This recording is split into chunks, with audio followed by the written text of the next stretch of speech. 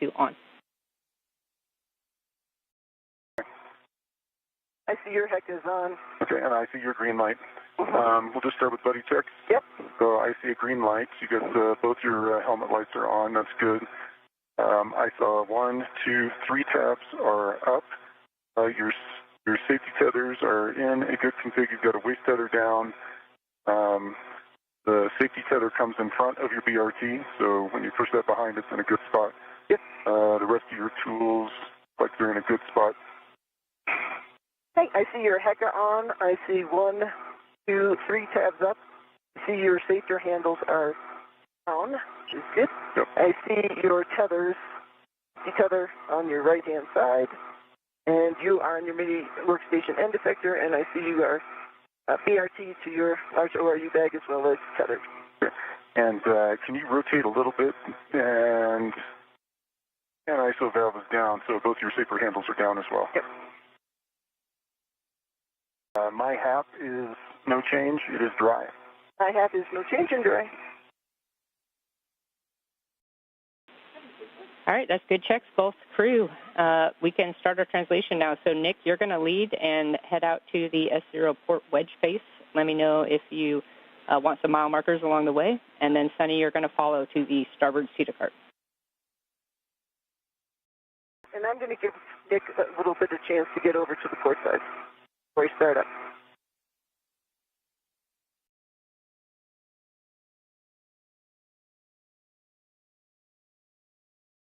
There you heard great communication between NASA astronauts Nick Hague and Sonny Williams as they have exited the Quest airlock and did buddy checks to make sure everything was A-OK before beginning their motions to move across the International Space Station and begin their first planned task of the day, the remove and replace of the Rate Gyro Assembly Unit number 2 that helps provide orientation data on the International Space Station. From this field of view, Nick Hague, you can see lightly those red stripes on the top of his backpack. He will be in the now top left part of the screen, and Sonny Williams right behind him. She is in the unmarked spacesuit for today's EVA.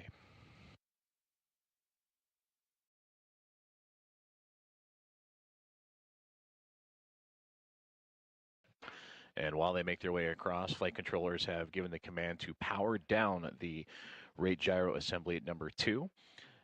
As both Nick Hague and Sonny Williams make their way over to that portion of the International Space Station truss system. And again, that rate gyro to remove and replace provides orientation data on all 3 axes of the International Space Station. That is today's priority task of U.S. Spacewalk number 91. 6, went up to phase 1. Copy, Nick. As you go over the top, I have a couple cautions specific to you. Remember, you want to avoid contact with the GPS antennas, and then avoid loading the NZGL cable and connectors on that HAB tray on the back side of the truck. Okay. Understand all.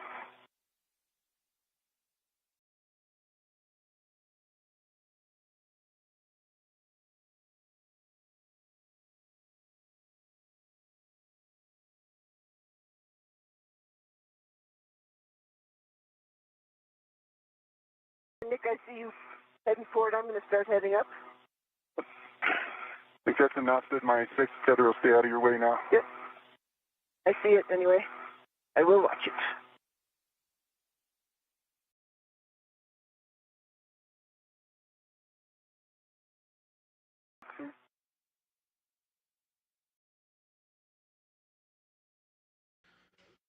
We are approaching 19 minutes into today's EVA activities as NASA astronauts Nick Hague and Sonny Williams continue to communicate as they make their way over to the first task of the EVA, which is to remove and replace the Rate Gyro Assembly Unit number 2 that has been given the command to be powered down in anticipation of this remove and replace.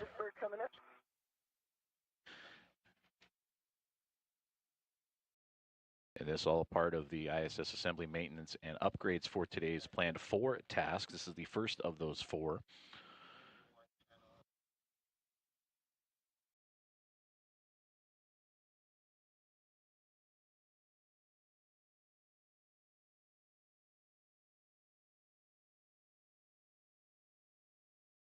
As astronaut Nick Hague in the red stripes moving into position with Sonny Williams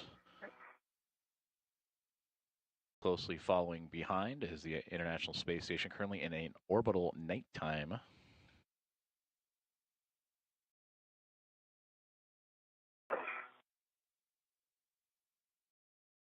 Crossing over each other, I see it here in front of me.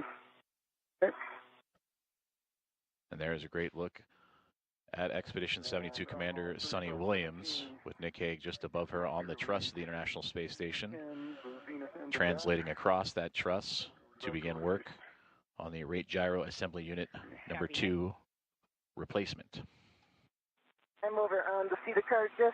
Affirm. Sonny, you're going to head out to the starboard seated cart, and once you're there, you can stow crew lock bag 1 on any of the seated cart square grids. We're going to have you do an APFR task. Okay. Look.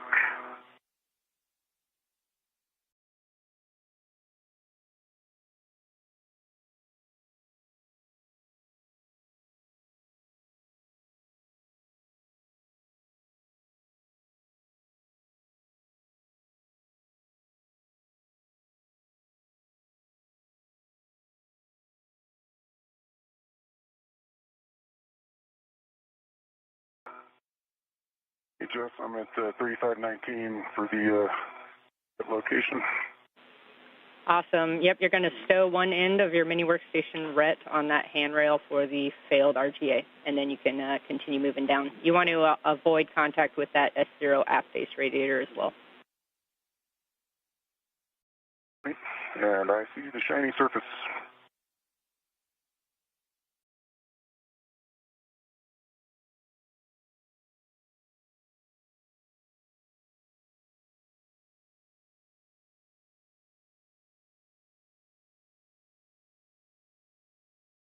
A good hook down on 3519 with one end of the RET.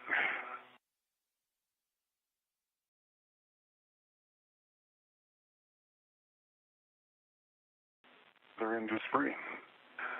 Copy, Nick. Your next step here is going to be to open the RGA-2 thermal shroud. As you move down, you're going to be peeling that port to starboard and then releasing the Velcro from under handrail 3520, which is that handrail where your work site is. Yeah, good work.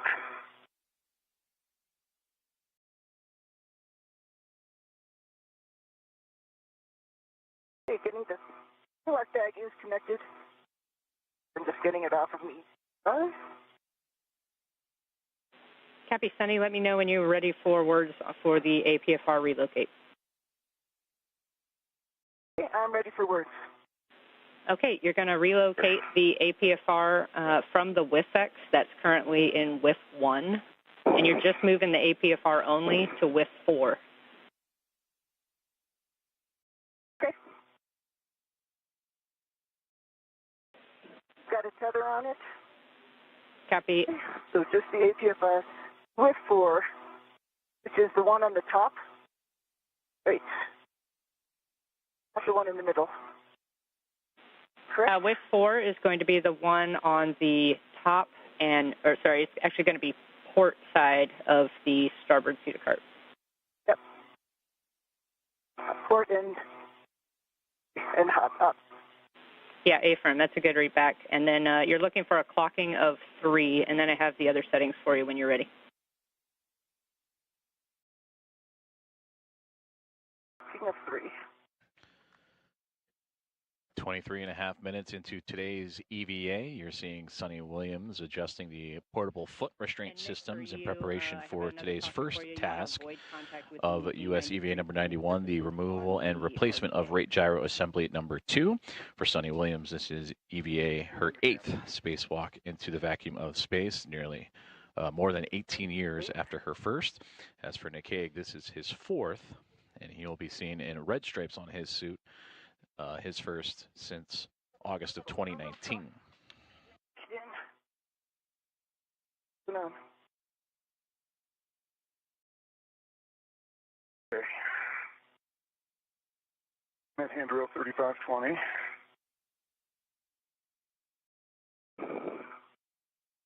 All eyes open. I see Our RGA.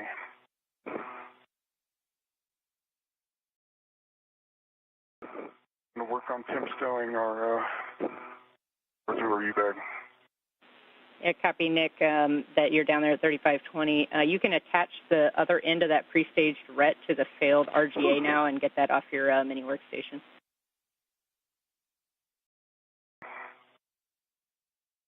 All right, I got the collar to move, Jeff. Maybe I'm not getting it far enough.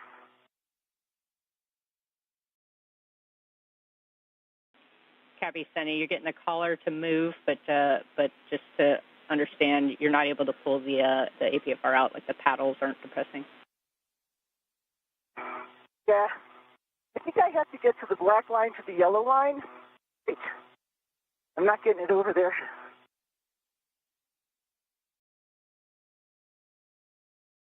Just is not allowing the paddles to be depressed.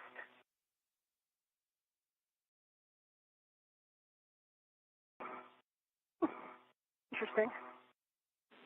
Yeah, copy, Sunny. If the is collar attached should be to the- all the way black on white or black on yellow in this case.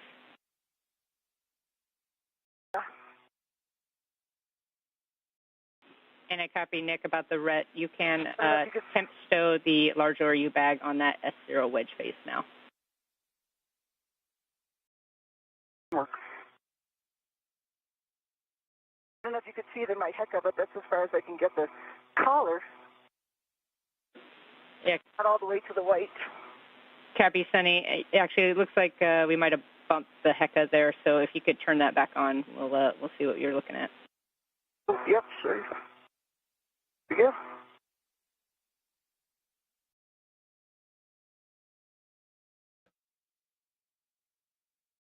You back with me? You there? We're back with you. Sunny? Okay. This is NASA astronaut Sonny Williams configuring a portable foot restraint outside of the International Space Station in preparation for today's first task of U.S. Spacewalk number 91. We heard earlier on the comms that her partner in this EVA, Nick Hague, has reached the rate gyro assembly, which will be removed and replaced, and that provides orientation data on all three axes of the International Space Station.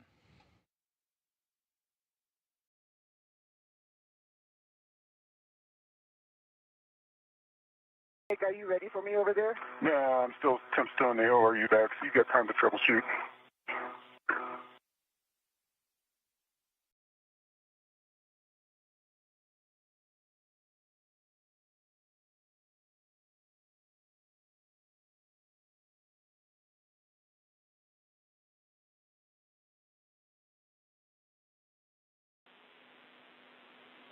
Yeah, Sunny, we don't have a whole lot of good workarounds here, but the feedback that I'm getting is just trying to get that collar rotated all the way, and like I see you going back and forth on the collar as well, trying to get it loosened up, and then just making sure with the WIFX also kind of moving with you a little bit, that we're staying as perpendicular to it as we can as we're pulling out.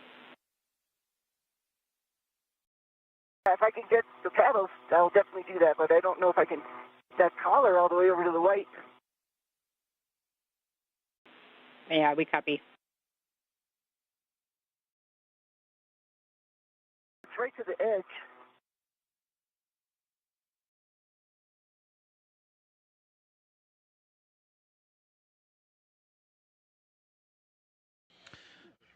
This is a live view from astronaut Nick Hague's helmet camera as he looks onto the rate gyro assembly as he prepares for the removal and replacement of this unit. The priority task of today's EVA is his partner for today, and Sonny Williams continues to configure that portable foot restraint. And there you can see Williams just outside the truss system of the International Space Station continuing to work with that foot restraint. Sonny, one last recommendation here. If you can try to rotate the collar to as far as you can get it with one hand and then squeeze the paddles with the other and just see if you get any motion in the paddles at all. I don't get any motion at all.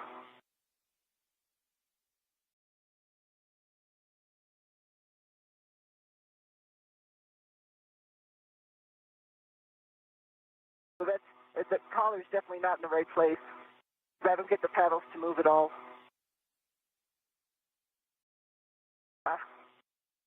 And just TCV of 5. Copy, Nick, TCV 5.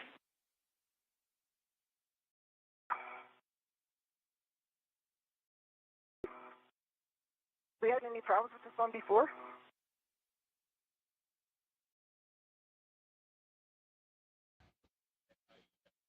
So the locking collar won't even rotate on you? Now 30 minutes into today's EVA activities, as you are seeing So there's no side loading? Expedition 72 Commander and NASA astronaut Sonny Williams continuing to work on the portable foot restraint just outside the truss system of the International Space Station. Yes, Sonny, we're thinking through it down here as well. Williams in constant communication to troubleshoot with the team here on the ground with NASA astronaut and spaceflight communicator Jessica Whitner.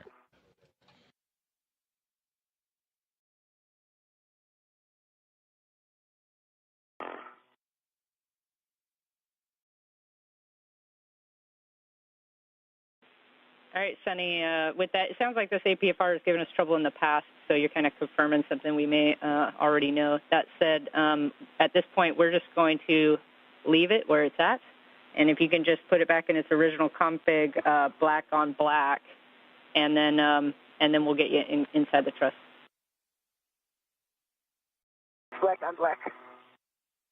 Copy.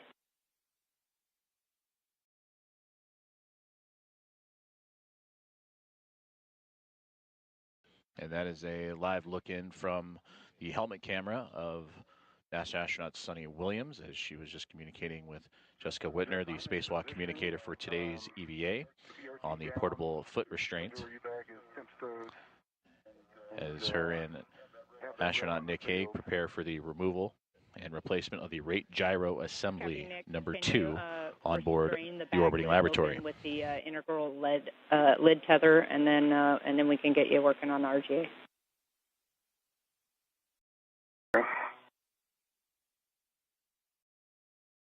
And Sonny, for you, we're going to have you ingress the S0 truss right there through phase 1 at Bay 2 and to access those RGA bolts. And then I have a caution for you not to translate on the radiator heat pipes inside the truss, and then also avoid contact with the Z93 painted surfaces. Okay, copy that. Coming in.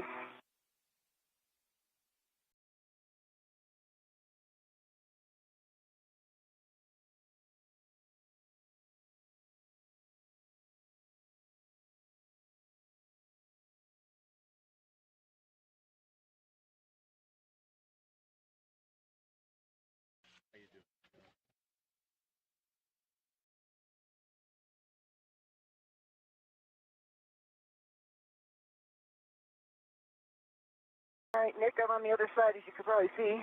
Yep. Get myself in position. See some light?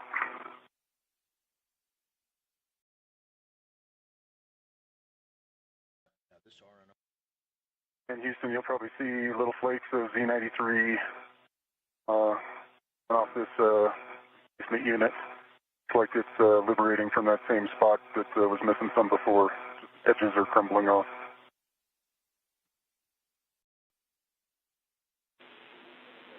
Yeah, Nick, to confirm, that's on the new unit when you open the bag, correct? The new unit, A-firm.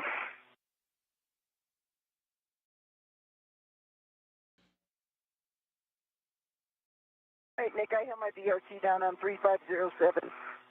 My waist tether down on 3527. Great. Place here.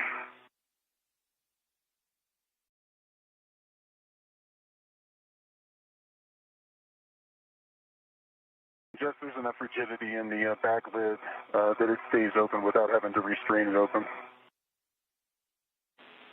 Okay, copy, Nick, about the bag, and we're going to go ahead and proceed. So when you're ready, we can work to demate the connectors from RGA2, and Sonny, you can help as well if you can reach the nadir connector. But there's 2 connectors, nadir and aft, and we're going to disconnect both of them and just get good inspection on FOD, pins, I can EMI. reach the nadir.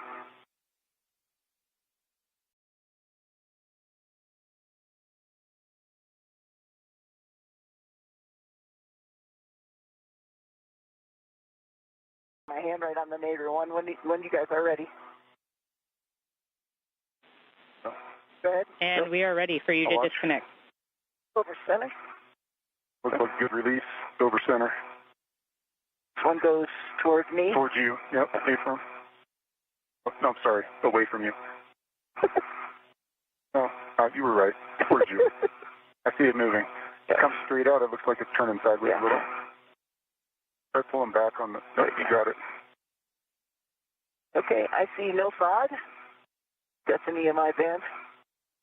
Good EMI band. Let me get down and take a look underneath.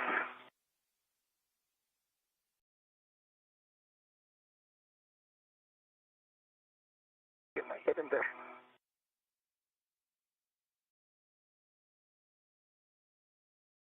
As I can tell, oh, that looks good. No FOD. My band. All looks good on the field. Good. And I'm gonna move down.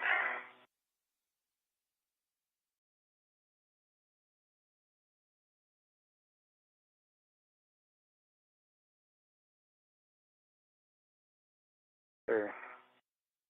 Just removing my electrical on that outside.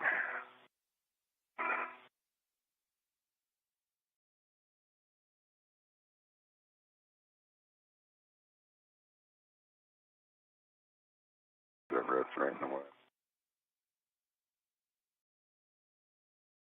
And good pins. DMI band. No FOD. Good connector. Cappy, those are good inspections. So, Nick, if you need to, you can release those TA clamps. If you don't, you just want to restrain the connectors clear of the work site. And that's enough to do. Perfect. That's good. All right. Okay, and once that's good, both of you can get out your PGTs and we'll work to release these bolts. Work. Right.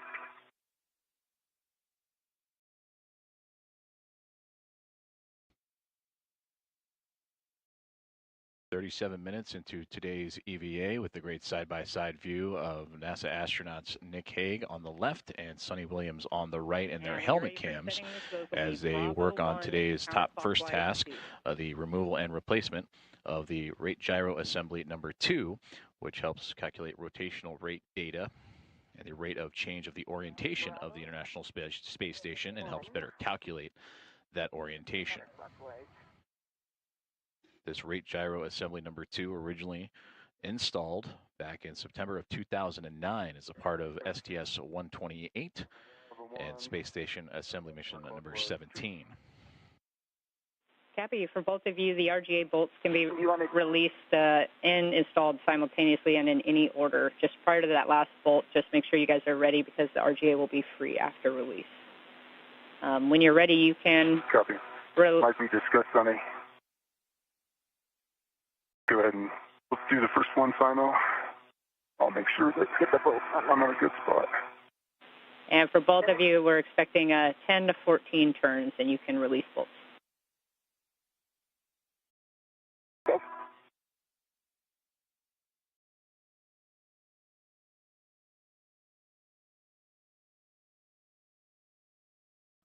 Torqued out. And a great view there of the tools being used to release the current rate gyro assembly unit in preparation for the removal and replacement with the backup unit. And guys, for order of ops here, we have Nick, you releasing both of your bolts on the aft side, and then Sonny holding on the last bolt to have Nick stow his PGT so he's ready to take the RGA. Okay, 4 bolts is out. Okay, I'm working on the lower one now. 12 turns. Copy, Sonny, 12 turns on the nadir bolt.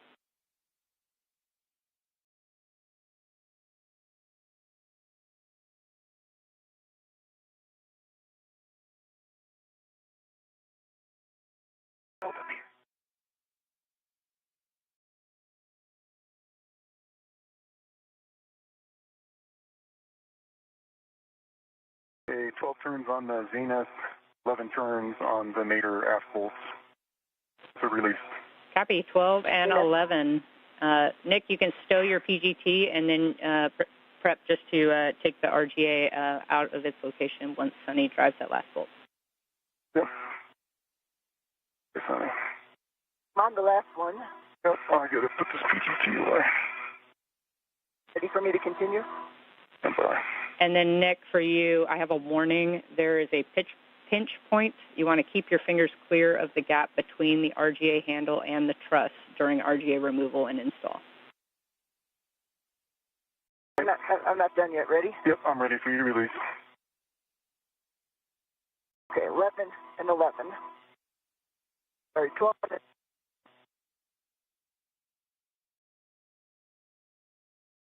Sliding out.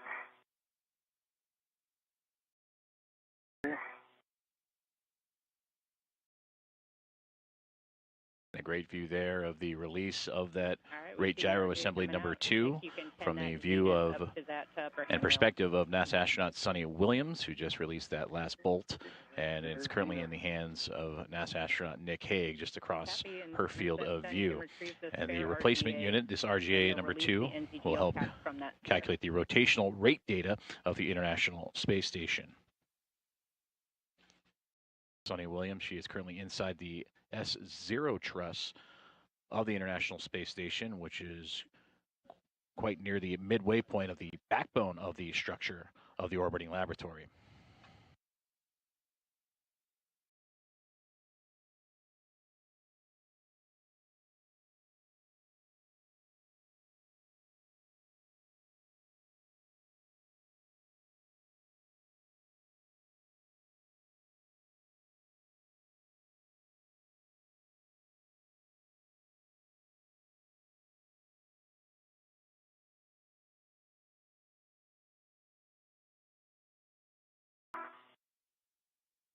Cap removed, good pins, no FOD.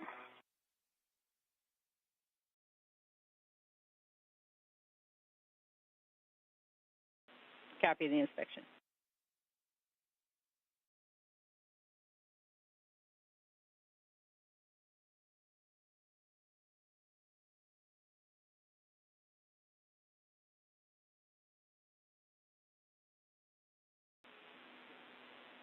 Cap removed, no FOD. Copy, good inspection. And Sunny, if while you're waiting you want to set up your PGT for the install, the settings will be Alpha 6 clockwise 2.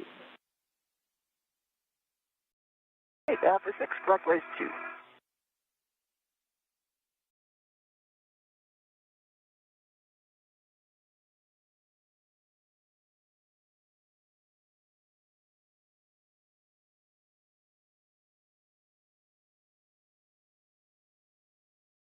.43 minutes into today's EVA, and the first planned task of the remove and replace of the rate gyro assembly. The assembly unit number 2 has been removed from its original position aboard the International Space Station on the S0 truss, essentially the midway point of the backbone of the orbiting laboratory. And you saw from the helmet cam of Nick Hague, the NASA astronaut, that he was beginning to uncover and bring out the replacement unit that will go in its place. And this is a view from Sunny Williams' helmet cam. She is inside the truss system and will await the arrival of that new unit. And there you can see Nick Hague just across her field of view as they now begin to move the new rate gyro assembly unit into place. Sunny, we're going to drive the bolts to hard stop 9.5 to 13 turns.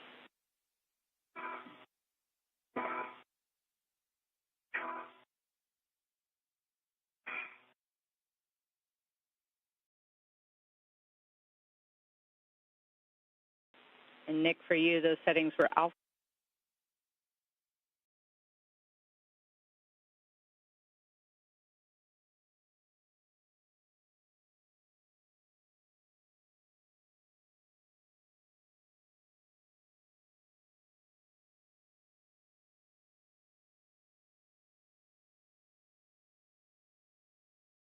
Okay, lower 16 turns. Actual 8.8, 8.3. 15 turns, 8.3.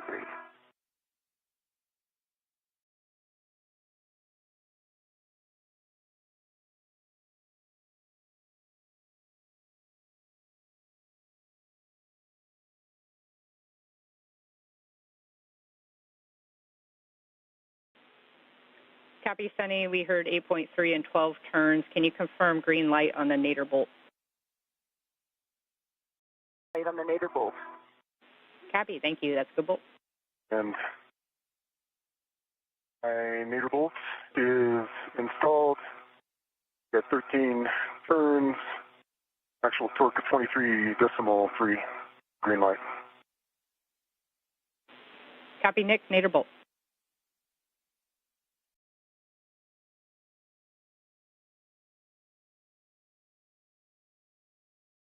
And Nick, if we can have you verify, 4.4. we want to verify that you're not in the Bravo setting still. It just seems like the torque is a little higher than we were expecting. Yep, I was in Bravo. The zenith boat is 12.4 turns, 8.5 on the torque. Green light.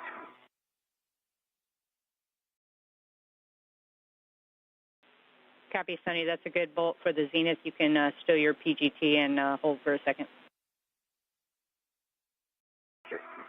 Okay, working on the last bolt. The 6 set. And Nick, if we can have you pause for a second, we might have you back out that lower bolt. Okay. Got one turn on. Pausing. That's fine, Nick. We'll just have you hold there. Copy you on your one turn.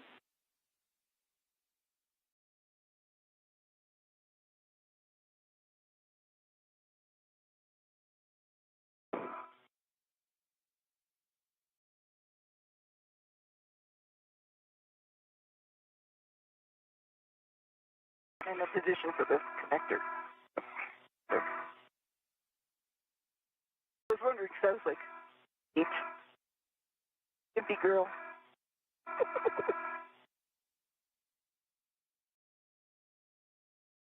Kicked a lot harder than I was expecting.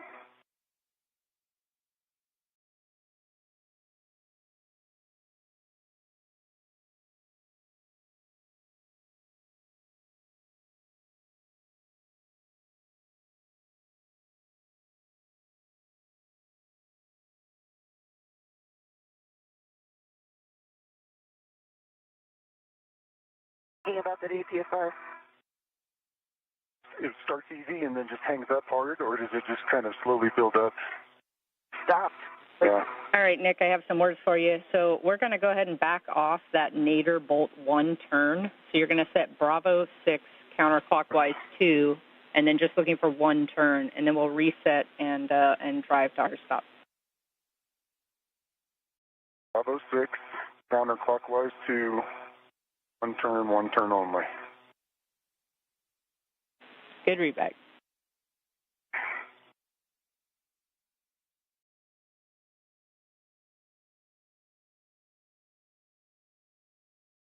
Res.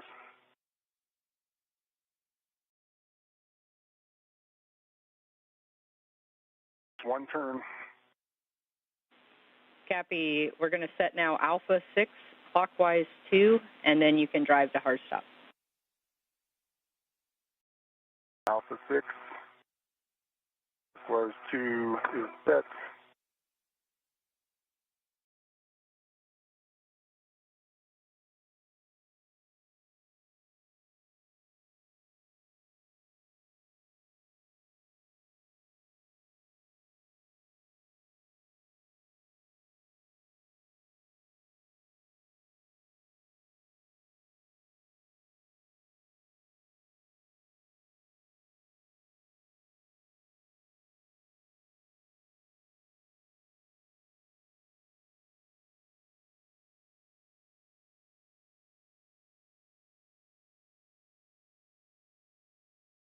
Can I start working on the nadir electrical?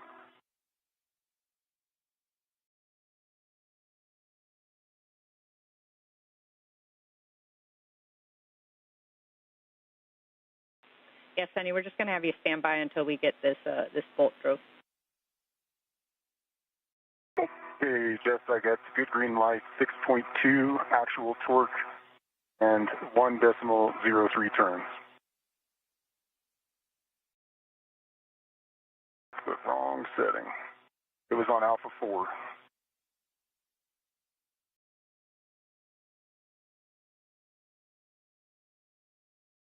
Need to hit it again to raise it to the 0.3. Stand by, Nick. We're talking.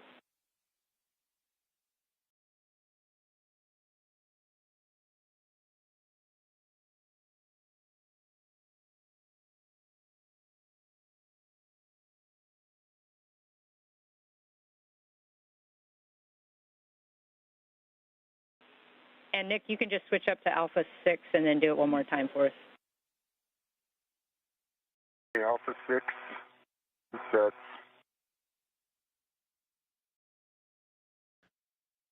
Just over 50 minutes in today's EVA task, as you hear and see the work being done by NASA astronauts Nick Hague and Sonny Williams on attaching the replacement unit of the Rate Gyro Assembly Unit number 2 that measures the rate of angular motion of the International Space Station, making sure that the torque and all the proper settings are correct for this replacement unit.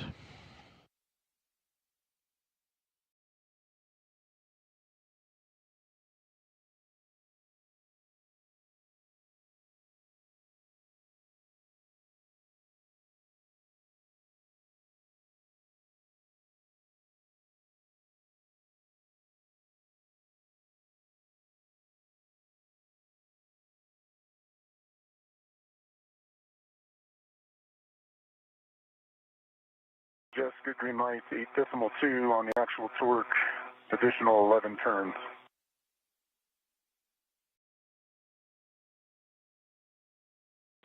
Copy, Nick, and can you confirm green light? Good green light. Copy, that's a good vote. You can stow your PGT.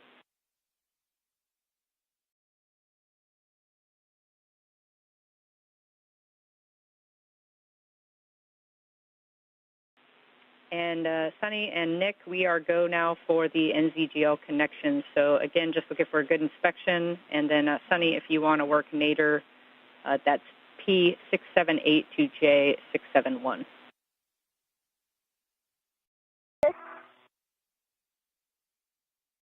Inspection before. Good inspection on my connector. Pins, no fog, good EMI band. Copy, Nick, and you can connect the aft as well. That's P680 to J673. Made it over center. Copy. Made it over center on the nadir one as well. Not quite over center. Copy, and to confirm, the TA clamps are still closed. The clamps are closed. We're still working on the nadir. Push that. You can push it from your side? Yeah, I'm going to reach in. Confirmation of good bolts to connect the new Rate Gyro Assembly Unit to its new position in the S0 truss of the International Space Station. And now NASA astronauts Nick Hague, which that is his viewpoint that you are seeing on your screen now, alongside with his partner for today's US 91 EVA, are connecting or reconnecting the Rate Gyro Assembly.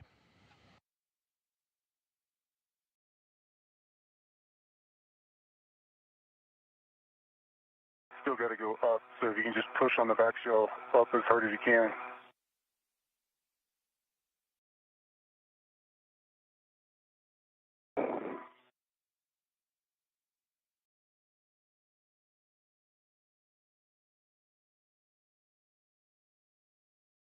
Almost there. Boy.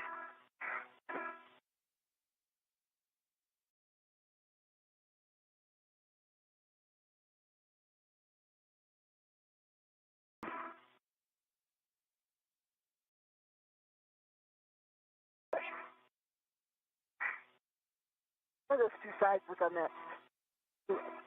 The sides? Yeah. Is there any gap in between them? There's no gap. It looks like the soft dock was aligned we've got the back shell most of the way up. Just a smidge short of. Over center. Yeah.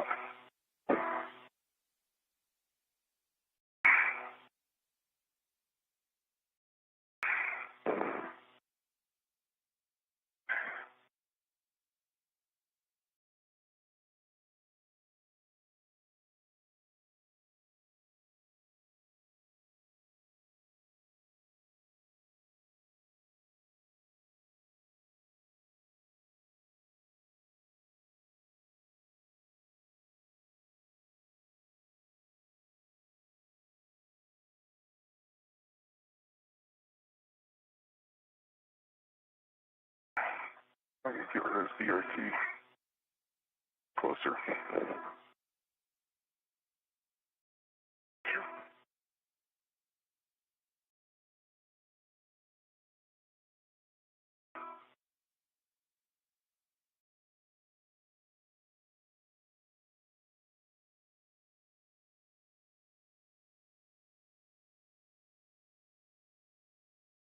Over center now. There you go. That's it. That took no force once you got it there. Yeah, I had to get upside down to do it. Outstanding. So they're both made it over center, Jeff. All right, awesome work.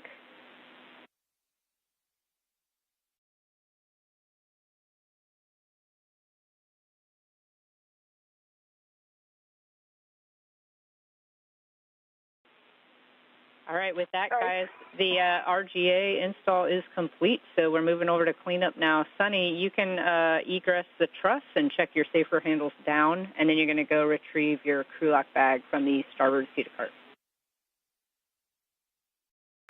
Work. Nick, for you, we're going to relocate the bag ret from the spare RGA to the failed RGA zenith of you. Good. Cover that.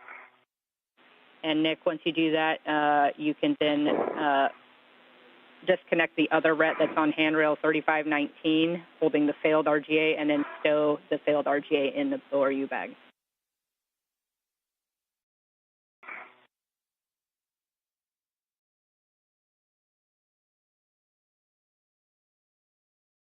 Sonny.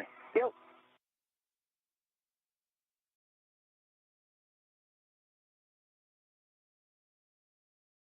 All right, you got the moon behind you too. I'm gonna keep moving. Got it. This is Mission Control Houston. As you've heard, the first task of today's spacewalk is now complete.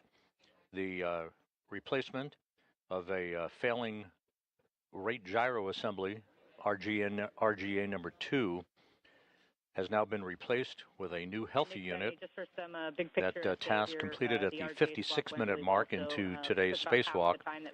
And the Attitude, Determination, and Control Officer here in Mission Control has been given the go to power up that new unit. Nick Hague and Sonny Williams, almost an hour into today's spacewalk, will now stow the old rate gyro assembly back into the airlock before they press ahead to the next pair of tasks, in which they'll split up, with Nick Hague conducting the installation of patches in the nicer telescope payload on the outside of the International Space Station. Sonny Williams will be working on the zenith side of the station to replace a planar reflector, one of the navigation tools on the zenith side of the International Docking Adapter, to which the Crew 9 SpaceX Dragon transport vehicle is currently docked. Copy, Sonny. Can you check that your safer handles are down? I don't think we heard it. Yeah, sorry about that. Okay.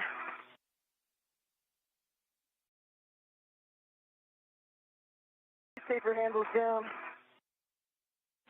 Copy, Sonny. And before you get moving as well, we'd take a glove and hap check.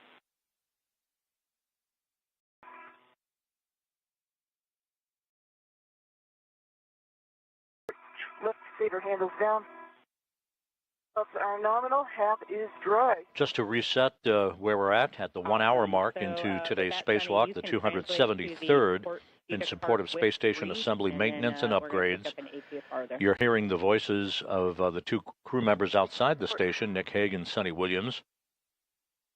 And our spacecraft communicator here in Mission Control, that is astronaut Jessica Whitner.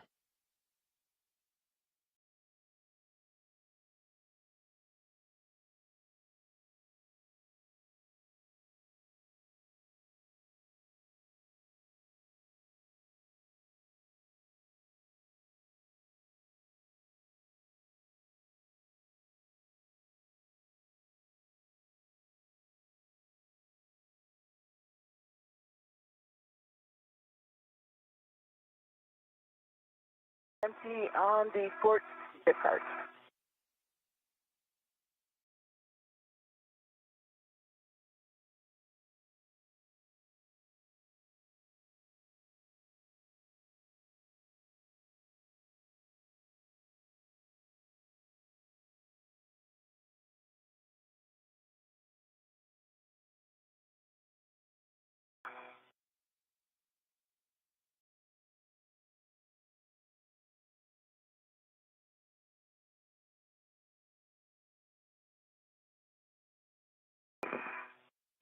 And hey, Nick, for you, we saw you just put the failed RGA in the bag. Did you see any flakes from the failed RGA come out of the bag or anything when you did that?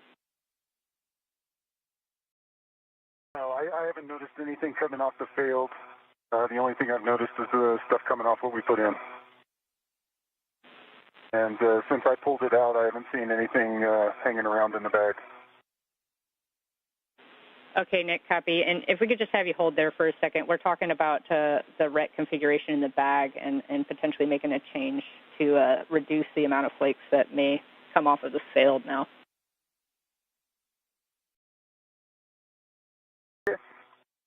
Hold here. And Sunny, for you, I do have APFR settings when you're ready. Okay, stand by.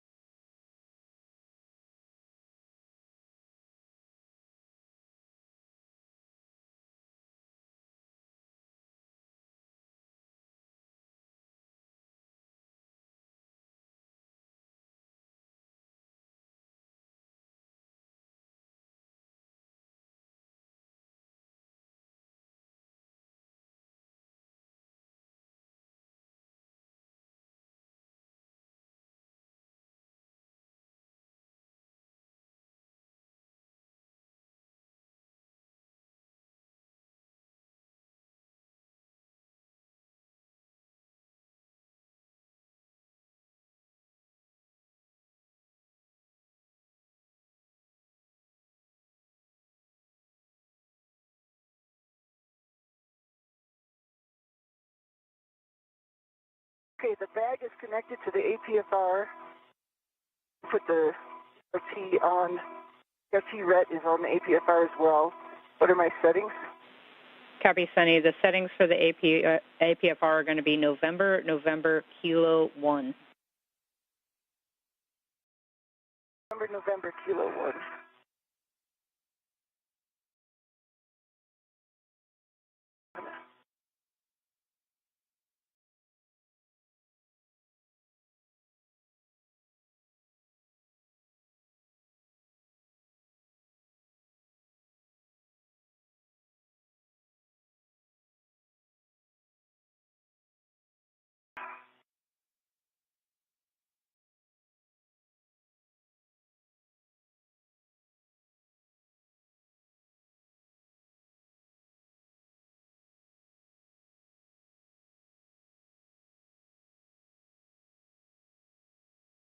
I think I'm going to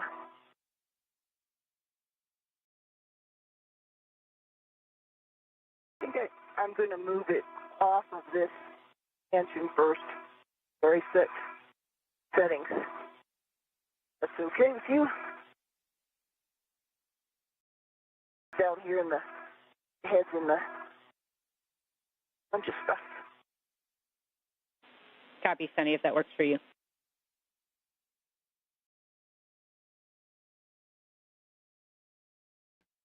Just over an hour and 4 minutes into today's EVA, and there you see a great view of NASA astronaut and commander of Expedition 72, Sunny Williams, making her way away from the S0 truss, which the rate gyro assembly at number 2 had just been completed with the remove and replace of the old unit to a new one that has just been approved to be powered on.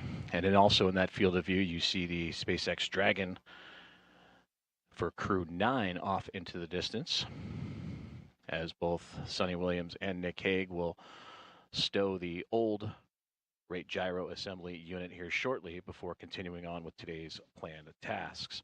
And those tasks will include the removal and replacement of a Harmony Zenith planar reflector, which is actually close to that Dragon spacecraft, as well as the installation of a neutron star interior composition explorer patch, or the NICER X-ray telescope experiment, and prepare the alpha magnetic spectrometer patch panel for future upgrades. All right, reminding just this pitch setting here. November, push in, unlock, unlock. And Ephraim saying November is correct.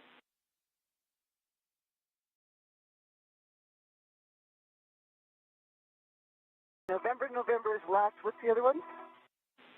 Kilo 1. Kilo 1. Good.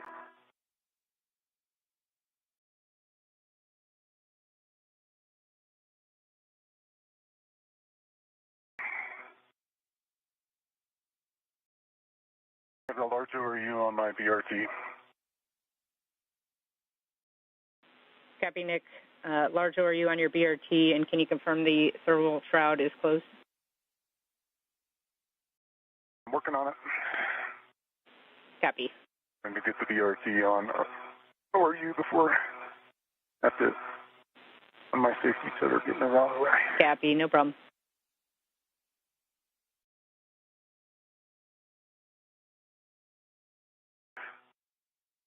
Are you seeing HECA?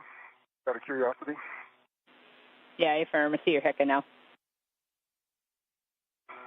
I've got the Velcro down on 3520, working my way up the I saw too.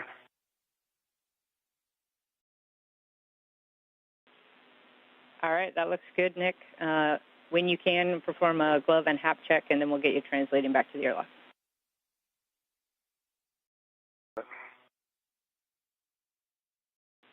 It's Sunny for you. Once you get the APFR set, just verify the pitch knob's locked and can be depressed. Pitch knob is locked and can be depressed. Yes. In its correct setting, I'm going to put it on my BRT. Copy.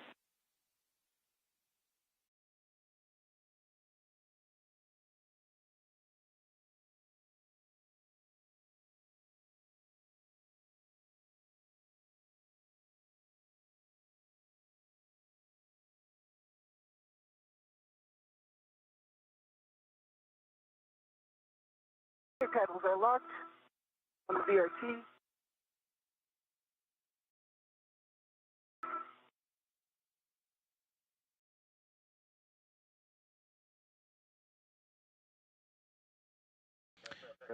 You should be able to see down.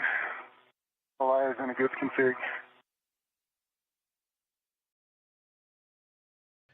Hey, firm, Nick, we're looking at your HECA, and it looks like a good config.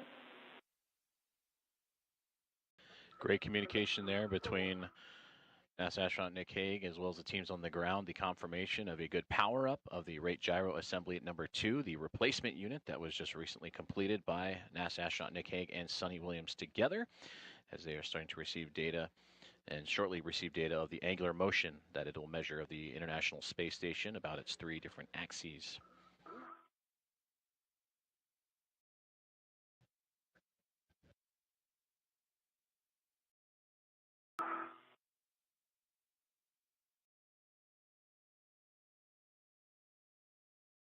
On the GPS antenna, after it leads off, continue down phase 2. Okay, Nick, where are you right now? Phase 2 coming down on phase 1. I've got the ORU bag. Okay. I'm just getting my BRT and my wheeler bag and the APFR behind me. Okay. And I'll start moving. I see your safety tether. Okay.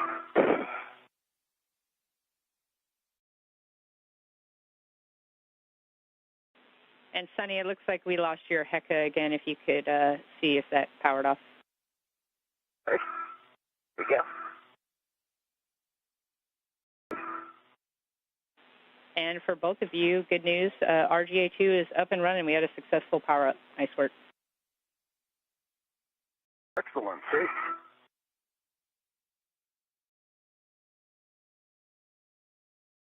Under the MT? I'm just on the upper side of the lab. And Sunny, I think I hear you're translating now. We just want to make sure we're pressing the seat to cart brakes. Right. With something else. That's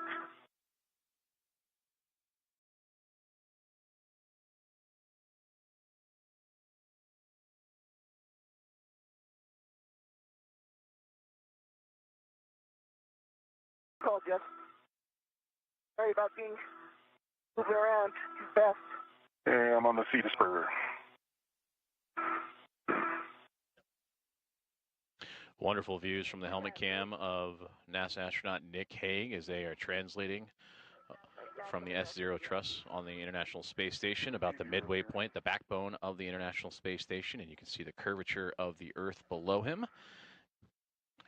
And there is the Quest airlock right in front of him as he moves to go and stow the replaced rate gyro assembly number 2. As for NASA astronaut Sunny Williams, she is making her way to the space-facing side of the Harmony module in preparations for the next task for today's EVA, the replacement of a planar reflector that is used for visiting vehicles in their approach to the International Space Station. Press 2 times. Deport 1. Sorry, starboard 1.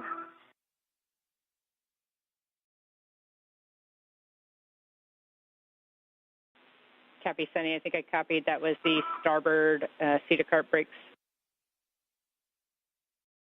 Deport 1 at first. On the starboard 1. I'm at the airlock. Thermal cover's open. Copy, both of you. I'm on the strip. Down to the left.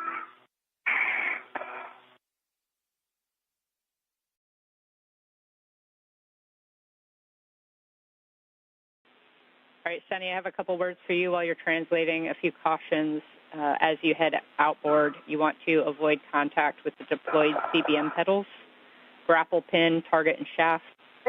And then you also do not want to translate on the WETA stanchion. Okay.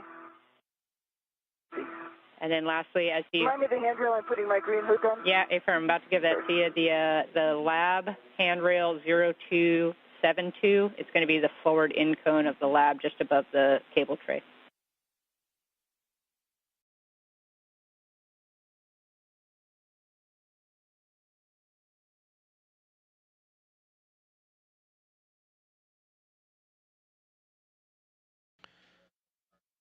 And there you hear the communication to NASA astronaut Sunny Williams as he continues to move along the International Space Station en route to the zenith or space-facing side of the Harmony module, in which he will begin the second task of today's EVA after completion of the rate gyro assembly number 2, and that is to remove and replace a planar reflector. And that planar reflector is used among a variety of communications devices for visiting vehicles to measure distance and rate of closure.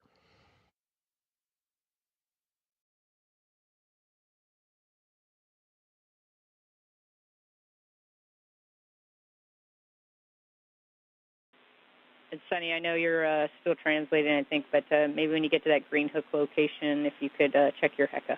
We're still not seeing anything down here. 0272 is locked. Press the button again. Hook is down. Black on black lock. 0272.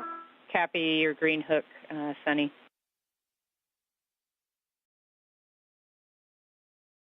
I'm on node 2. Affirm. See you moving on node 2 now, or hear you moving on node 2. We're still working to get your camera view up.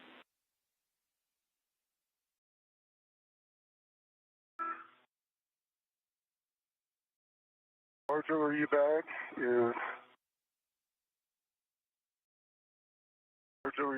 is on the airlock, large, small, that we move by BRT red, having the airlock bag bundle. Copy.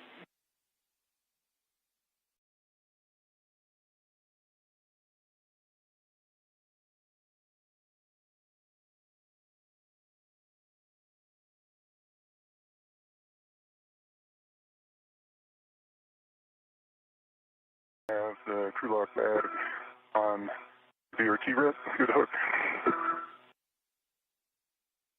One out of the airlock. Copy, Nick.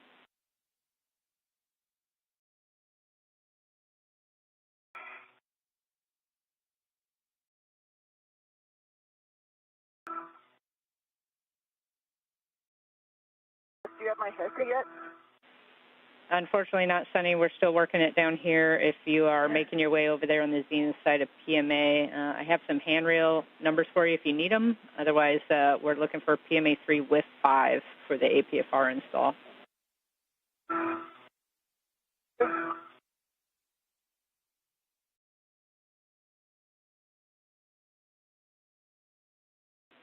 And Sunny, we just have one more request for you to just check that camera one more time for us. Sorry about that.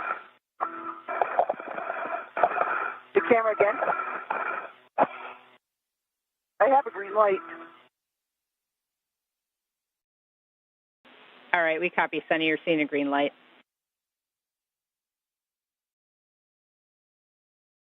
I'm at the vertical handrail right now. PMA 3.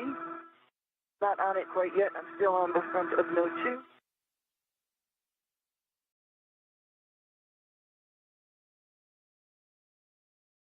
Sunny, thanks for the updates.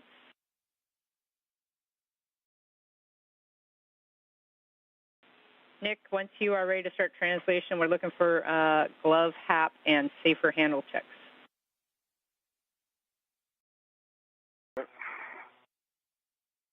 Lock bag is on my BRT, closing the thermal cover. Cover's closed. Copy, thermal cover closed. And Nick, can you just confirm that you did leave your PGT in the airlock? I don't think we heard that clear.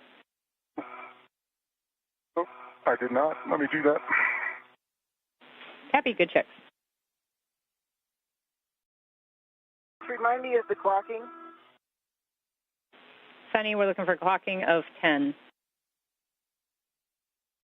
And that is on the single line. Affirm, that'll be single line clocking of 10. Still checking. Okay. 10, November.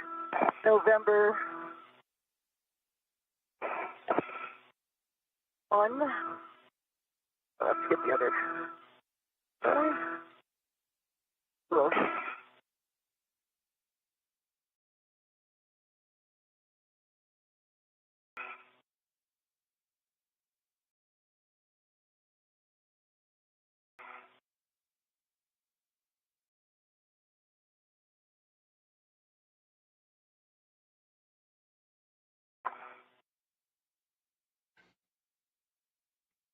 Now 1 hour and 19 minutes into today's EVA activities and the completion of the first task of 4 assigned to NASA astronauts Nick Hague and Sunny Williams, and that was the removal and replacement of the RGA-2, the rate gyro assembly number 2 unit. And you saw the helmet cam of astronaut Nick Hague placing that worn out unit back inside the Quest airlock and the crew lock. as NASA astronaut Sunny Williams continues to prepare for what would be the second task for her today, which would be the removal and replacement of the planar reflector, and that'll be just outside the zenith or space-facing port of the Harmony module that's currently occupied by the SpaceX Dragon spacecraft that brought Crew 9 to the International Space Station. And that planar reflector, one of many communications tools used for visiting vehicles on approach to the orbiting laboratory to help measure the distance and rate of closure. And Sunny, we do have a big picture view of you from the lab starboard camera, but we're still working on your HECA. Okay, I am here. I have the fuel-lock bag is still on the APFR. APFR is installed. I'm on the front of PMA-3, and below Dragon and everything. My head is way below it, so I am ready for the next words. Copy, Sunny. We're just looking for good words, black on black, pull twist test, and the pitch knob can be depressed for the APFR. Okay, black on black, good pull wiggle test on the APFR. Pitch knob can be depressed, yes. Okay, thanks for that. You can unbundle your crew lock bag now from the APFR, and you're going to want to stow that on your BRT. And we just want to make sure your BRT is nice and snug and will be away from Dragon when you ingress with the crew lock bag on it.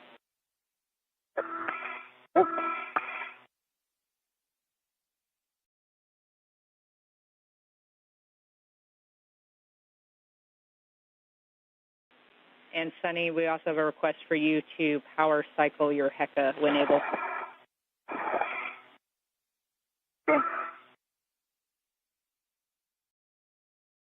Again, I have a green light. Copy, power cycle complete. And Nick, for you, it looks like we lost your HECA as well, so we'll take the same thing if you can power cycle your HECA when able.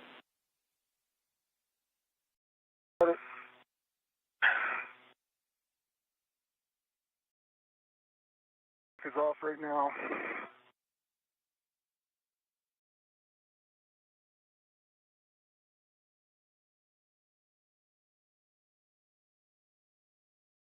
Great communication between NASA astronaut Sunny Williams and astronaut Nick Hague with the ground team here inside the International Space Station Flight Control Room as they continue to prepare themselves for the second task of today's EVA. The view you see here is of Sunny Williams as she prepares herself for the planar reflector remove and replace. And you heard that communication, making sure that she is properly tethered and safely attached to the International Space Station. With that, when you're ready, you can begin your translation out to S3, the Bay 1517 interface. We're going to head up to NICER.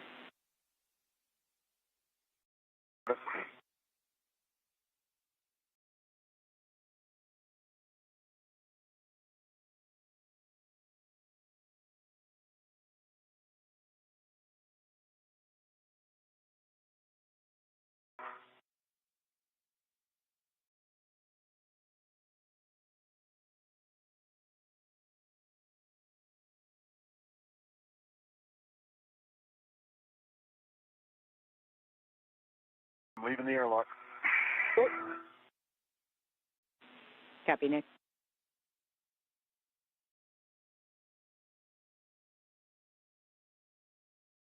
Sunny, I just left my fair lead in. I think that'll help you when you come back to the airlock. Okay. I don't know if you put a fair lead in, but it's at the base of the fuse for. Yeah, I did. Yep.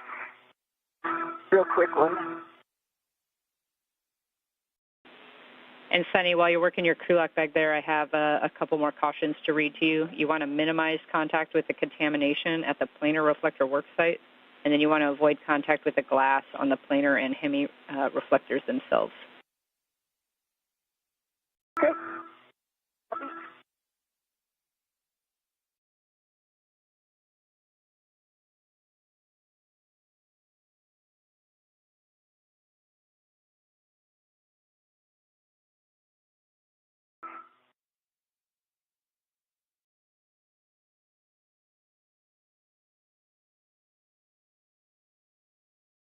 One. Right, Jen, I have the crew lock bag on me. I actually have both of the adjustables on my mini workstation to sort of keep it away from everything floating around as well. So Should stay away. Next to my left side.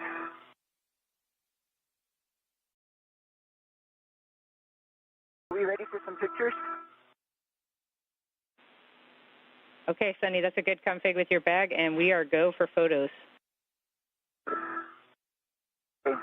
Remind me exactly what you want.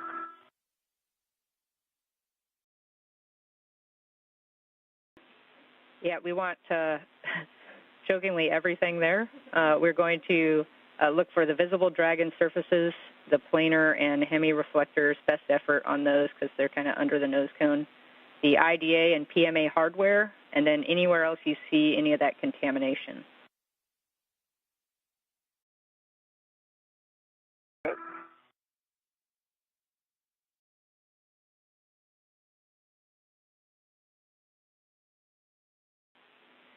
And Nick, we're still not seeing your HECA as well for your assay. We don't have a great camera view. I do have a green hook location. We saw the power cycle. We're troubleshooting on deck, but I do have a green hook location at mile marker 5460. 5460. Good readback.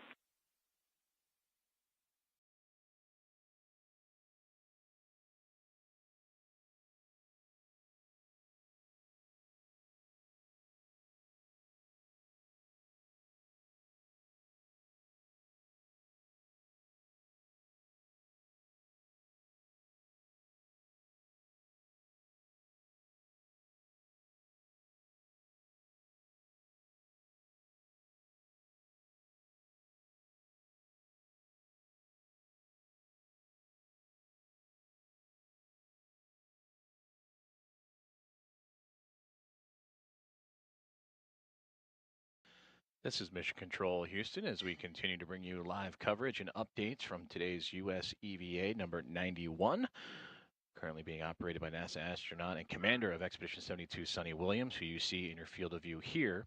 Sunny is now preparing for the removal and replacement of a planar reflector used in communications for visiting vehicles to help them measure the rate of closure and distance as they approach the International Space Station. You also just heard communication between the ground teams here in the International Space Station Flight Control Room and Nick Hague, who you now see here translating or moving across the truss system of the International Space Station in preparation for his next task, as he and Sunny Williams will be working simultaneously on different tasks. For Nick Hague, he will be working to patch the nicer payload and install patches of that nicer payload.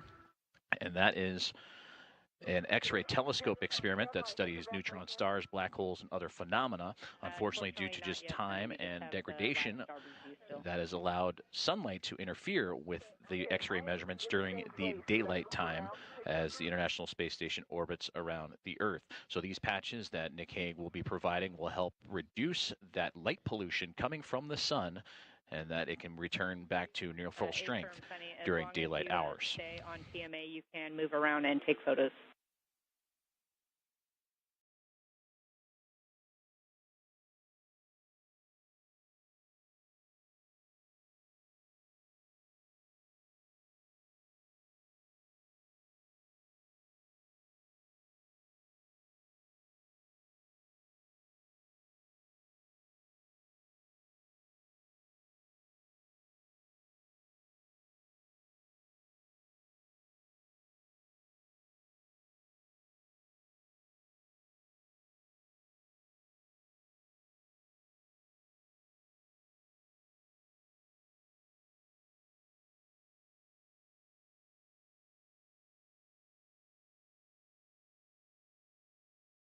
Yes, I've got a green hook down at 5460.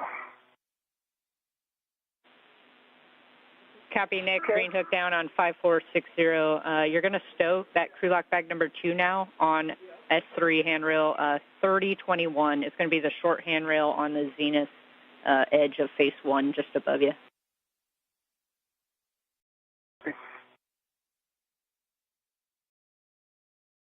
All right, Jess, should I try to get in the APFR?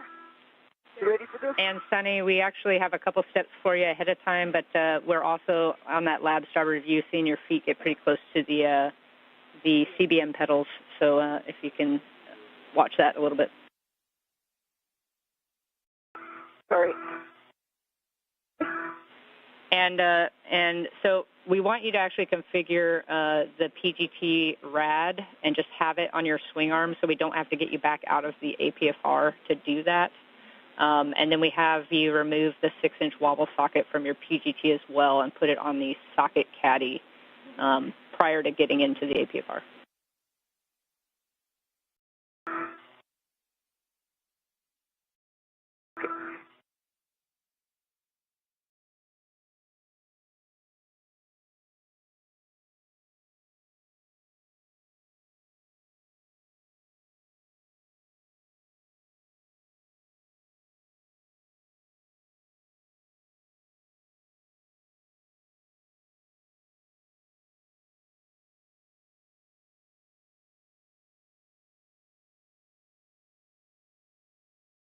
I have that way at the bottom of my tag because I wasn't anticipating we were going to do that. All of that's at the bottom.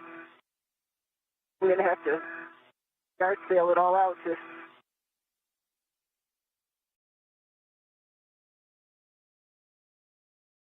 You want to do this? Really? Questioning. Yeah, Sonny, we're talking it down here. Just stand by 1 second.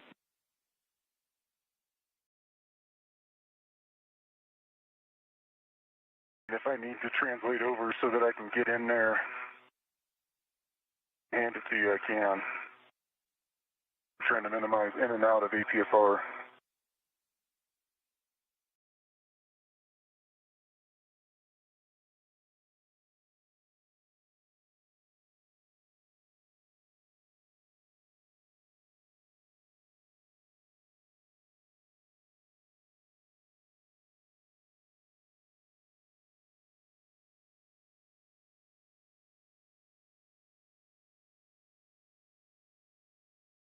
Okay, Sonny, we were talking it over down here, and we think we don't actually need to configure the RAD for this. If we end up needing it as a contingency, we'll just configure it later. That said, we're still going to have you remove the 6-inch wobble socket from your PGT and stow it on the socket caddy.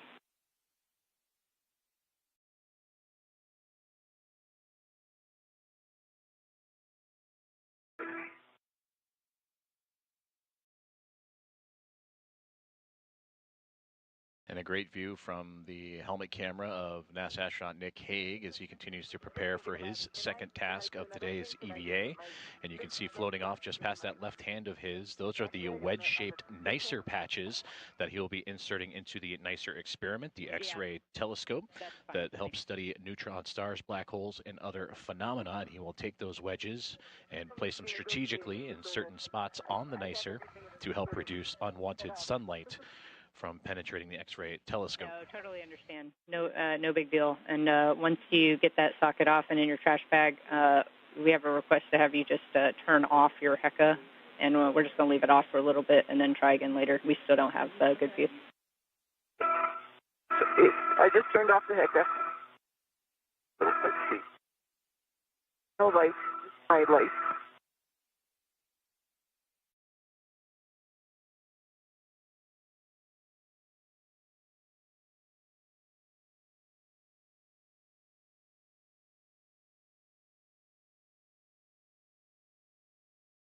All right, Nick, we have your HECA back, and I see you unbundling the NICER caddy. When you're ready, that's going to go square scoop to the inner bayonet fitting on your swing arm.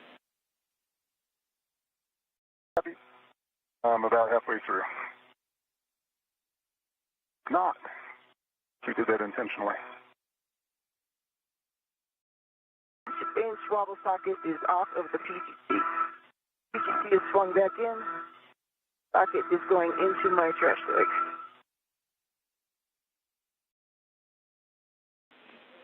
Okay, copy, Sonny. Socket in the trash bag. I have a warning I'm going to have to read you, so avoid contact with exposed IDA and Dragon hardware. And then just one last check to make sure mini workstation, tools, tethers, BRT will all maintain clearance prior to getting in the APFR.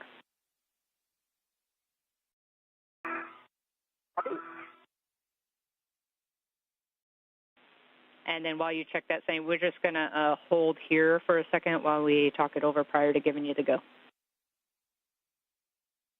Okay.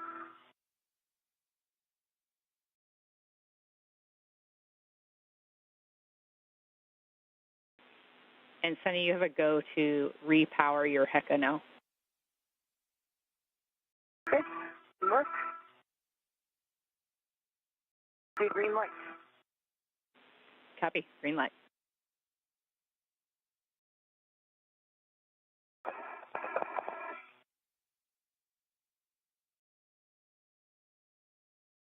An hour and 35 minutes into today's EVA as we continue to follow along with the progress of NASA astronaut Nick Hague as he prepares for the NICER experiment and the patches of the X-ray telescope that studies neutron stars, black holes, and other phenomena. And these patches will help shield and prevent unwanted sunlight from interfering with the X-ray measurements.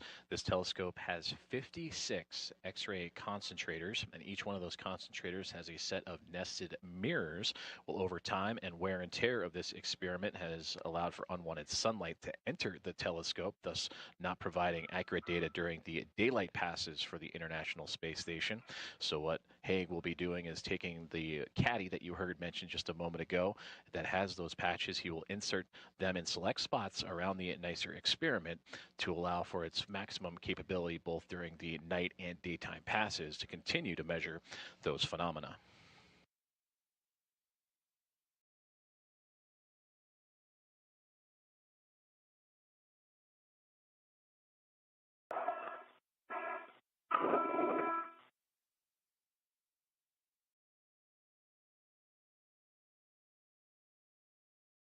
An active caddies on my swing arm.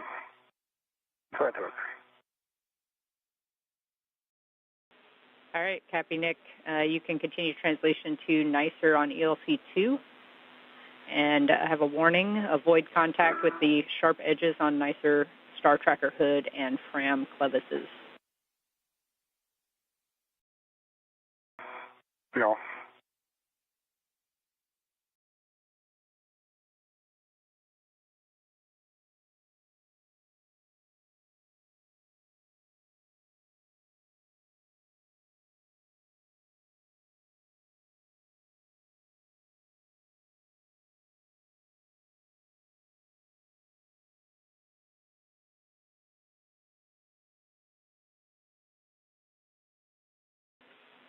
And Nick, while you're translating, I have a couple other cautions to read too, since we have a moment. Once you get up to NICER, remember you want to avoid any contact with the reflective film, so either hand or tools. Avoid loads into NICER in station forward direction just to prevent it from becoming unhooked. And then allow any motion to dampen out prior to each interaction with NICER. And you can also use that closed fist once you get up there, or a flat palm if you do need to react against the face of NICER while you're setting up your work site. Yeah. Yeah.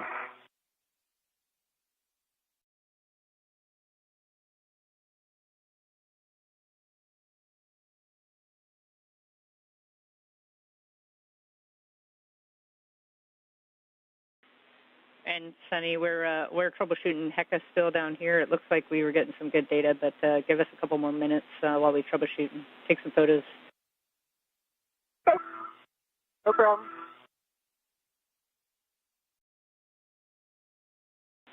And 1 minute to hand over.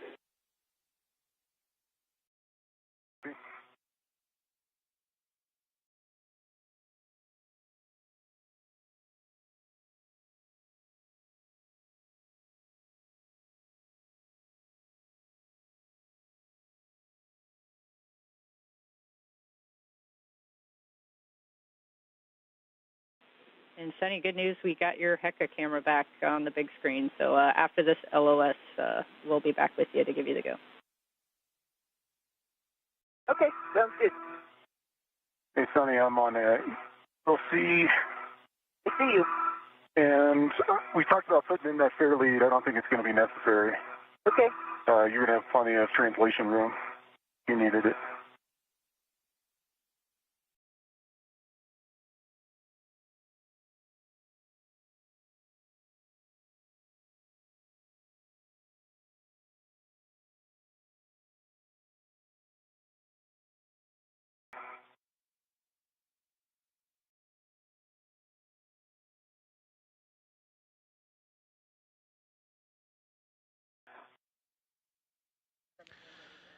An hour and 40 minutes into today's EVA with NASA astronauts Nick Hague and Sunny Williams as they continue to move along with their scheduled tasks for this extravehicular activity, number 91 and the 273rd for International Space Station Assembly, Maintenance, and Upgrades. They have completed their first task, the priority task for today, and that was the removal and replacement, the R&R, if you will, of the Rate Gyro Assembly number 2. And now the two astronauts are preparing for the second task of the day, in which Sunny Williams, she will make her way over to the zenith port of the Harmony module, and near that she'll be removing and replacing a planar reflector.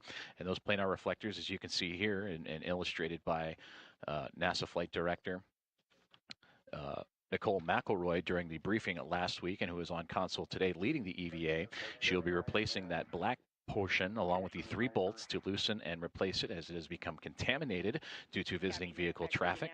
So they will remove those 3 bolts around that black portion that has a reflective material in the middle there, that silvery middle portion.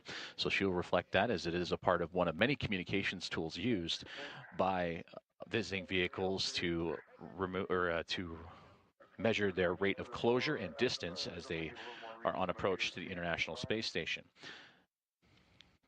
And for Nick Hague, he is translating his way over to the NICER patch experiment, or the NICER X-ray telescope experiment that has 56 aluminum X-ray concentrators that capture X-ray light that help measure neutron stars, black holes, and other phenomena that has been since worn and contaminated by sunlight and allowing unwanted light to enter the experiment. And he will translate over and install patches for that NICER experiment.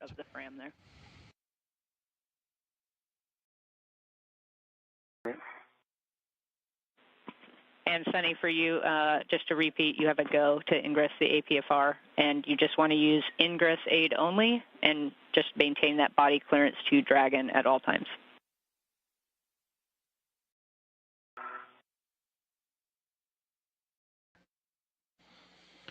And there you see a great view of the NICER X-ray telescope in front of NASA astronaut Nick Hague, who will install patches, and those circles that have each compartment with wedges on the inside for those patches. There's 56 of those, select ones identified by the NICER experiment, and the team on the ground here, both in Houston and across the country, have identified areas where unwanted light is entering, and that is what Hague will be identifying and patching up so it can return to its full capacity.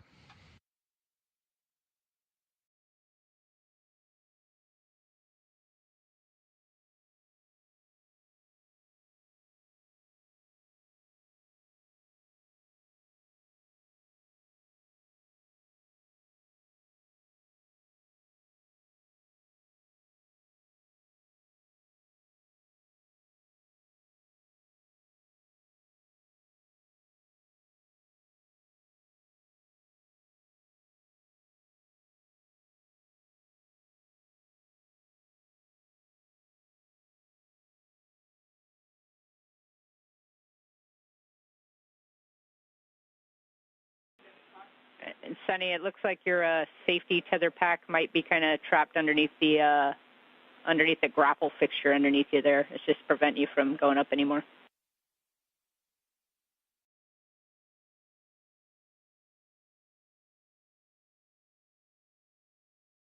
Thank you.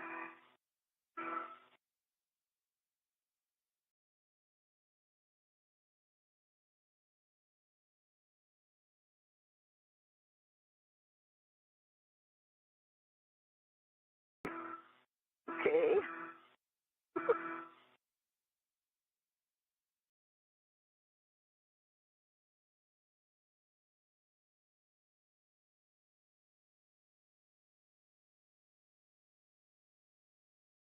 You recommended I go this way, right?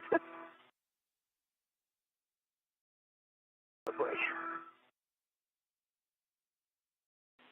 Well, we see you well clear, Dragon, so you're good to do what you need to.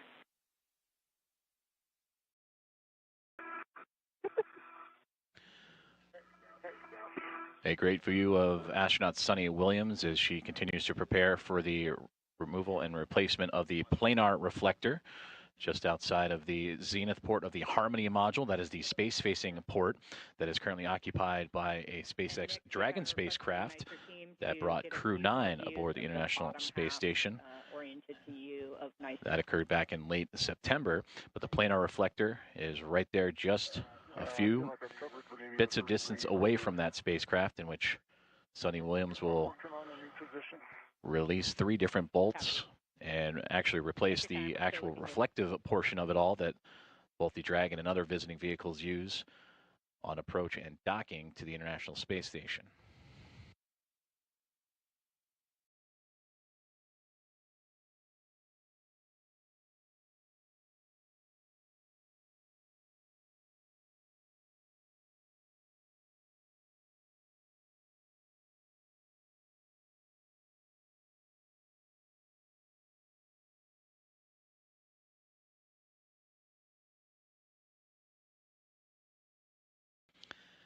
And you can see the planar reflector jutting out from that docking port. It's just off to the left edge of that screen, that silver brace with the black component right on top of it. That'll be the component that you will be working on.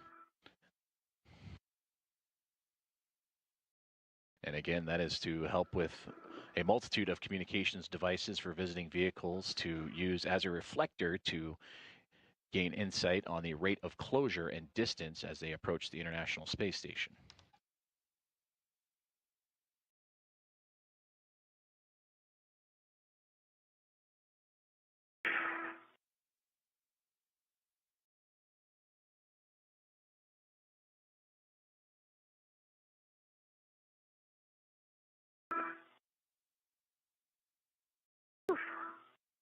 Give me a second.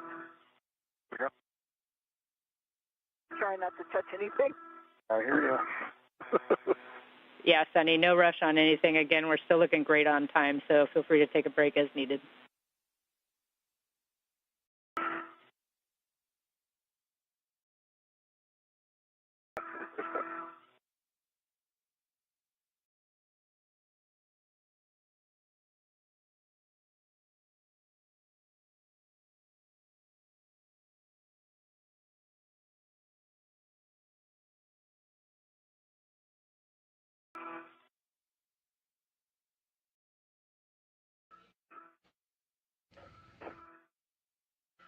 As astronauts Suni Williams and Nick Hague prepare for their second task of the EVA, you can see that the International Space Station has transitioned into an orbital nighttime, currently traversing across Kazakhstan.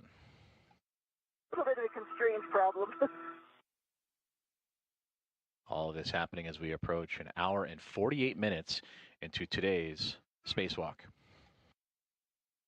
Then for the nicer team, I think I've covered the middle third. I'll get into a new position for the bottom third. Copy, Nick. We're ready to copy that position.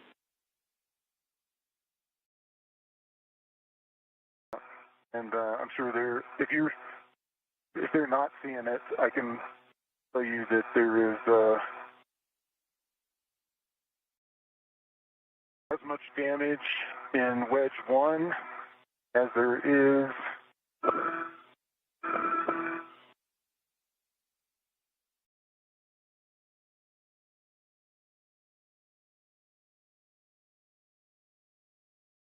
it'd be F5 in the 3 o'clock position. Almost all of the grids are exposed.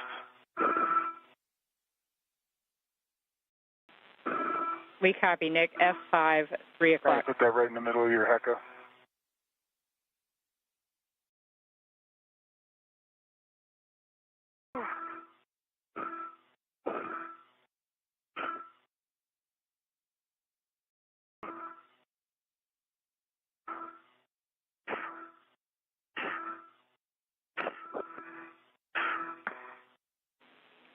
All right, Nick, once you're ready to start installing patches, we're going to add an additional patch to that location you called out.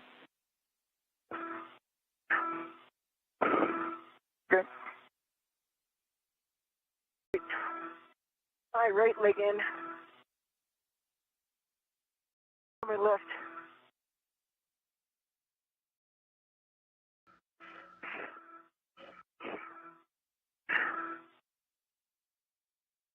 get in position for patches, Jeff.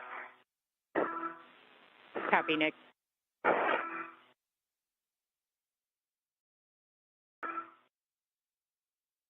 Yes, you have my HECA, right?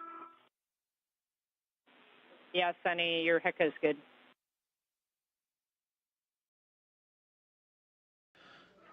Great communication between NASA astronaut Nick Hague and Sunny Williams on their current tasks. For Williams, you see here, she is removing and replacing and beginning the planar reflector replacement, as she is just outside the zenith port of the Harmony module, which just off on the left-hand side of the screen, you see the Dragon spacecraft of Crew 9. And just before that, you saw NASA astronaut Nick Hague doing a visual inspection of the NICER experiment, the X-ray telescope that has received damage over wear and tear and time, and additional patches, and upon review and visual inspection of the NICER, where additional patches and adjustments and improvements overall could be made. All right, Sunny, just to confirm for us, just wiggle around the APFR, make sure we're good and locked in place. I'm locked in place, yep. Yeah, nice work. That was a hard work site to ingress, so nice job. With that, we'll position your BRT now and that crew lock bag access while maintaining clearance to Dragon, and then we'll start getting the EVA wipe with the RET out of the crew lock bag.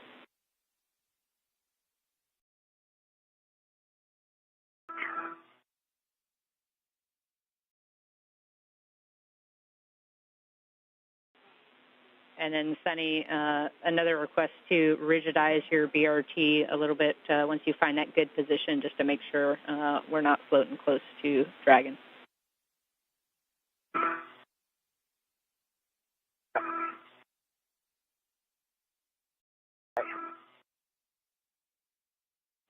And Nick, we see your HECA view and installing patches.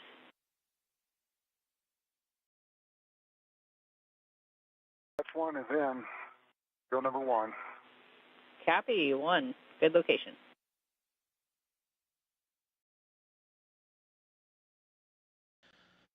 And again, another great view from the camera on the helmet of NASA astronaut Nick Hague as he begins the patching of certain pie-shaped wedges on the NICER experiment, the X-ray telescope that helps measure neutron stars, black holes, and other phenomena that have been damaged over time and allowing unwanted sunlight to enter and throw off the X-ray measurements.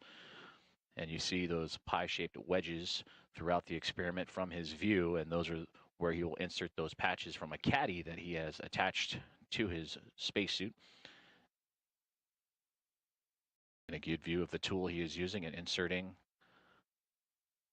a patch in strategic locations throughout the X-ray telescope.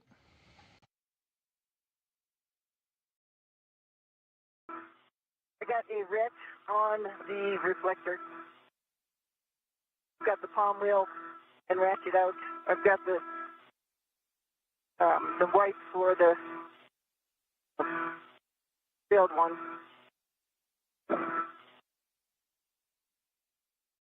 Ready to try to undo the bolts?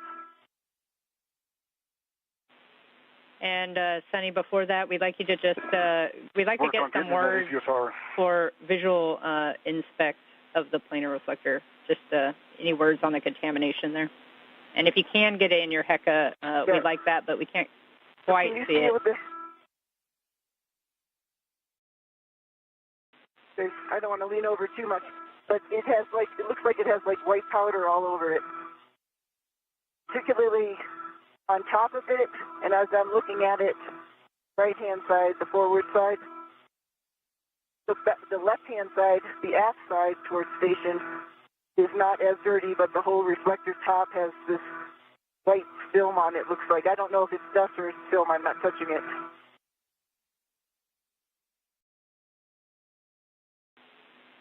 Okay, we copy that, Sunny. Thanks for those words. We just can't quite see it as good in a HECA view. With that, you can retrieve the ratchet wrench from crew lock bag 1. Try and take a picture. Yeah, and some pictures would be great as well. I have a warning and a few cautions to read to you when you're ready. Okay, I'm ready. Okay, I have a warning that any additional torque may cause bolt failure, which could result in sharp edges, the broken shank, and or FOD liberation. So the 4 parts of the bolt that we talked about: spring, washer, retainer, and bolt. And then a few cautions. You want to maintain tool tether clearance to dragon throughout the task. Limit turn count to the specified turns. Minimize side loading on the bolt head, and then again maintain that axial force on the fastener to compress the spring during rotation. And then lastly, the release failure torque of the planar reflector bolts is 29 inch-pounds, so stop driving as soon as any rise from running torque is felt.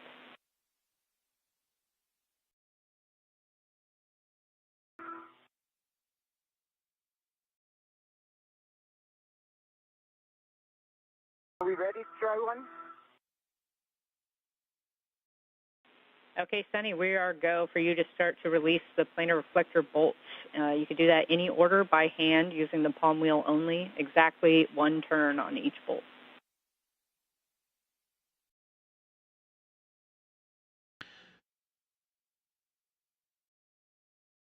Great communication there between NASA astronaut Sunny Williams and the team here inside the International Space Station Flight Control Room and Mission Control Center, Houston, Texas, as she gave the explanation and the reasoning for the removal and replacement of the planar reflector, as it is currently contaminated and reduced in reflectivity that allows for visiting vehicles to communicate with the International Space Station and to measure its rate of closure and distance.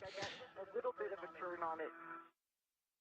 You can see that planar reflector, that section in the middle there that has a whitish color. That is what is contaminated and allows for that reflectivity to happen for the communication to be accurate and properly aligned. So those 3 bolts around the edges are what Williams will be loosening to replace that portion of the planar reflector with a new piece. It's got a teeny bit of motion on the palm wheel. Okay, copy, Sunny. You got 10 seconds till this handover, but you can try the 3rd bolt with the palm wheel as well and just see if any of those bolts loosen up.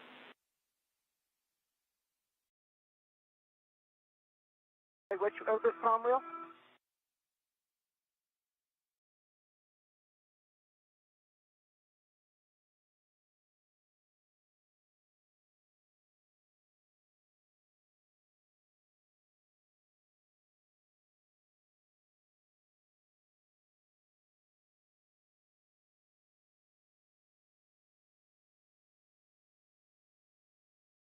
Great on time.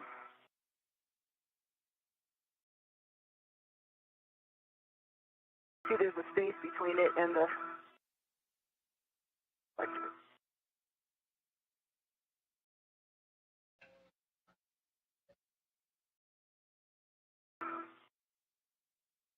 Front one also got a space.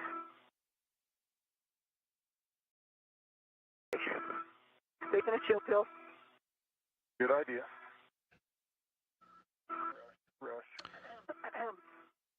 Just over 1 minute and 58 seconds into today's U.S. spacewalk number 91, as you see a great view of the communications team on the ground in the International Space Station Flight Control Room. Handover, and we don't have your HECA views back yet, but can you repeat your last, Sunny? Yeah, I think I got a turn on the forward one and the aft one. I'm pretty positive. And then the one that's in the center, I got like a half a turn. I feel like it's getting looser.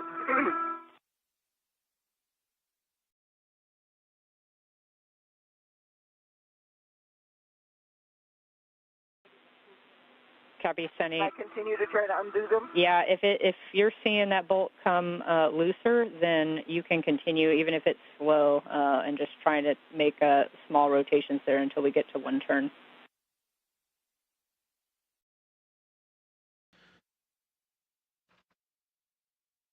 Great communication there between the teams as they continue to work. Sunny Williams, NASA astronaut, commander of Expedition 72 on the removal and replacement of the planar reflector. Nicole McElroy and her Vista flight team, the spacewalk flight director for today. And you heard Jessica Whitner, the spacewalk communicator, relaying the information up to Sunny Williams.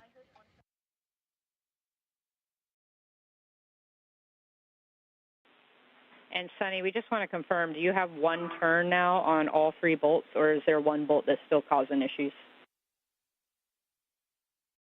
Just far away, so I haven't been putting my hand on it too far, but I got it to get looser. The one that's closest to dragging, and I'm just worried about, leaning in too far. I got it to move. To stay away, can I just use the ratchet?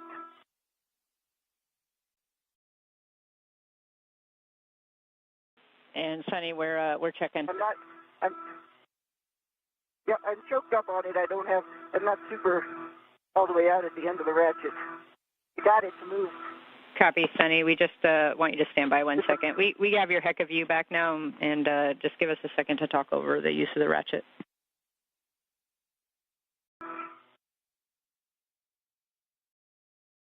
Well, I've got a little break in the comm.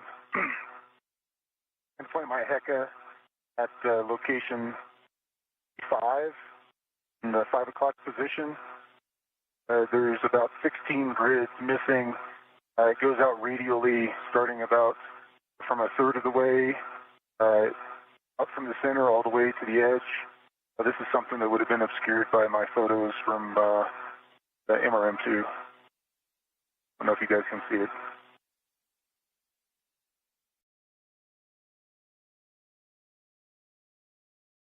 Copy, Nick. Just to confirm, it's at patch location 5 at the 5 o'clock position?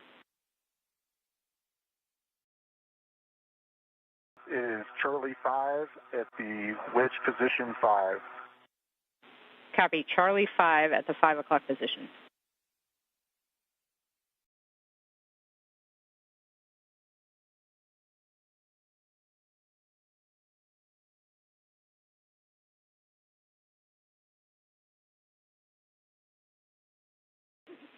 All right, Nick, you have a go to install an extra patch there. It'll be patch number 9 to that Charlie 5 position. Okay, in work.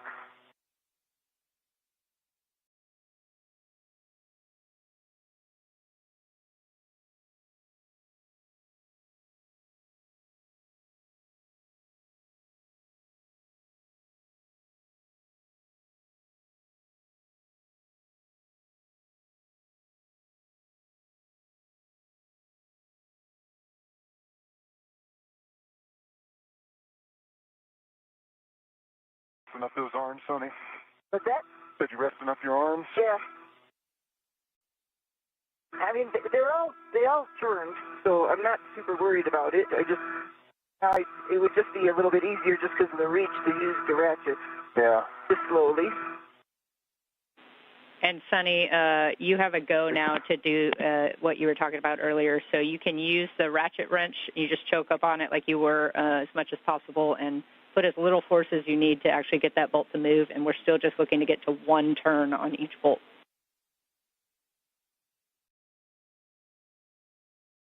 I think I have 1 turn for sure on this forward bolt. No, I do. The aft bolt, let me just like a half a turn more. There we go. And the inner bolt, get like a 3/4 there. I just got it to get loose. Got like turn on each. See space. The aft one, I'm not leaning in there, or the one farthest away from me, I'm not leaning in there, but it definitely turned. Or you can do each one individually.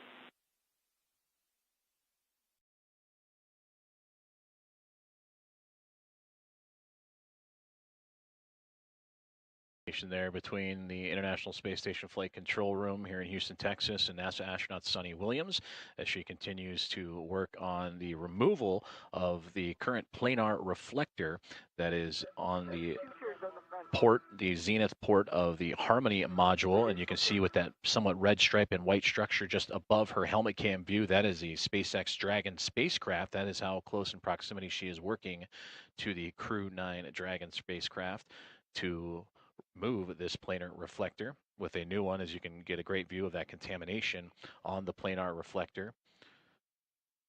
And with the replacement of a new one, hopefully that reflective ability to allow for communications with visiting vehicles will improve as she works around the 3 bolts that are currently attaching that planar reflector to that outward support system.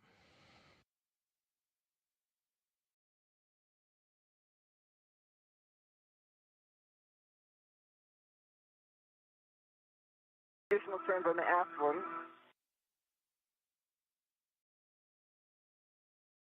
I'm not able to do this just with my fingers. Copy, Sunny, that's okay, and we're tracking your turns down here as well. Looking on the aft one again.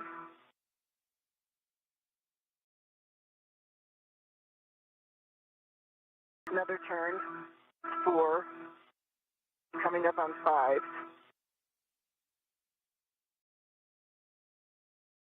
5 turns on the aft.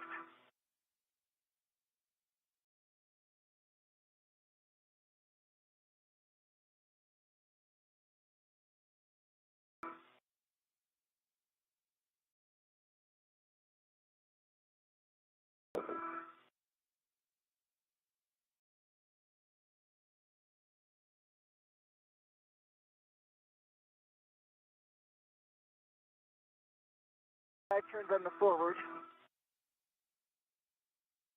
See the springs, but they're not popping yet. Copy, that's expected.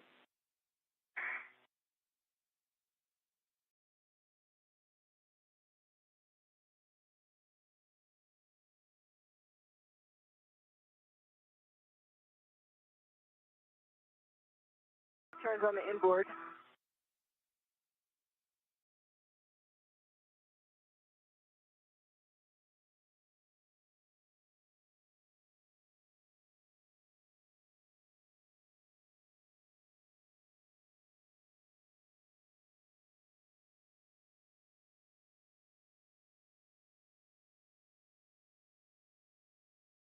More turns on the forward.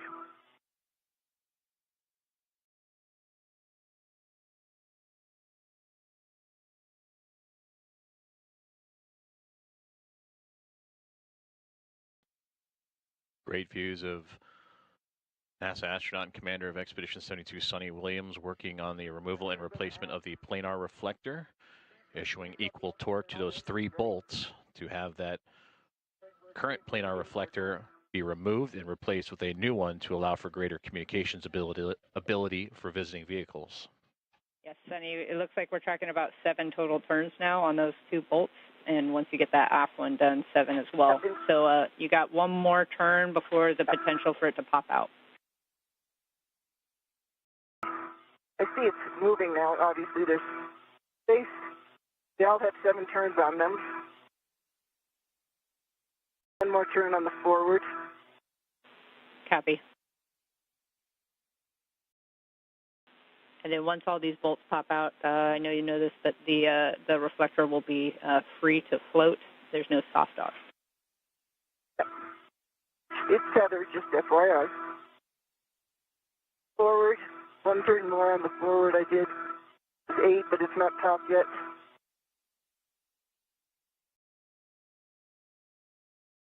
One more turn on the aft.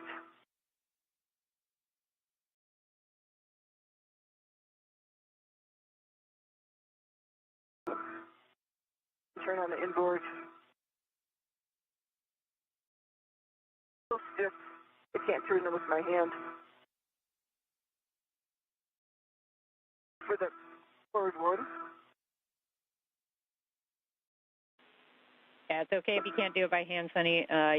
What you're doing is fine, and then just check in every bolt turn at this point to see if they pop up.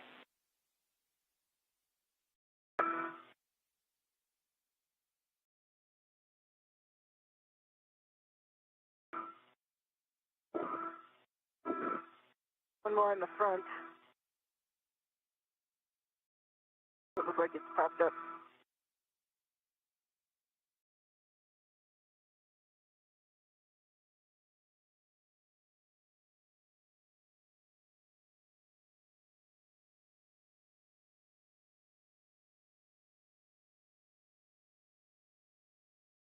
On the aft.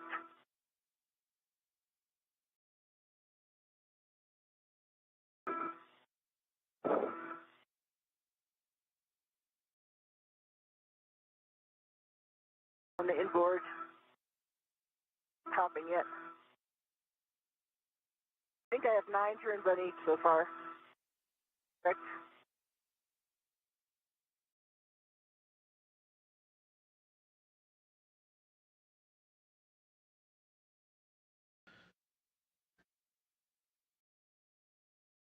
Great communication and visuals from the ground team here at the International Space Station Flight Control Room. Farouk Sabor, the spacewalk lead officer, relaying to Flight Director Nicole McElroy that this view, Nick Hague, NASA astronaut out on EVA 91 alongside with Sonny Williams, has completed the patches requested on the NICER experiment, the X-ray telescope that allows for X-ray measuring of neutron stars, black holes, and other phenomena as he continues to evaluate other potential areas of study and reviewing the work site. And you can see those pie-shaped wedges that were installed while we have you, those patch locations to allow the NICER to maintain full operation, especially during daylight passes for the International Space Station, and prevent unwanted sunlight from entering the experiment. The EVA camera grid pattern perpendicular to as many of them as possible. Okay, will do. I did want to report that, I'll try to put it in the HECA, there is an Delta 2, 3 o'clock position. There's 1, 2, 3, there's 9 grids missing. Outer third of the wedge on only half of it. It's a cluster.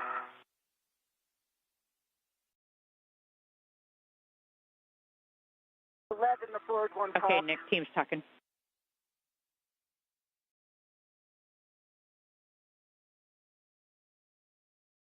And copy, Sunny, left forward popped.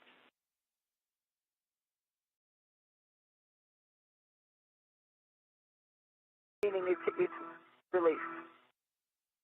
I like that word better. Yeah. Sorry. It's all good. Ashland's almost there. I can tell it's at 11.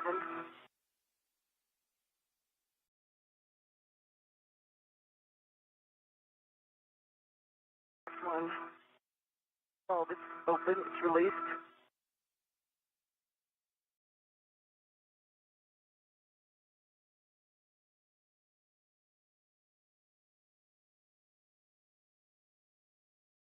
No, it's all released. Awesome. I see it released. 12 all around. Nice job. Copy, nice work. We're going to stow that in the EVA wipe and then send that back to the crew left bag.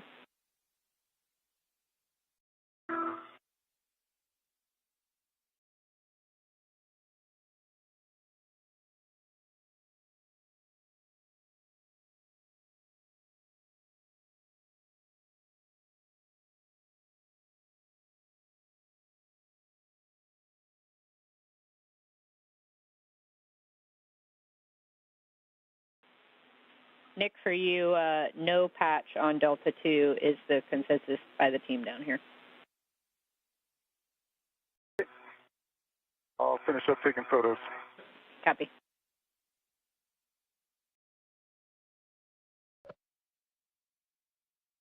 Communication in relation to the NICER experiment that you are seeing in Nick Hague's helmet camera, EV1, on the left-hand side of your screen, as he has completed the patching of the damaged areas of the NICER experiment, the X-ray telescope, and a part of those 56 entries for light to enter, or I should say X-rays to enter, X-ray waves to enter and measure phenomena such as black holes and neutron stars. Those patches have been complete.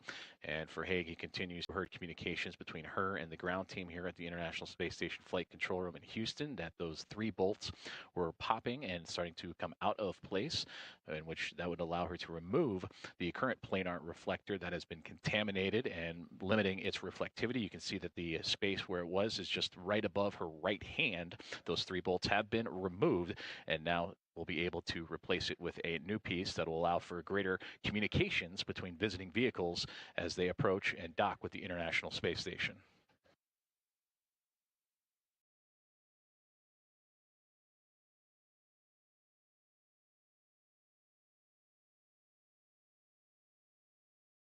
What's the plan for the install?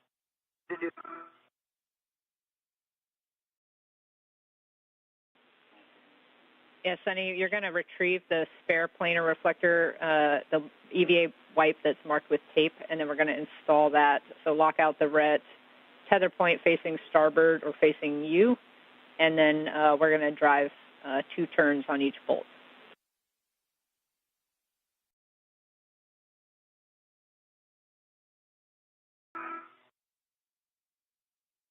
The spare. The red box goes.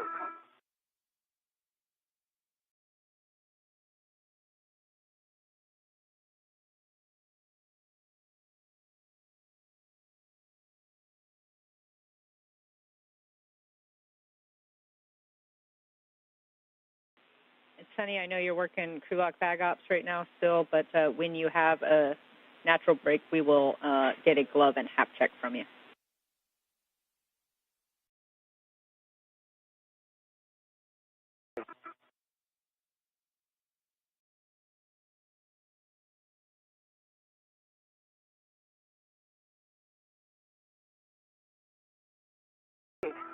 Gloves are nominal.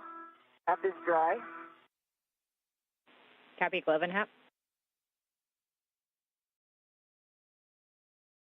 The spare.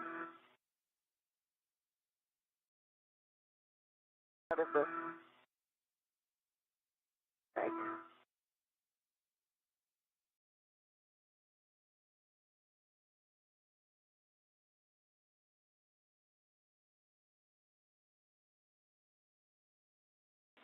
And Sonny, for the install, you're going to use the palm wheel to start those bolts 2 turns, but don't use the actual handle of the ratchet wrench until we talk it over if you need it.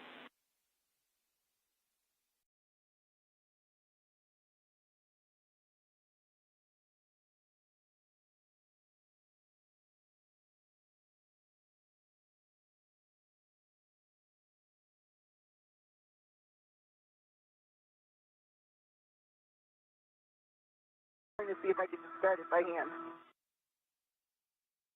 That's a little bit hard.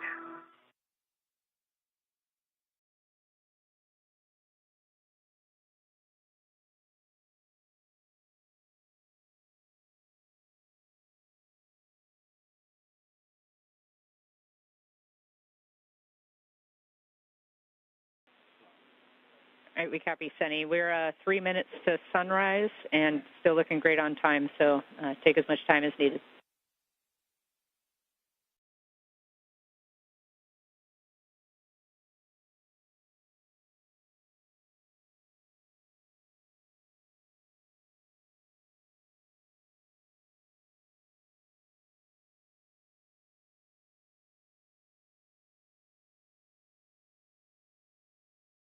Turns on the front one. Copy, 2 turns on the front one.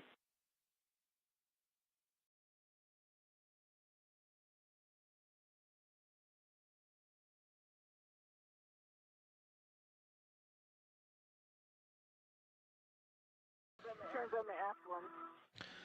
This is Mission Control Houston as we continue to follow along with today's coverage of US EVA 91, and you are seeing the view from the helmet camera and now an exterior camera on the International Space Station as Commander of Expedition 72, Sonny Williams, is attaching the replacement of the planar reflector just outside of the zenith port of the Harmony module.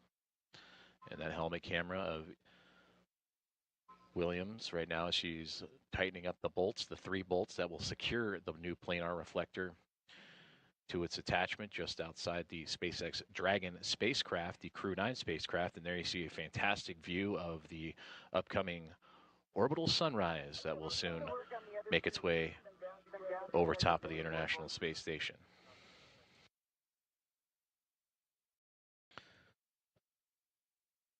We are just over 2 hours and 20 minutes into today's EVA as we are continuing to track the progress of both Suni Williams and Nick Hague as the International Space Station currently making its way into a orbital sunrise as mentioned. And again, another great view of that horizon just off on the right-hand side as the International Space Station currently passing over the Pacific Ocean.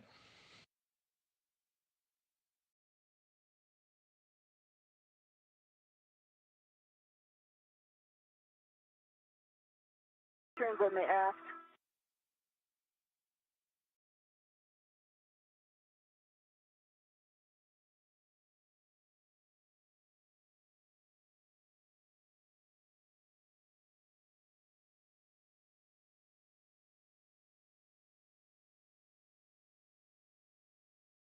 Turns on the forward, 3.5 turns on the forward.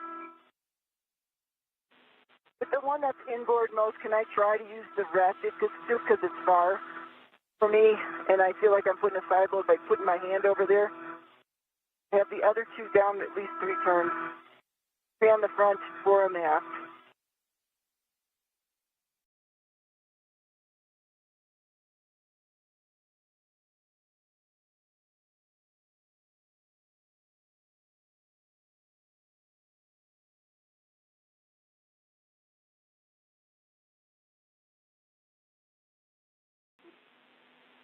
And copy, Sunny. We're good with your recommendation if you need to use the ratchet wrench very lightly like you did before. And if that works, you can.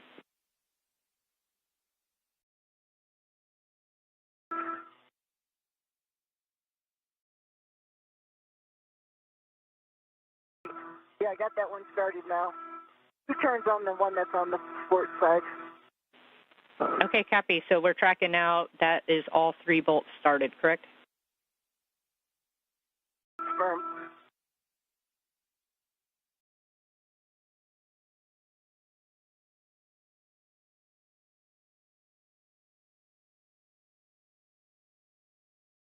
Because I'm on that one, I'm doing 2 more turns, so it's going to be 4 on that inboard one. Coming up. Okay, copy, Sunny. 4 turns on the inboard one. Copy. With that, we're expecting 9 to 15 turns until you reach hand snug.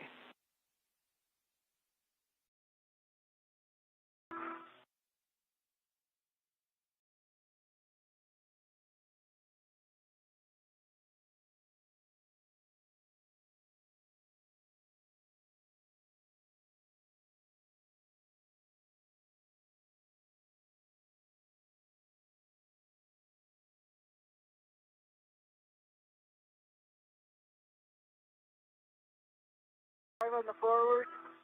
I'm doing some more on the forward. Copy, Sunny.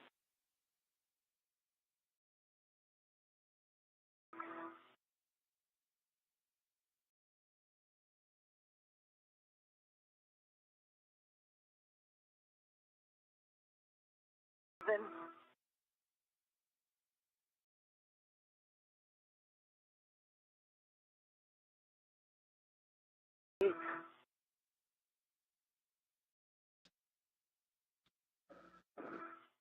For those just tuning in, you're watching live coverage on NASA Plus of US EVA 91 and a view of NASA astronaut Suni Williams as she continues to work on removing and replacing a planar reflector used in communications for visiting vehicles. With a visiting vehicle just within arm's reach, the NASA SpaceX Dragon, the Crew 9 vehicle that arrived on station a couple of months ago, back in September, actually. Approaching 2 hours and 25 minutes into today's spacewalk. Joining Suni Williams is NASA astronaut Nick Hague. So as Williams is working on the planar reflector remove and replacement, astronaut Nick Hague is completing his patchwork of the NICER experiment. The NICER is an X-ray telescope that studies neutron stars, black holes, and other phenomena. That had thermal shields over the detectors, preventing sunlight from interfering with X-ray measurements, but those have since been damaged and deteriorated over time. So Hague has installed patches to help reduce that unwanted sunlight on the NICER experiment, also known as the Neutron Star Interior Composition Explorer. These are tasks 2 and 3 of today's assigned EVA after they successfully completed the removal and replacement of the RGA-2. And that is the rate gyro assembly number 2 that measures the rotational rate and gives rotational rate data of the International Space Station and the rate of change to better calculate the orientation of the orbiting laboratory.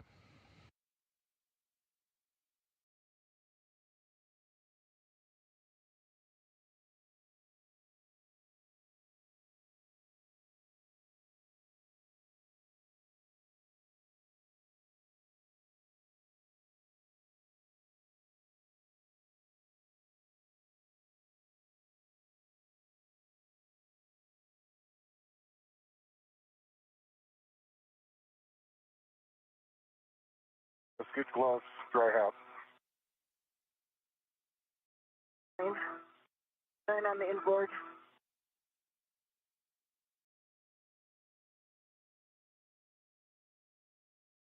We still have a gap. They all have 9.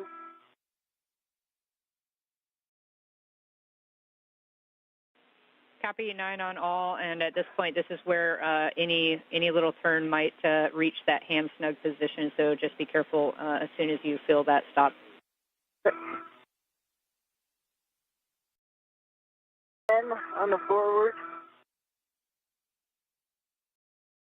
Little increase in running torque, 10.5, just a teeny bit. Copy, little increase in running torque at 10.5.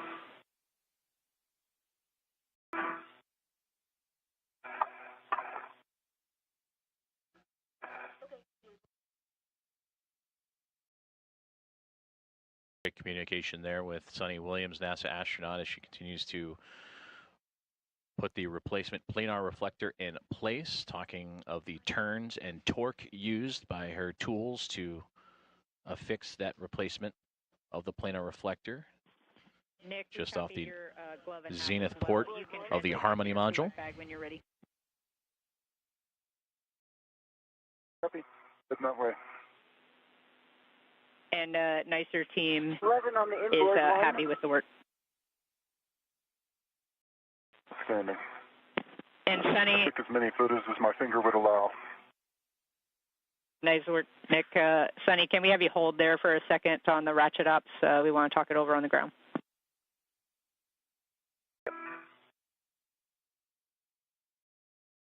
And this view from the helmet camera of astronaut Sunny Williams. How close do you think those bolts are to being flush and completely installed? Yeah, I haven't done the aft one yet, but the forward one is about 1 millimeter. Inboard one, I can't look over there without getting too close, so I'm not looking, but it looks like the same height as the forward one. The aft one, I still have a couple more turns to do. I think I stopped at 9 there. Okay, copy. Just stand by there for us and let us talk it over. Thanks.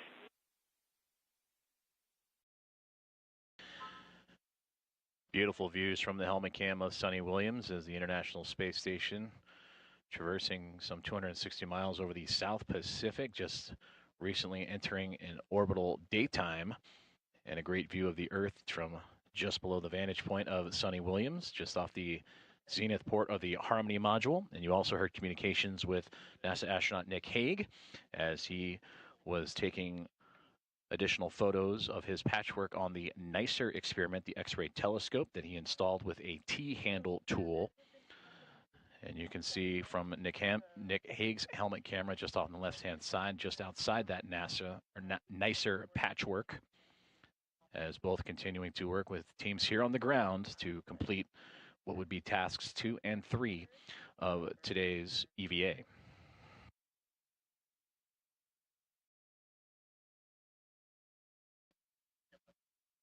And as these astronauts continue to monitor the progress and work with the ground teams in communication, we have now approached 2 hours and 30 minutes into US EVA number 91.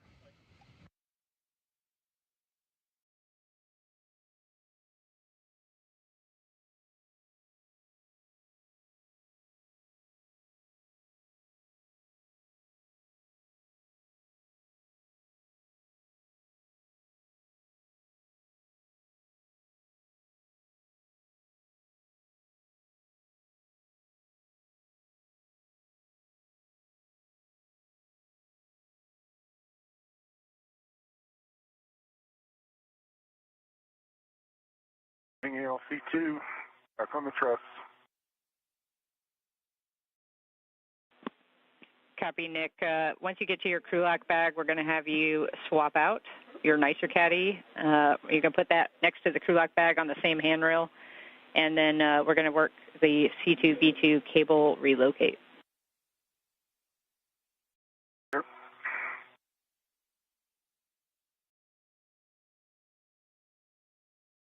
Good job, Nick.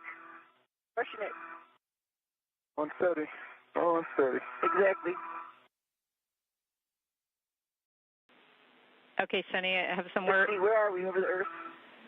Some words for you with regards to this last turn. We have a request for you to try to use just the palm wheel on the last turn, and then if that is not possible, let us know, and we'll talk options. But we just want you to try to use for these 3 bolts the palm wheel only. Okay, the last one I have to catch up. Let me just do a couple turns on the last one. Catch up with the others. Okay? Yeah, that's okay. And then I will do that. That's okay with us. Copy.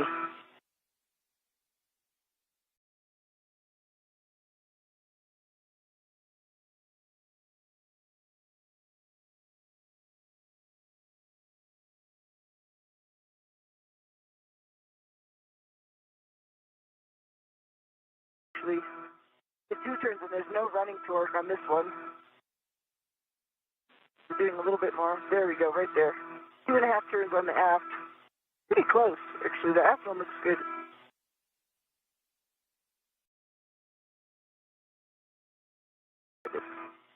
Forward one. Kind of hard with the palm wheel. Forward one is a little difficult with the palm wheel. Just. Okay, copy, Sonny. Stand by. Try the inboard one. Inboard one I could turn about a half a turn, then it gets sort of stiff.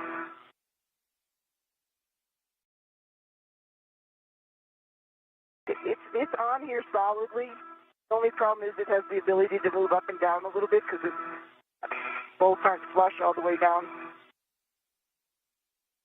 Yeah, copy, Sonny. I see that it kind of moves up and down a little bit in your HECA view, so stand by. We're talking it with the MER.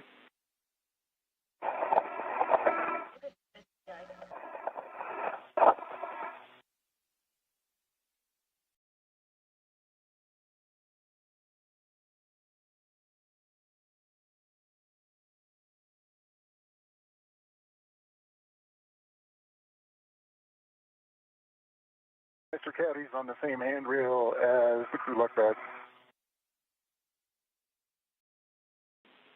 Copy, Nick. With that, we'll have you identify that C2V2 cable. It's going to be your cuff checklist page 6.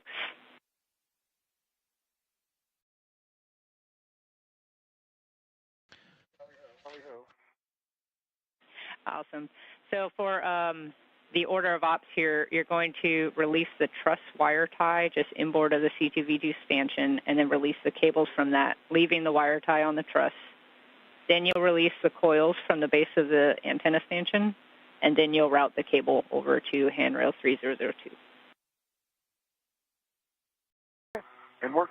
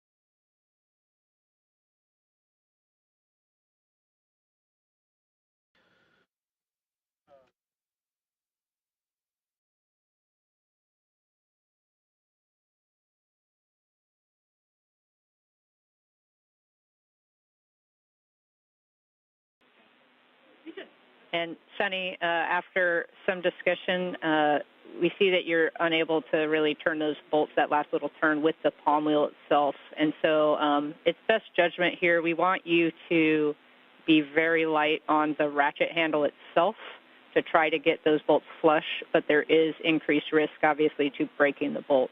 So very light, and if you think it in your judgment it's too much force building up, then just stop. Okay. And there you heard great communication between the ground teams here in the International Space Station Flight Control Room and NASA astronaut Sunny Williams as she continues to tighten down the replacement unit of the planar reflector that allows for greater communications capabilities for visiting vehicles. Prior to that communication, you heard from NASA astronaut Nick Hague, also on EVA with Sunny Williams, and that the completion of the NICER patch is complete, and that he is now moving on to the next step of today's EVA, the next project of today's EVA. I think that one, the front one's pretty flush. I did like 2 turns, and then I could definitely feel a increase in the running torque. It was pretty light in the beginning, so that looks pretty good. Happy, good work. And good communication again from Sunny as she continues to work on the planar reflector. And then for Nick Hague is translating across the International Space Station once again to prepare for the alpha magnetic spectrometer patch panel for future upgrades. But in order to gain access to the alpha magnetic spectrometer, you saw a moment ago just the translation on the screen of needing to relocate a C2V2 cable. And that common communications for visiting vehicles, or C2V2 communications, is another communications component for visiting vehicles on approach and arriving to the International Space Station.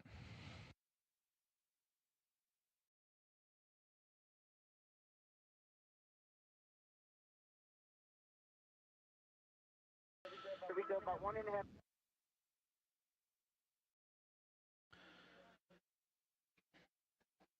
An expected loss of signal as communications satellites have signals transferring, and there you can see a great look inside the International Space Station Flight Control Room and Mission Control Center in Houston, Texas. And as we start from the bottom of the screen, Flight Director Elias Mirmo, and to support the Flight Director for today's EVA, and Nicole McElroy sitting immediately to his right. And further down the aisle is NASA astronaut Jessica Whitner, who is the spacewalk communicator and relaying information up to the International Space Station and today's spacewalkers in Sunny Williams and Nick Hague. Just behind them in the row, behind the flight director, is Farouk Sabor, who just stood up there for a brief moment. He is the spacewalk lead officer in relaying information to both the flight director and the spacewalk communicator in McElroy and Whitner of all the procedures and updates as the EVA progresses along. Came out the same amount of running torque at the end that was hard, and I didn't want to do it any further. And as I move the tether point, it doesn't go up and down anymore. So it's pretty much flush and tight.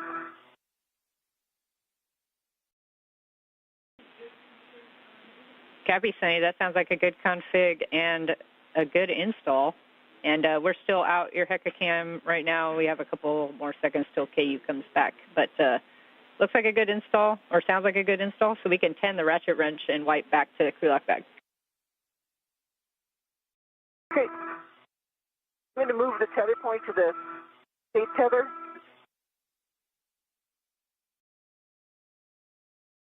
Doing stuff.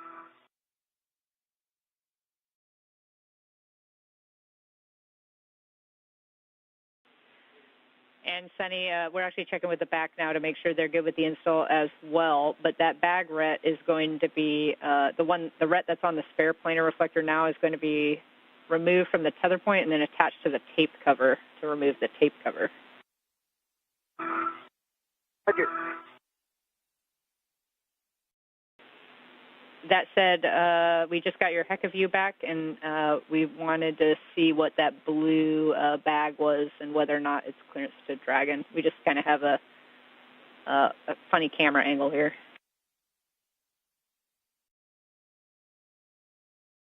What did you just say? Yeah, Sunny. We were just noting the white bag with like the blue stripe or the blue lip on it, kind of floating. Looks like floating out of the crew lock bag.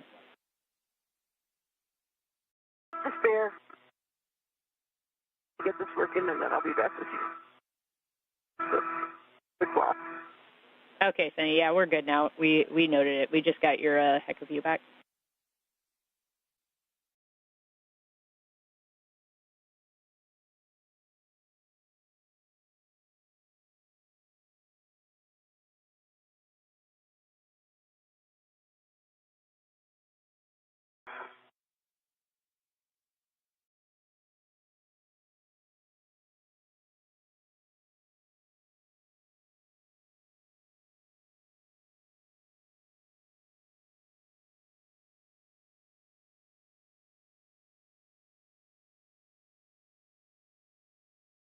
So as you can see it in my HECA, now this doesn't move. Yeah, that's good words, and we see it, and it is a good install. Backroom's happy as well. So we are good to clean up. So we will, when you're ready, release that ret and attach it to the tape cover, and then you can remove the tape cover from the spare reflector. It is being removed right now. It's off. Awesome. You can tend all that back to the crew lock bag, and then we'll get your camera out to take some photos.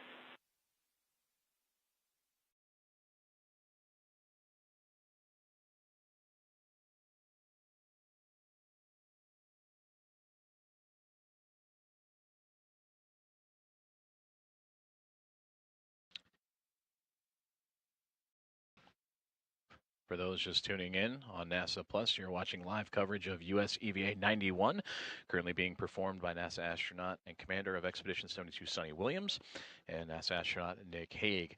Just moments ago, you heard great words from both the ground teams here in Mission Control Houston at the International Space Station Flight Control Room and astronaut Sonny Williams on the successful installation of the replacement of the planar reflector. The original was contaminated, and it has since been unbolted and replaced with a new unit, in which you see from the viewpoint of an external camera aboard the International Space Station of Sonny Williams now taking pictures of the work site and that completed process. Coming up on 2 hours and 43 minutes of today's US EVA. For NASA astronaut Nick Hague, he is currently working on a relocation of a C2V2 cable after completing his most recent work, which was placing patches for portions of the damaged NICER experiment, the X-ray telescope aboard the International Space Station, and now has translated or moved to a position on the truss of the orbiting laboratory to relocate the common communications for visiting vehicles cable, C2V2, to allow for greater access to what will be the alpha magnetic spectrometer, in which both he and Sonny Williams are scheduled to come back together and work on for today's EVA tasks. So to recap, the first task for today was completed, the replace of the rate gyro assembly number 2.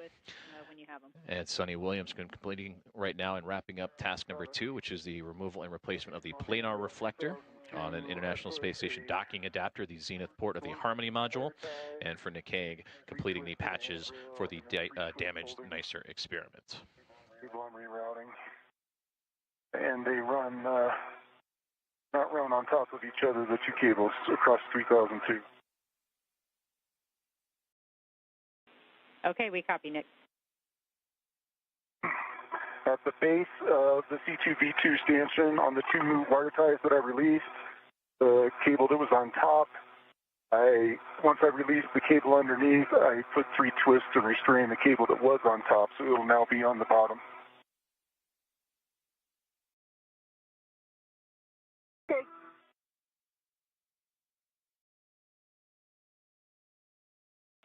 Okay, Nick, we're good with that config. Thanks. I got pictures for you.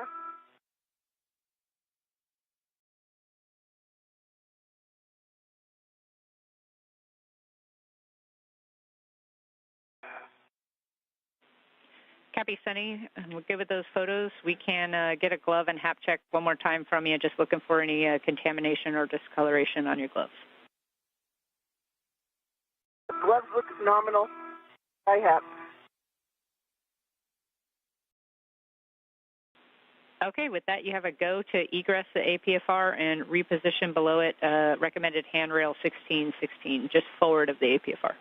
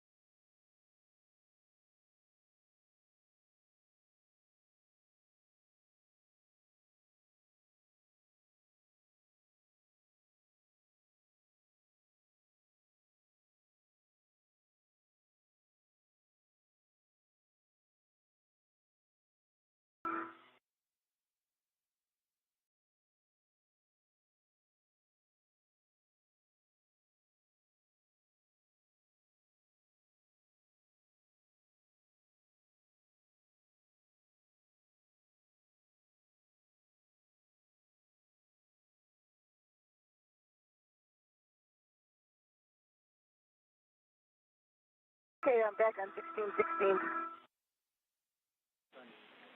Copy, Sunny. At this point, we'll take a inventory of your crew lock bag, and you can put it in the HECA if you can.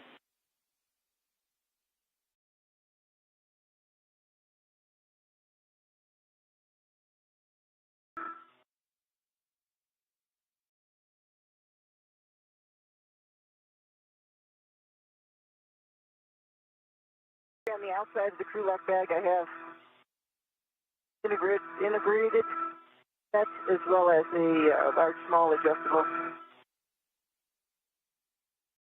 Open everything up so you can see it. You want to just look through the HECA. Checking, Sunny.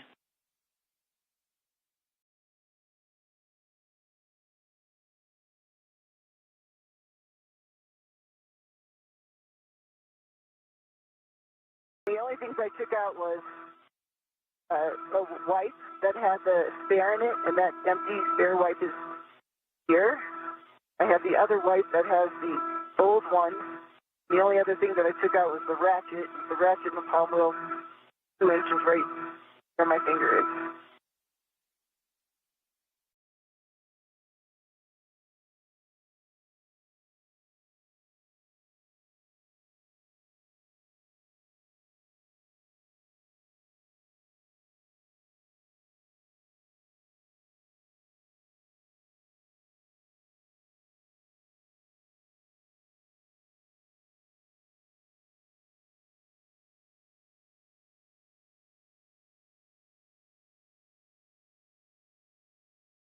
The thing I brought in, of course, though, is the little piece of tape cover, which is on that set, which had the new one, the new reflector on it.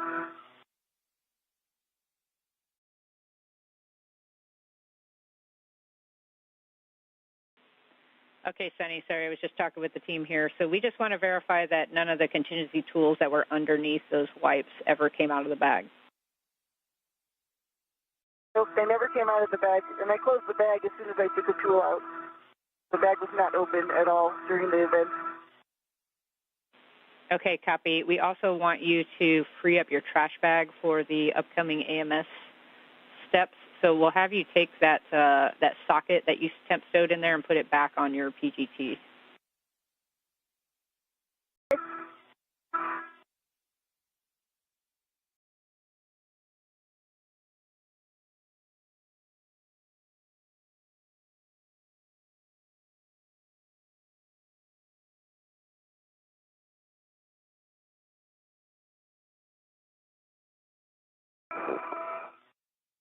Okay, Jeff. I've got the slack tied up at the base of the C2V2 stanchion. It is secured by 3 twists. There's 3 twists between the top cable and the bottom cable in both the wire tie locations that I reused. I took some closeout photos. Okay, copy, Nick.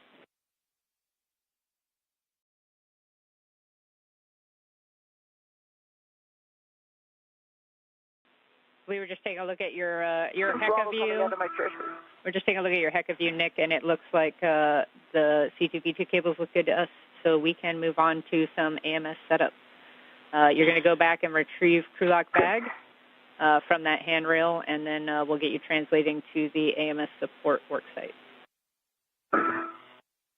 Okay, work. 6-inch Bravo is on my PGT test.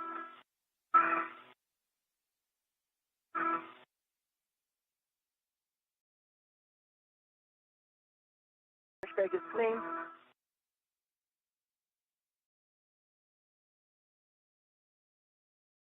And we copy, Sunny, that your socket's back on the PGT. We're just verifying that we are good for you to start heading out.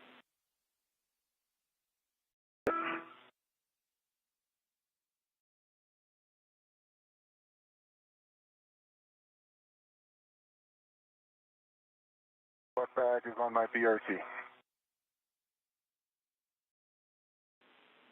All right, copy, Nick. We're going to have you translate to S1 Phase 2 Zenith via that long handrail you were next to earlier. It's handrail 3210. And I have a warning. There's a potential MMOD strike on the Zenith end of that handrail. We'd like you to just stop there on the nadir side of the handrail and take a look and give us an inspection if you can. Got it. And work. Sunny, for you, with that we're good. You can bundle your crew lock bag to the APFR and then work to remove the APFR and stow that whole thing on your BRT. It was a good install of the planar reflector.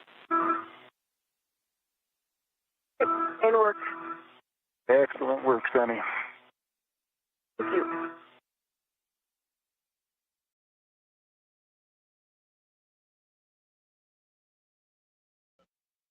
Great communications there between NASA astronauts Sunny Williams and Nick Hague out on US EVA Walk 91 in relay with communications to the ground crew here at the International Space Station Flight Control Room, as Sunny has completed the install of the planar reflector on the Zenith, excuse me, close to the Zenith port of the Harmony module.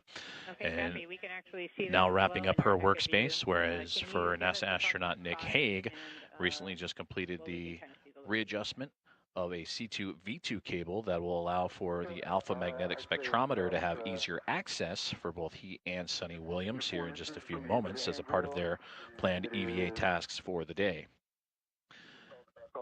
Just a little over 2 hours and 53 minutes into today's planned spacewalk that has now included the successful removal and replacement of the planar reflector as mentioned on the International Space Station docking adapter Harmony module, the replacement of the rate gyro assembly number 2, and patches for the damaged NICER X-ray telescope experiment. You guys and future crew away from that spot.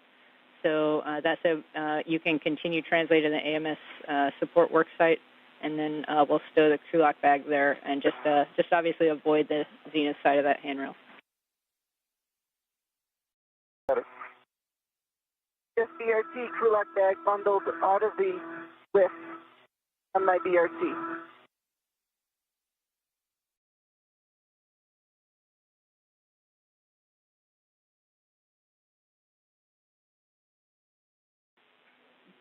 Copy, Sunny. We're going to have you stand by there for a second. We're having a discussion about a TA clamp. If you can just stand by there on the front of PMA.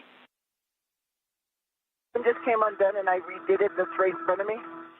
That's the one you're talking about?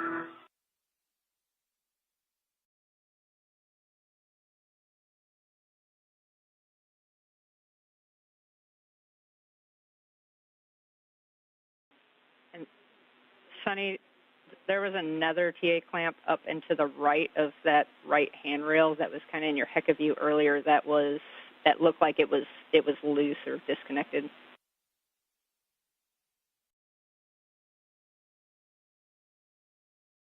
Looking. One over here.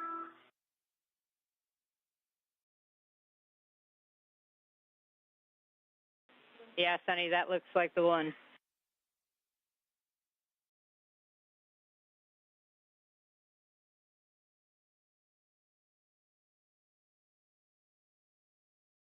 Hey, it's close.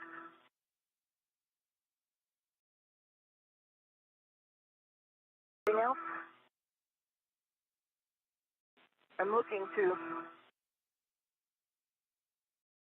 And Nick, we want to go ahead and power off your HECA for a little bit just for thermal constraints. Hey, HECA's coming off. Green light is out.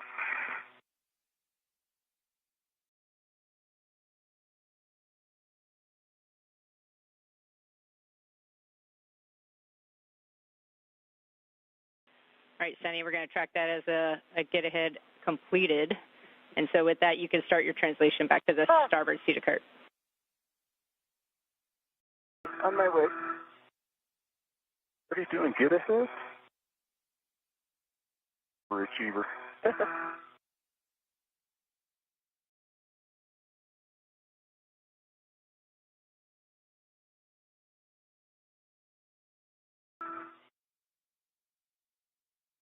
And Sunny, I have a verify step while you're moving. Just verify that your tethers clear the CBM pedals and other PMA hardware as you're transitioning back inboard. And then you also have that green hook location on the lab that you want to pick up.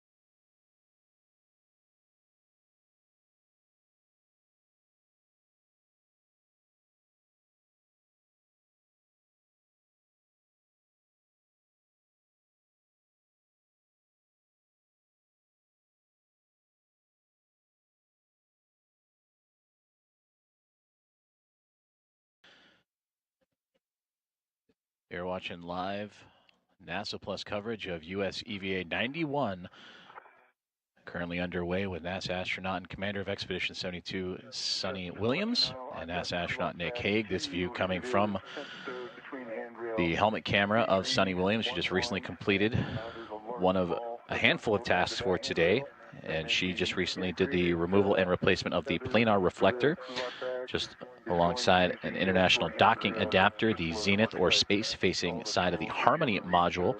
And in those fields of view, you saw that the SpaceX Dragon spacecraft was right within reach, and that spacecraft belonging to Crew 9, who arrived on station back in September. So now Sunny will be joining NASA astronaut Nick Hague in preparation for preparing the alpha magnetic spectrometer for future upgrades.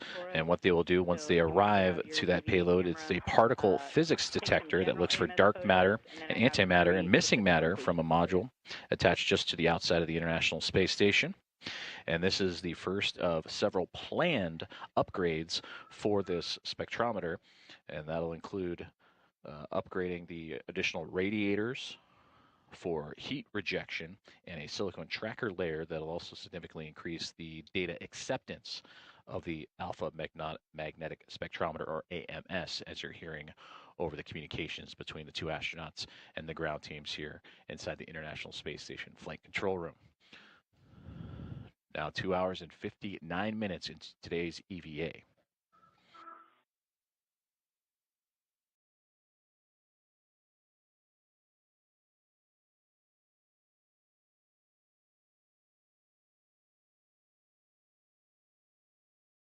Because I have no pride, the green hook goes at the end of the red reel, correct? Green hook goes, yes, to your red reel. Making sure. Yeah. And that's affirmed, Sunny. Good check. Okay, green hook is on the red reel. Copy, green hook.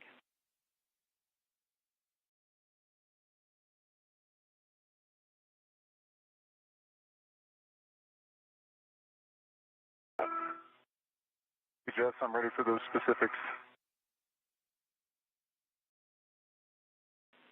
Okay, Nick, the first location, we want you to take photos towards the ACC cable underneath the AMS.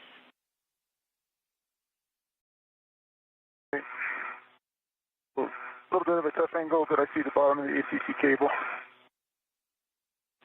Copy. After that, we'll have you take pictures of the current patch panel config, the lacing config, and then views along the future power cable routing location. So it's basically lower AMS handrail aft towards the UMA connector panel, towards the other connector panel.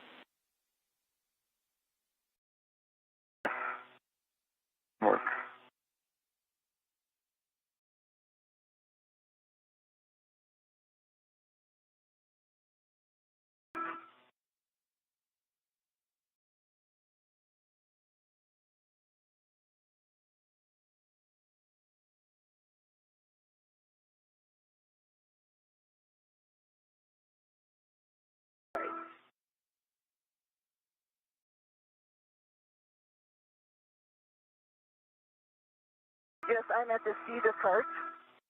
Over SETA cart.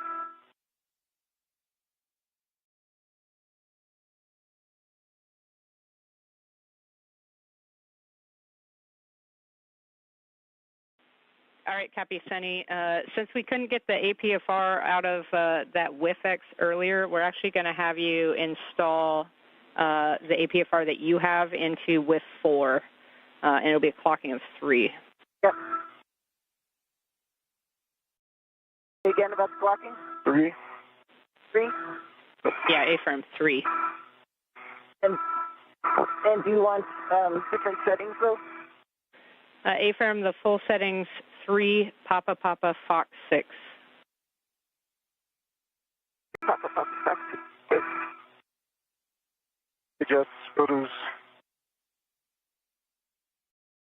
Complete.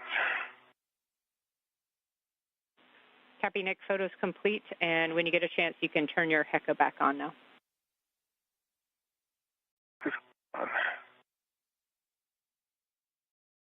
Green light.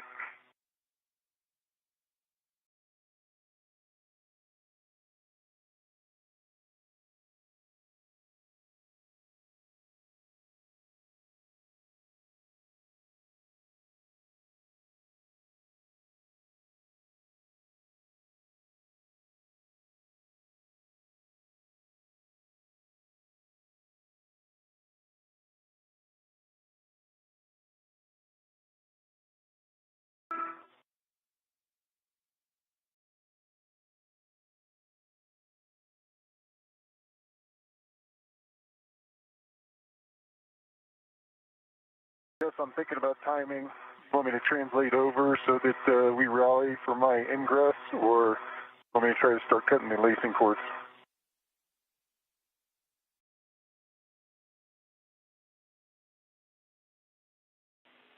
Okay, Nick, actually, we're going to have you stay there in the support position for a little bit. We're going to have you start to cut some of these lacing cords. But before we do that, I just want to give you a big picture on how we're looking. We're still showing you guys 15 minutes ahead on the day for both crew. EV1 MEDOX is greater than 630 right now, so we're in a good state.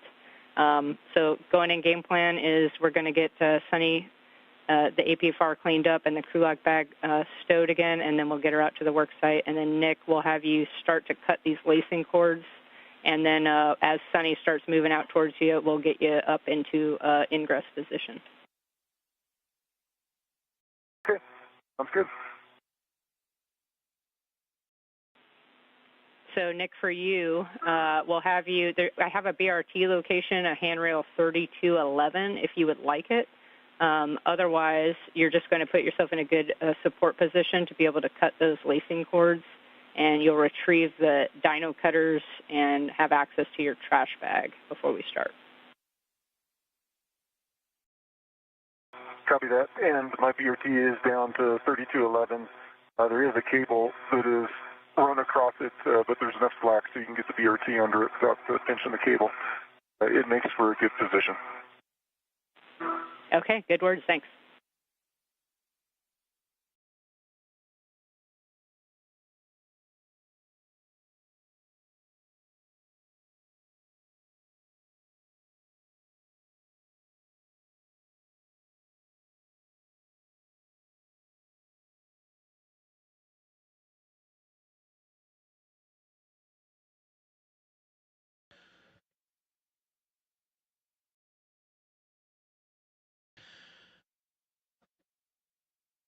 This is Mission Control Houston, where you are watching live coverage of US EVA 91, featuring NASA astronauts Nick Hague and Sunny Williams, as we have just crossed over the 3-hour and 5-minute mark of their planned tasks for today. You heard communications between the two astronauts and the ground teams here inside the International Space Station Flight Control Room with Flight Director Nicole McElroy and Spacewalk Communicator Jessica Whitner, and also communications from Farouk Sabur, the Spacewalk lead officer, and giving updates on the timeline and tasks as they are approximately 15 minutes or so ahead of schedule. But right now, both of them preparing after recent activities, completing the replacement of the rate gyro assembly. Number 2, the removal and replacement of a planar reflector just outside the Zenith Harmony module, the space-facing module or port, pardon me, of the International Docking Adapter, the patches for the damaged NICER experiment, and then Nick Hague just recently completed the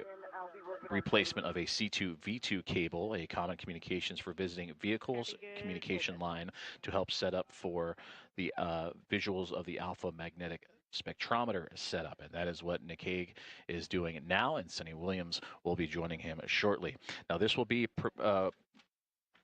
tasks that will preview and ultimately set up future EVAs for the ultimate upgrade that will consist of additional radiators for the alpha magnetic spectrometer to dissipate heat, as well as a silicon tracker layer that will significantly increase the data acceptance and what the spectrometer can receive on the data side. So these will be preparatory tasks of that spectrometer setup, and no current upgrades for both Williams and Hague on this current task.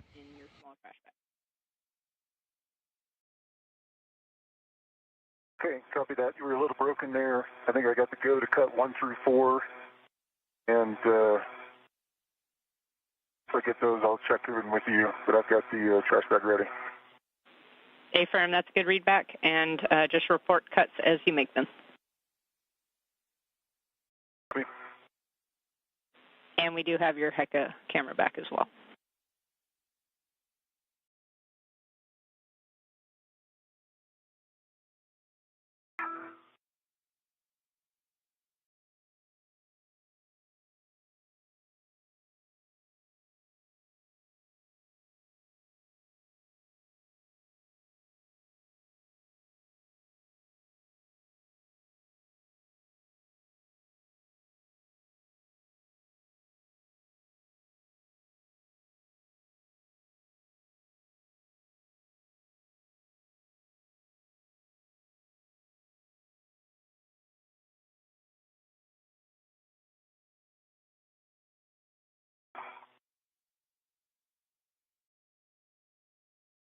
This one is cut in the trash bag.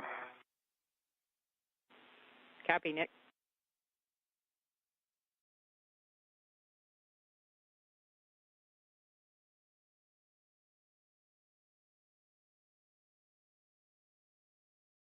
These 2 cut in the trash bag.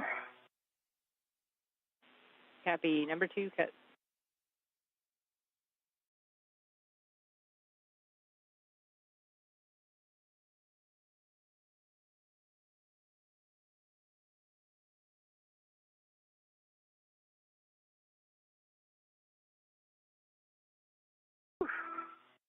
Stand by for just a sec.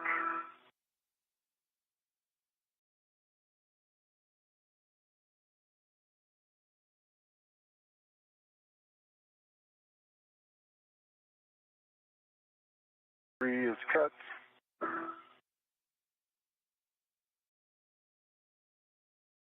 In the trash bag. Copy, Nick, number 3 cut, and you can go all the way through 5 and 6 if you can reach them. Okay. 3 Papa Papa Fox 11.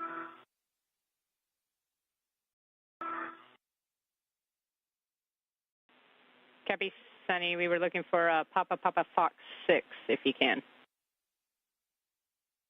06.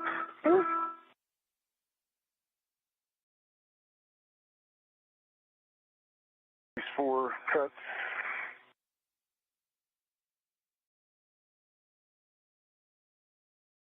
In the trash bag.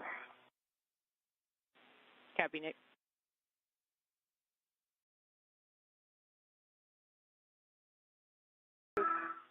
Papa Papa Fox 6.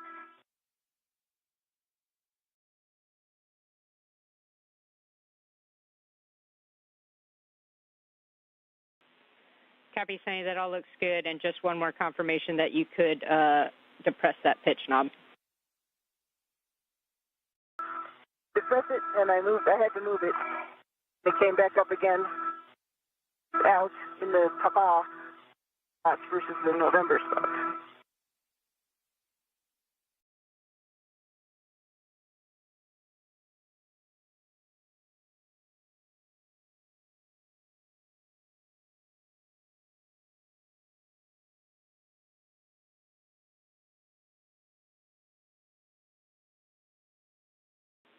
I have my crew lock bag, 2 tethers on me, not on my VRT, but it's on me,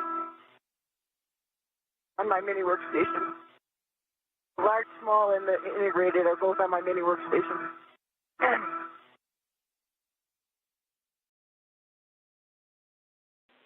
Okay, copy, Sunny. We're going to have you, you can start your translation when you're ready. We just need you to press the CETA cart brakes again and verify that for us. And then we're actually going to have you just temp stow that crew lock bag on face 6 by the CETA spur so we can get you out to Nick for the AMS task. Okay, sounds good.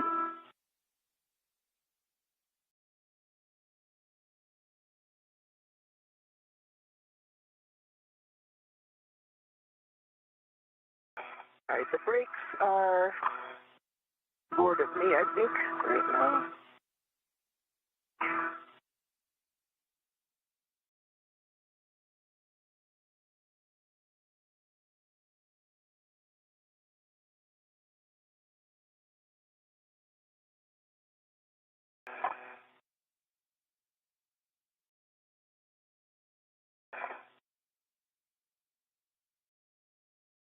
One, 2 times.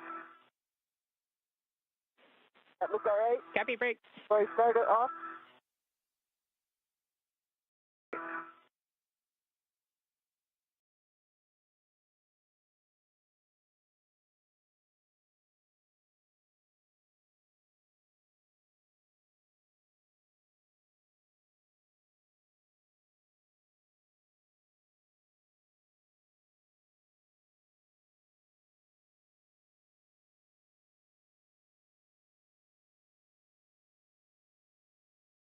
I think we'll be going back that way. All right, 2 pumps.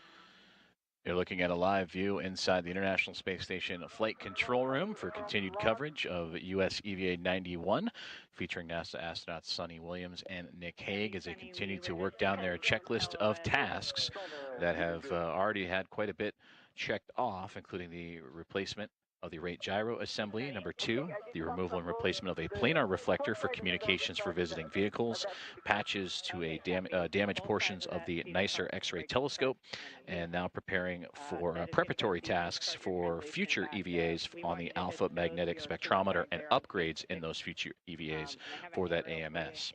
And this is all a part of the 273rd spacewalk in support of International Space Station assembly, maintenance, and upgrades. And of that maintenance, looking back at the alpha magnetic spectrometer, that was launched back on May 16th, 2011, the penultimate or second to last space shuttle launch, in which Shuttle Endeavour would carry that up to the International Space Station on STS-134.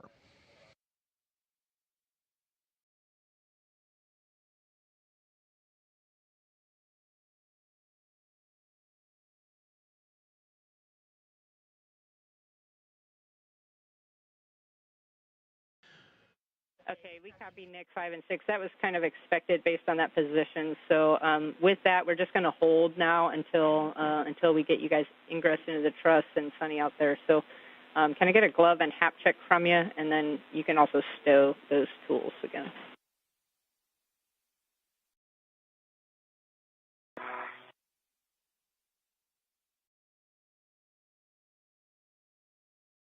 The crew lock bag is on 3413.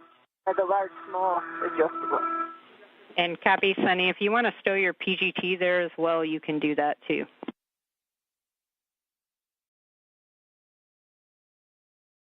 Oh, no, you don't have your PGT on, do you, Nick? I do not. You don't need another one, though. We don't have PGT the rest of the, even for the get ahead seat. Is it hard to get in there with the PGT on, or is it okay? Let me ask that question. It's over here with the PGT on? Yeah. It'll impede your reach a little bit, but I think from a support perspective, you'll be able to do everything. All right, I'll just leave it on me for now. Over there. Okay, copy, Sunny. You can. We're fine with you keeping your PGT as well if that works for you guys.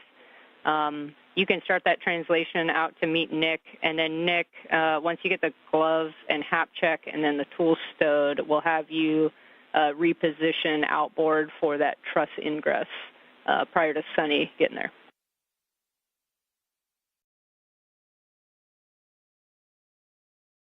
Okay, copy. Actually, it will take me 5 seconds. I'll take it off right now. I have a tether on the crew lock bag that I could tether it to. No problem. Here. So it'll make you a little smaller. You'll be able to fit into this wedge a little bit better. Yes, I've got good gloves, no change to the baseline, dry hat. Okay, copy, Nick. And then when you're ready, you can reposition outboard. And that's just translating nadir to the phase 1, phase 2 edge, and then back zenith again along the diagonal to the trunnion pin. And then you're just going to hold there.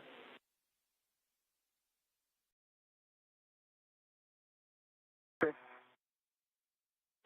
And again, for both of you, we're looking good on time, so you can take your time as needed and take some photos.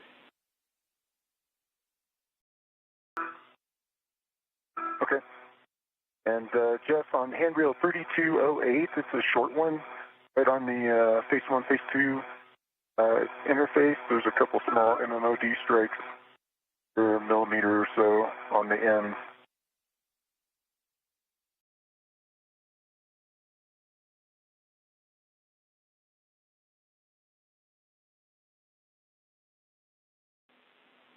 Copy that, Nick, about the MMOD strike. PGT is double tethered to the crew lock bag,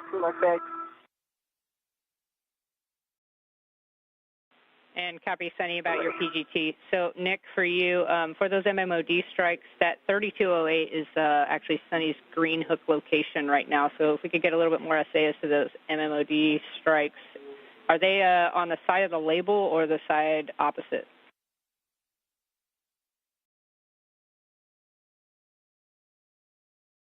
Side of the label or the side opposite? I'll translate that, put eyes on it.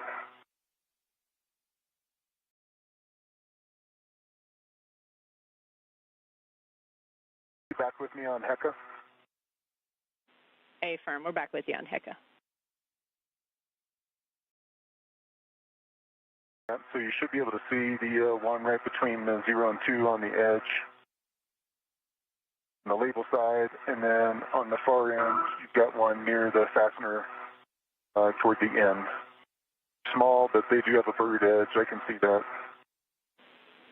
Okay, copy. Yeah, we're struggling to see it a little bit in your HECA view just because of the size of them, I think. But we copy bird edge on those as well, so we might look for another handrail location for green hook. And Nick, we don't need any more info 2002 is there. right next to it.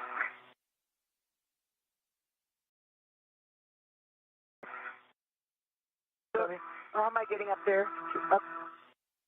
There's a diagonal here with a handrail just in front of me, and then you'll be able to move up to the top and then back inboard.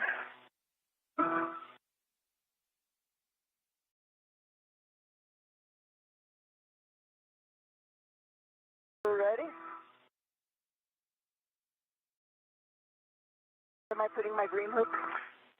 If you go back inboard to the edge of this bay,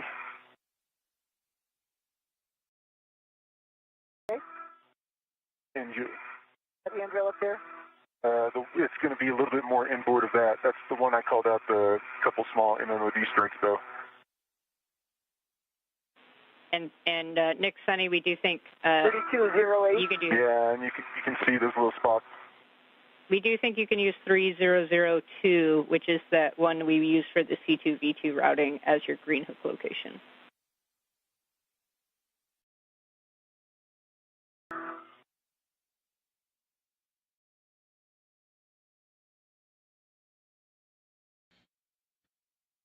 You're hearing live commentary from NASA astronauts Nick Hague and Sunny Williams, who are currently underway for US EVA number 91, just over 3 hours and 20 minutes in, the two of them moving into position for another task on today's checklist, and that is preparatory work of the alpha magnetic spectrometer.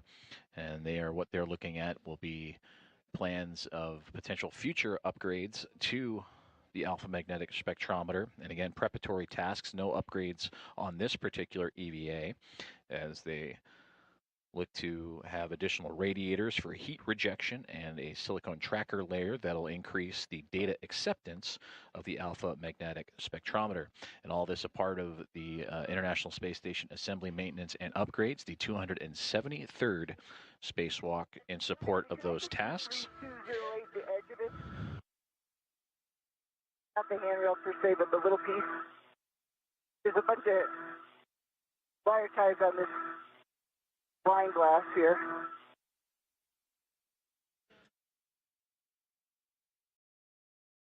The International Space Station currently in an orbital nighttime that they have just entered. So you see the helmet cameras from Nick Hague and Sonny Williams. Hague on the left and Williams on the right as they continue to translate or move around the outside of the International Space Station to better access the alpha magnetic spectrometer. All right, then where am I going? Let's see. There's a long handrail right above your head. And that's going to take you up phase 2. A little bit inboard of where you're looking. Kind of raised up with directly, there you go. And on the zenith end of that is where that MMOD strike is. It's about 4 inches from the I head. see it, yep. Yeah, it's big. And Sonny, we're tracking with where you put your green hook location. We're good with that for now.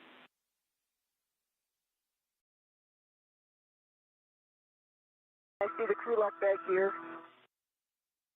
Yeah, and where that large hook is for the crew lock bag, that's where I had a BRT.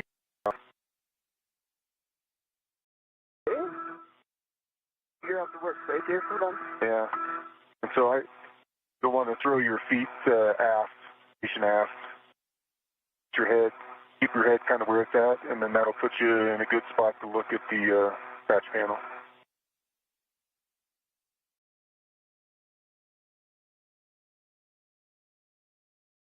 All right, I'm getting oriented. Hold on.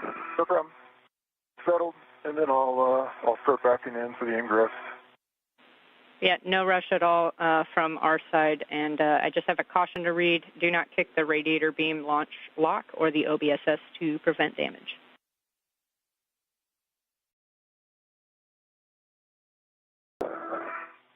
Copy all. Copy.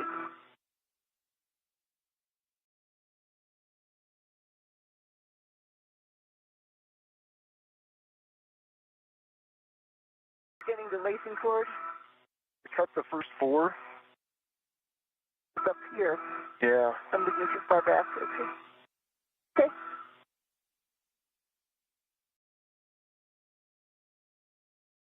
So you put your BRT where they have this cable also. Yeah, I just kind of snuck it under it. Yeah.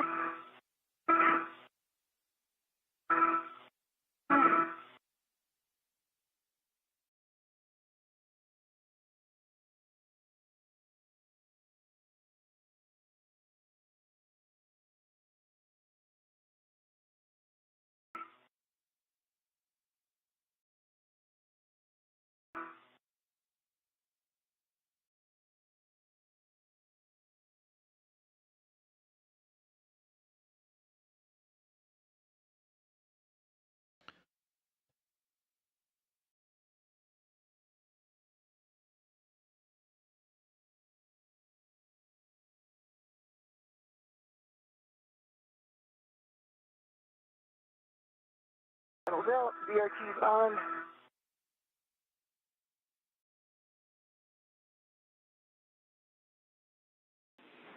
And Sonny, we hear that your BRT is on, I'm going to so back in, feet first.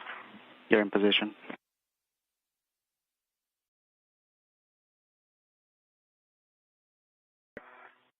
So I'm going to start backing in leg first. Okay. And then I'm looking to ingress that spot in between us. And Nick, before you do that, Sonny, could you identify the ACC cable?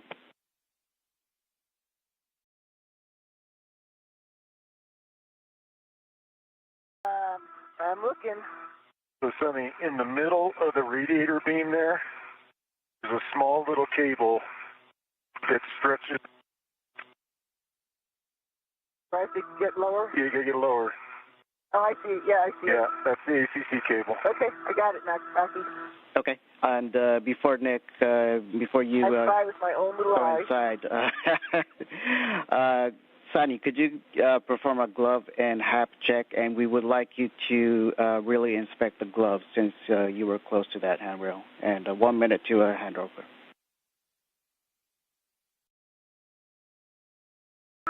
My gloves actually look all nominal. It's dry.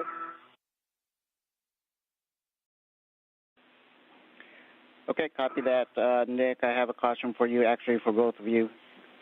Do not contact the AMS ACC cable. Maintain clearance at all times. Do not inadvertently load any AMS cables. And avoid loading NZGLs between handrail 3002 and 3003.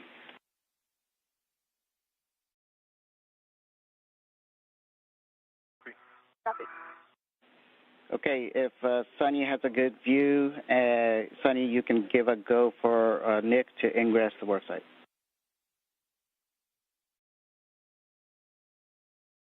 You have a go. Okay, around here.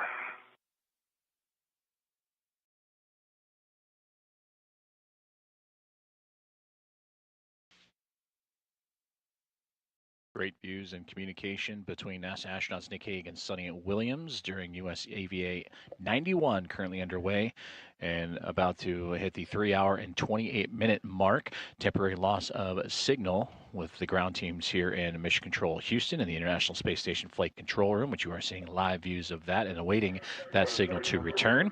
For both Hague and Williams, they are preparing for access to the alpha magnetic spectrometer and the setup there for preparatory tasks to prepare for future EVAs on this alpha magnetic spectrometer.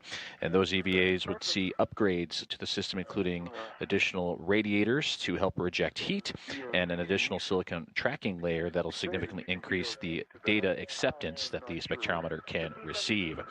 To recap this EVA so far, the team has been working diligently, in fact, even a little ahead of schedule.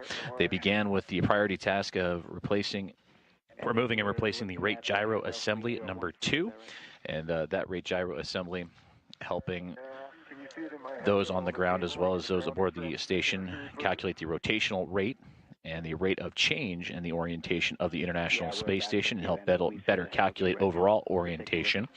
And then the two astronauts would move on to tasks 2 and 3.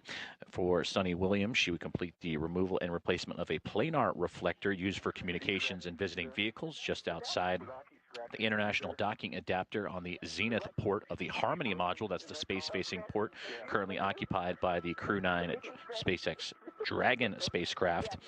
As for Nick Hague, he would move on and complete tasks that would see patches for the damaged NICER experiment, the X-ray telescope aboard the International Space Station, and patching areas that were allowing unwanted sunlight to enter and prevent accurate readings.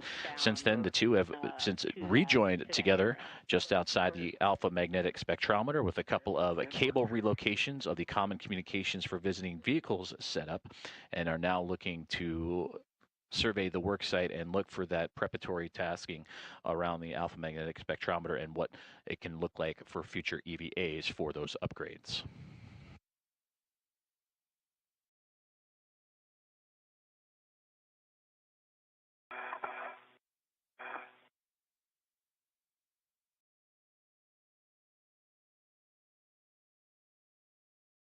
Okay, watch my head because this is going to raise me up.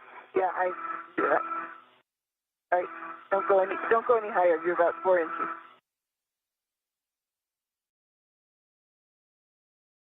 Don't go any higher. Go lower now. And tighten it up.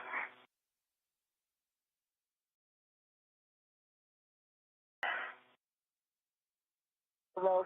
Yeah. Yeah, like 2 inches. Not like that. You're like looking way down.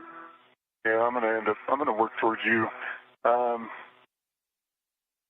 don't know if you guys can see it in your hat there. There's another MMOD strike. It's right on AMS.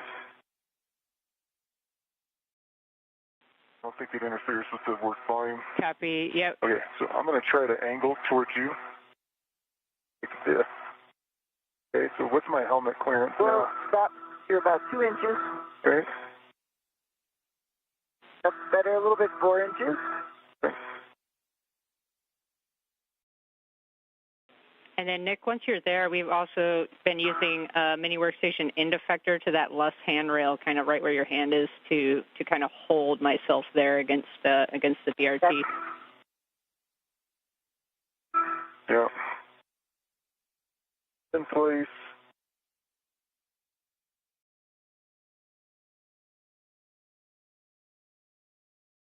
When you come this way, you're away from that cable. Yeah. You're more away. Trying to get away from it.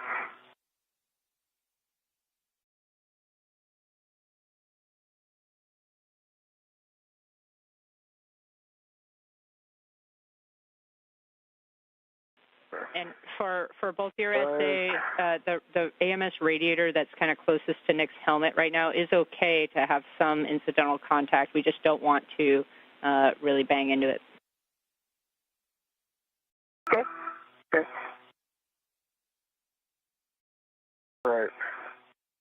Those dyno cutters. Dyno cutters? Are what we're after next.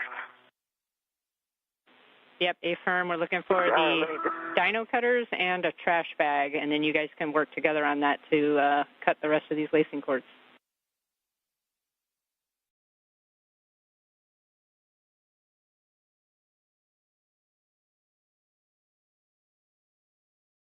And Sonny, while you're getting that out, I do have a warning for both of you. There's a sharp edge hazard, so exercise caution and refrain from touching the exposed metal and edge of the AMS patch panel itself. So it's once it's exposed, the metal edge is sharp, and then avoid zip tie sharp edges once we get to that point.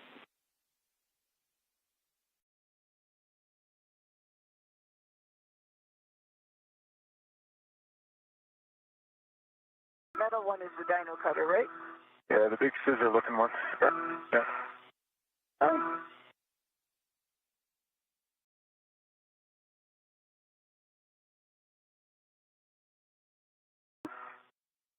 Sorry. All good.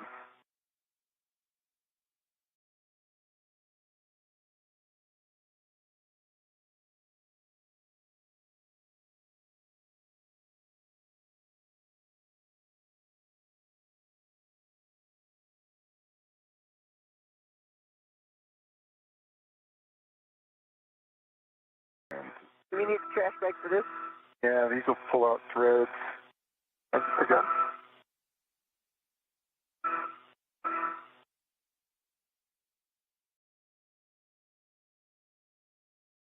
That one's blind. I can't.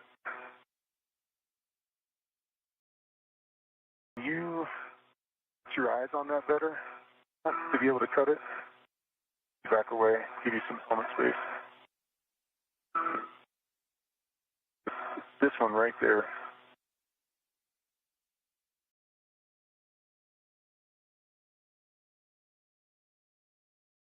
And Nick, Sonny, we know some of these are kind of blind reaches since and they are the same when we did them in the pool. So you might just have to feel around for it with the dyno cutters.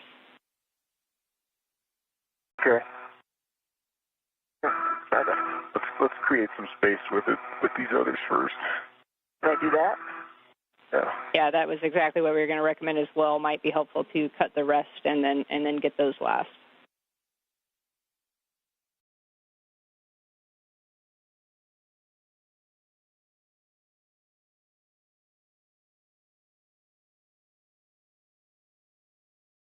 I'm going to get my trash bag out for them.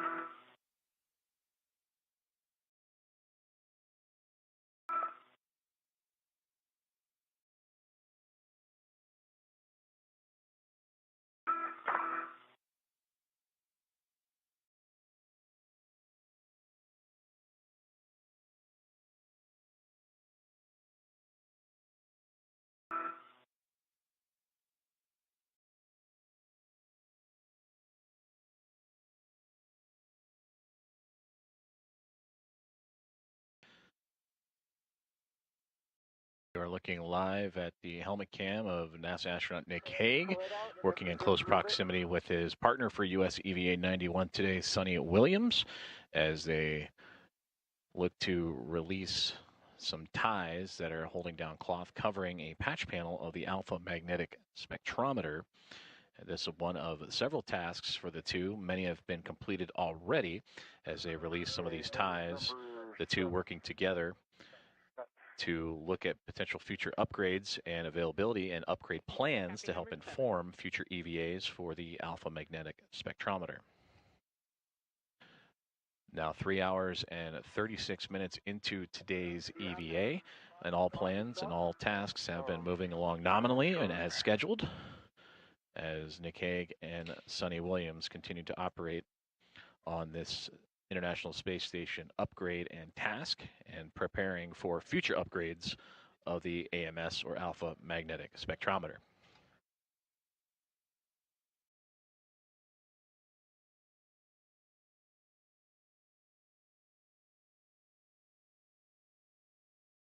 Nice. Deep.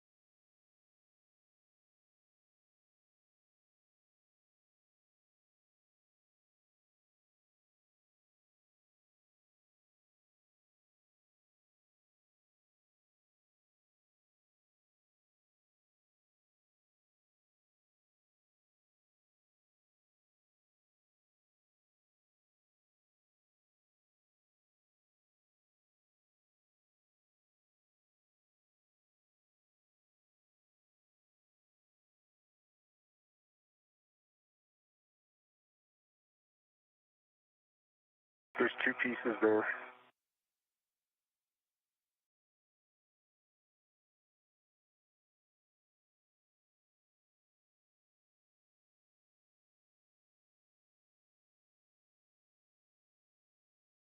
At 9? That's 9.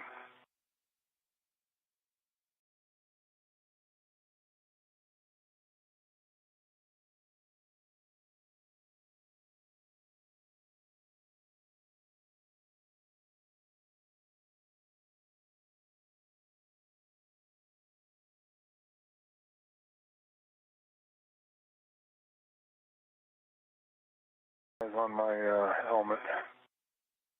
That? I said keep eyes on my helmet so I don't drift up too high.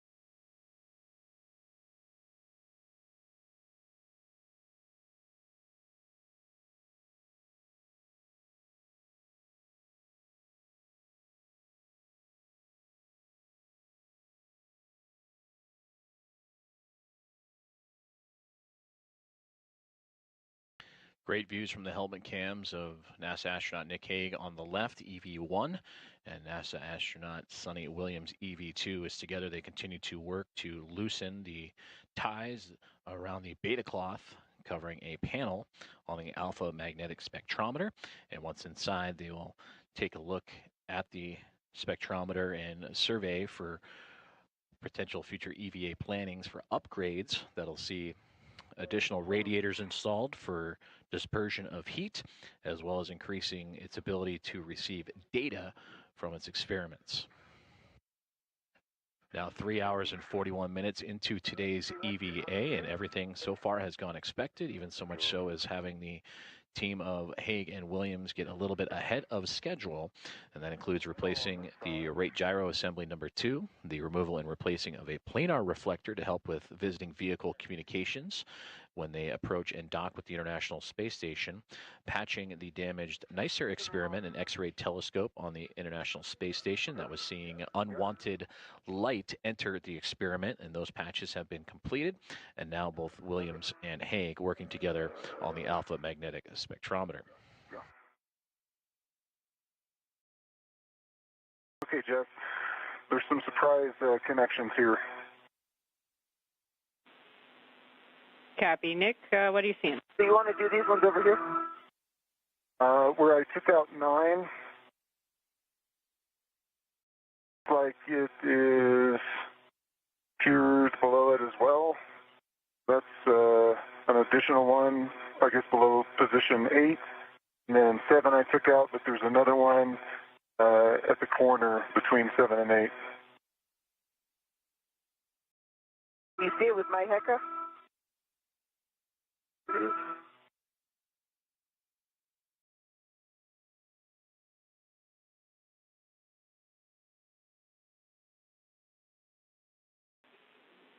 And Nick, just to confirm, obviously that little square patch of beta cloth, we're not trying to take off, just the joint between the two. Yep, exactly what you're pointing out.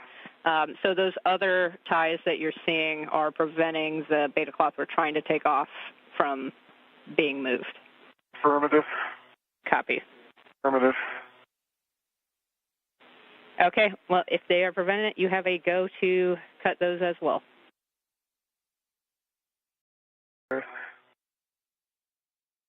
Ended up cutting the beta cloth on that one, so there's no, the lace is still there, but it's not holding anything, and the lace is still together.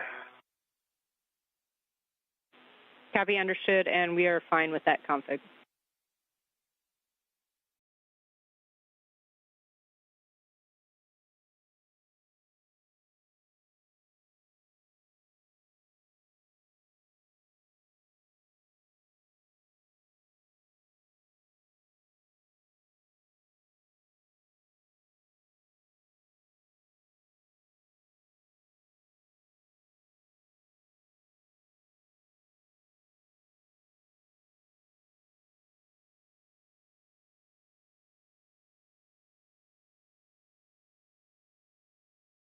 These two over here you need to get.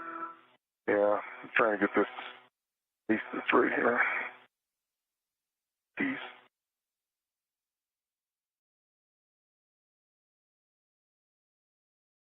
Doesn't really go anywhere. If you can get that.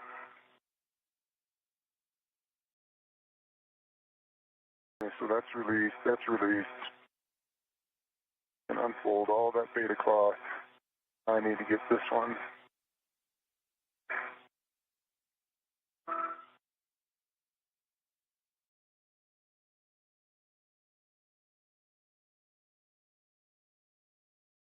Oh, nice.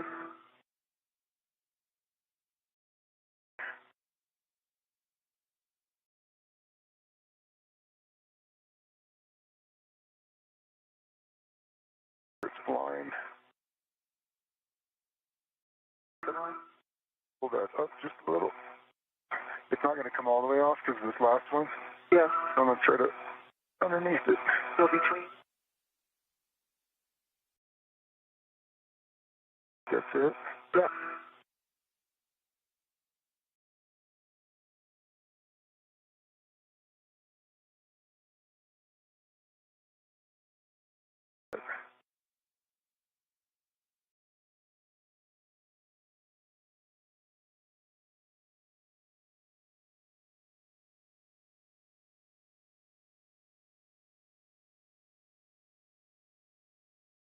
On the cloth.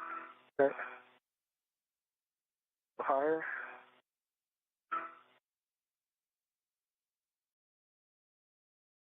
That's it.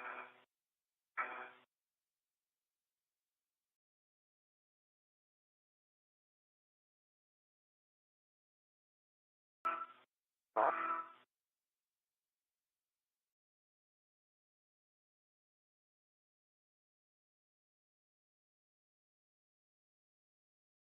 Just grab that and pull.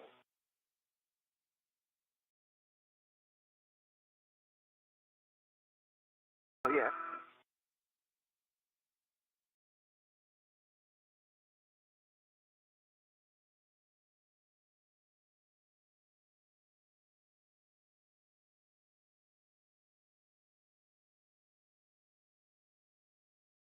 Try it from here? Yeah, give it a shot. I'm shooting in the blind here. What's that? I said I'm just in the blind completely. Yeah.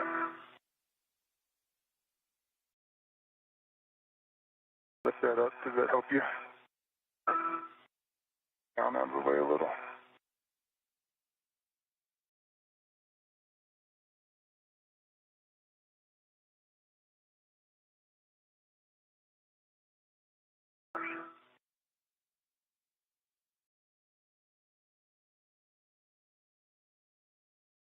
Stem off.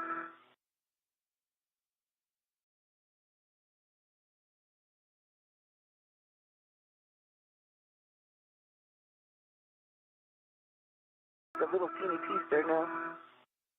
Come on.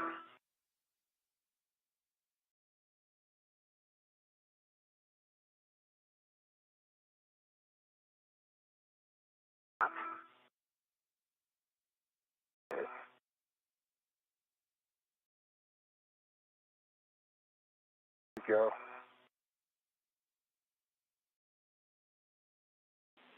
Nice work. We were all cheering you guys on down here.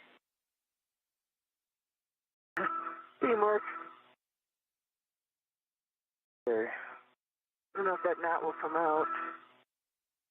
I think there's one more on the back side. It kind of ties the whole thing together. It is, that's right. Yeah.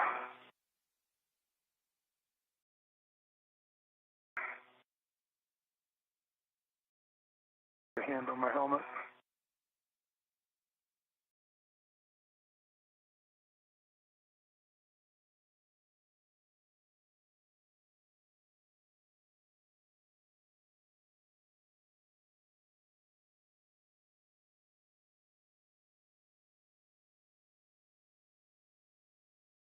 Yeah.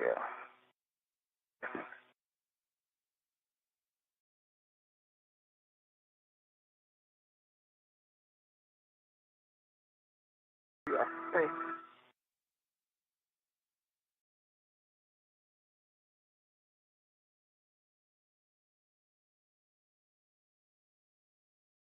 Three.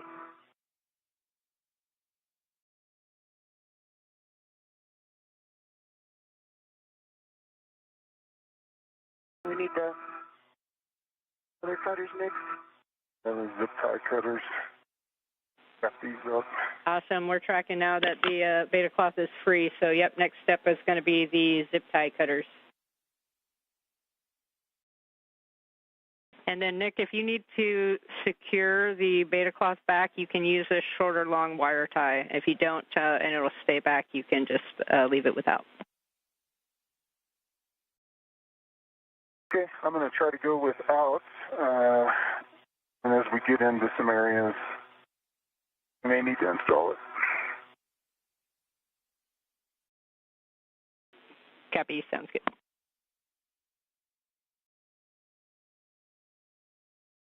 Okay. Now, how do we want to grab this? Yeah. And where am I at? We want to do those three right there, right? Yeah, there is one below, but that's got some orange wire in it. It's not the white wire, patch panel wire. I think I want to get that. So, Jeff, I'm going to try to put it in the HECA. I think it's only this one, and that one, these three. That one, that one, that one. Yeah. This one puts two bundles together, and this separates the bundles. Yep. Can you guys see the wire tie config? Yeah, A-Firm, Nick, and Sunny, what you guys just pointed to, those three blue zip ties are the ones that you want to cut. Good. All right, when you cut with that, is it going to stick to that thing? It does. It captures it.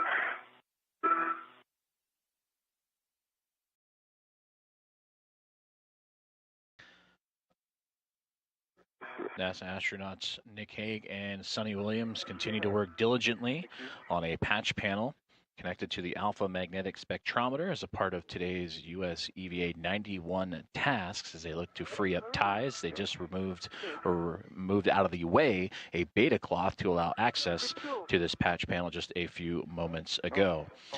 Now 3 hours and 52 minutes into today's EVA, and all tasks for both Hague and Williams have gone right on schedule. In fact, so much so they are a little bit ahead of schedule, but continuing to work on this patch panel and look at the alpha magnetic spectrometer and do preparatory tasks in preparation for future work. And that includes pulling back the beta cloth as mentioned, and then we'll be testing access to various connectors within the alpha magnetic spectrometer, and that'll inform future upgrades that allow for both more data and higher accuracy measurements, as well as greater dispersion of heat as exposed to sunlight. The International Space Station is currently wrapping up a time period of orbital nighttime. They'll be entering daytime here in the next few moments as both Nick Hague and Sonny Williams continue to diligently work together and showcase teamwork on this task for the AMS.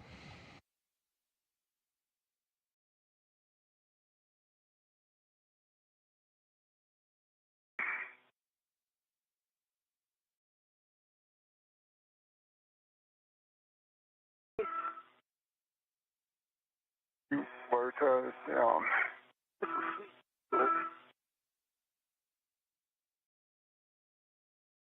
Trash bag. Okay. That.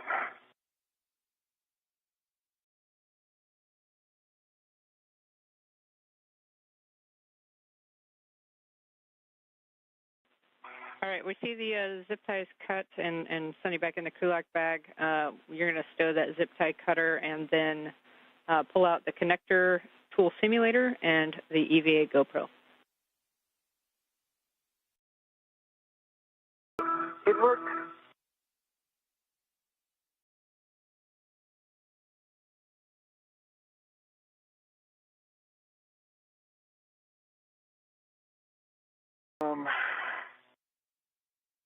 Just for your awareness, in terms of being able to see the patch panel, I can read the numbers on column 1, 2 rows on column 2, and get most of the 4th and 5th columns.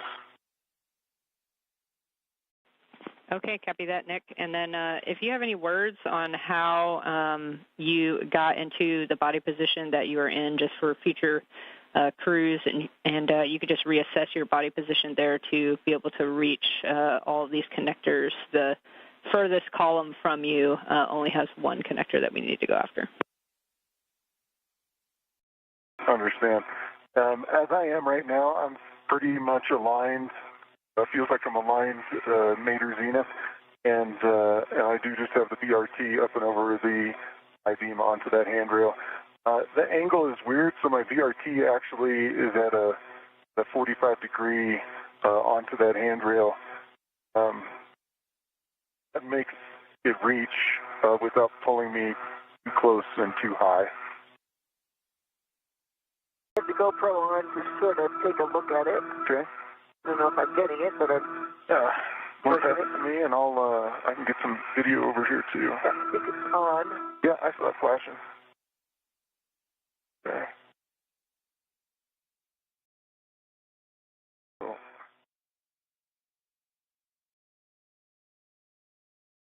All the connections look good. We did to the beta cloth.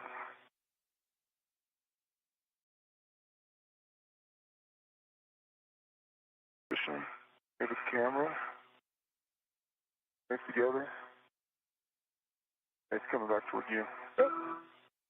The red is locked out. Up my stuff list. To get you overall so they could see. Body position.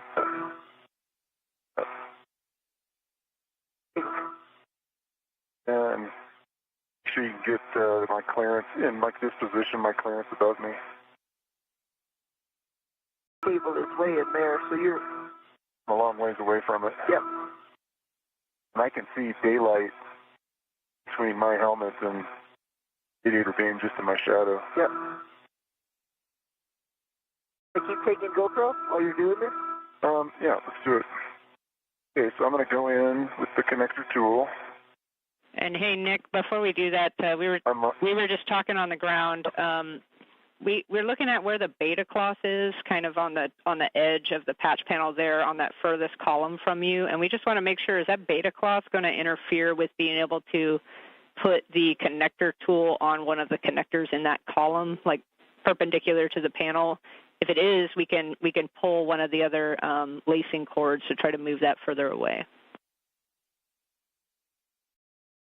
If I'm looking at the cheat sheet here, all the things that are, the one I'm going after, the Echo 1 Bravo 1, you should be able to get to. The beta cloth will move out of the way. There's compliance. A lot of compliance in the beta cloth. If you were trying to do that far one, I guess it'd be row 1, column 6. That might be more difficult, and we'd have to cut more. We can cut more if you want. We're here. Okay, Nick, just stand by. We're going to talk it over. We might want you to cut a little bit more.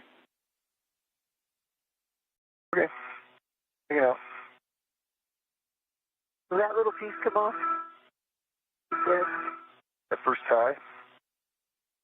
Oh, this one right here? No, what happened was the beta cloth cut. Oh. And they released the one that was below it, and this one is. I'm going to turn this off for a second. Okay. And Nick, Sonny, we do have a request. We'd like you to make it to where we can access all of the connectors on a future EVA. So that beta cloth, if we need to cut one more lacing cord, let's do that now. Okay. We'll give it a go. Thanks. Not a problem. Coming off. Okay. Fantastic communication there between NASA astronauts Nick Hague and Sonny Williams as we continue live with our coverage of US EVA 91 as the two astronauts continue to work together on the alpha magnetic spectrometer. And we mentioned before that this is all preparatory work, what can be done, and getting visuals on the job site of how future upgrades and future EVAs could handle. And that was the communications you heard with Nick Hague describing his body positioning and taking notes, as well as Sonny Williams describing his position, again, for future astronaut and future EVA missions, and also the position of the beta cloth and the patch panel they recently just gained access to, and gaining visuals on that part of the alpha magnetic spectrometer as well. Approaching in about 30 seconds the 4-hour mark of today's EVA, as all tasks so far have been progressing along swimmingly for both Nick Hague and Sonny Williams, including the removal and replacement of a rate gyro assembly that allows rotational rate data of the International Space Station to be collected and to better calculate the overall orientation, the removal and replacement of a planar reflector on the International Docking Adapter, the Zenith port of the Harmony module. That's the port that faces space and is currently occupied by a SpaceX Dragon spacecraft for Crew 9, and that is a part of the communications for visiting vehicles. And then the patches for the damaged NICER experiment. And that NICER patch executed by Nick Hague worked well, and that is a part of the X-ray telescope that measures various X-ray phenomena, neutron stars, black holes, and the like. And that was receiving unwanted sunlight and unwanted X-rays from said sunlight, and that patching has since been complete. So now, after moving a C2V2 cable to gain greater access to the alpha magnetic spectrometer, that is what Sonny Williams and Nick Hague are doing now, continuing to survey the work site for potential future upgrades and informing the team here on the ground at the International Space Station Flight Control Room of what those upgrades could look like.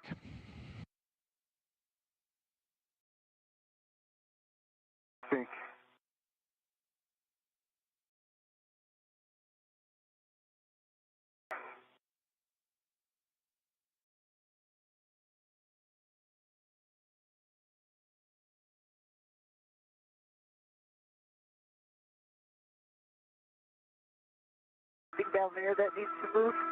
There's not much else I can cut without this whole thing coming apart. Yeah. Oh, that's good, like that. That's perfect. Only one that might be problematic is that corner.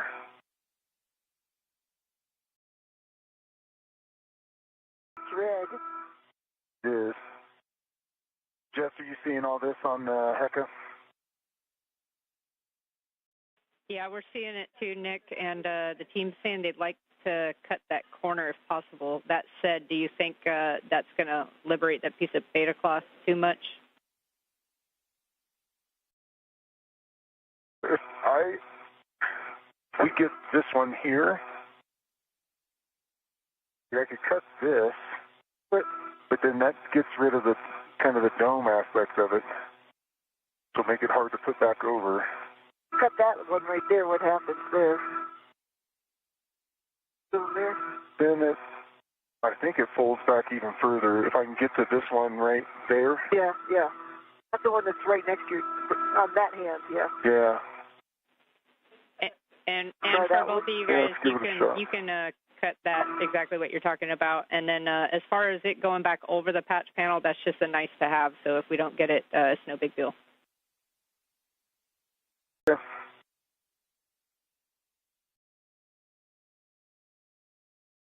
You see it from your angle if I put it on there? Yeah, I can see it.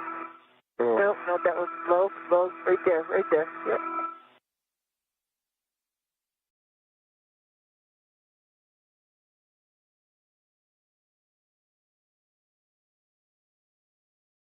Connected to that square one, but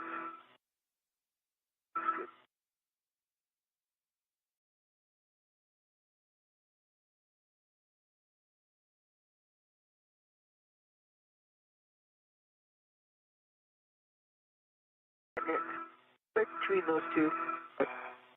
Tell me when I'm on it. You're on it. Even. It's out. But it's down there. Take the tool. I'll see if I can reach the pod. Get right there.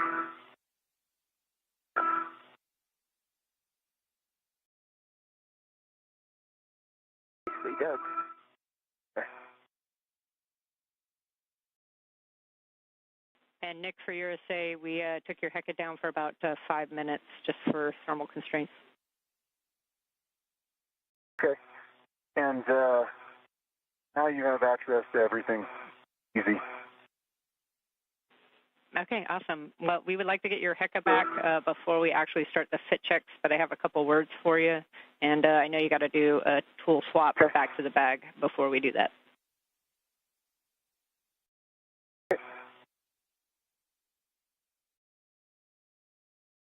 And for both of you, when you can, I'll take a glove and hap check.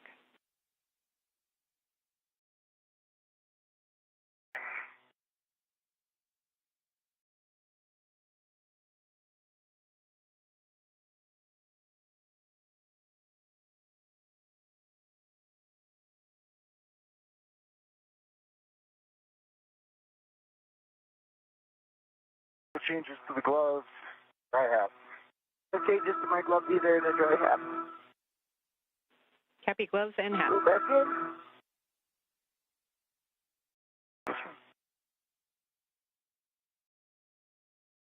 That tool.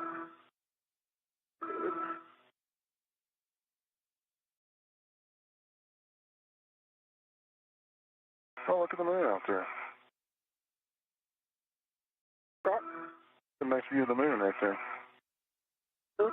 Yeah, on the other side of the kulak back for you. Yeah, there you are. There you are. The moon.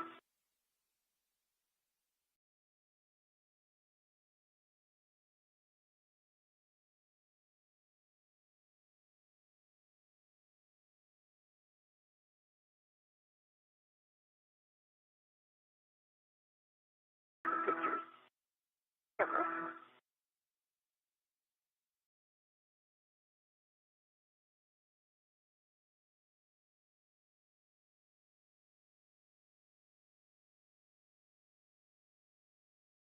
Velcro down your cover. Your cover. Oh no, you wedged it well. Nice.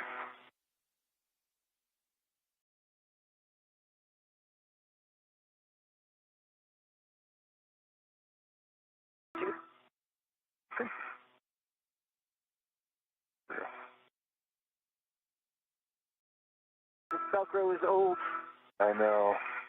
I was fighting it earlier.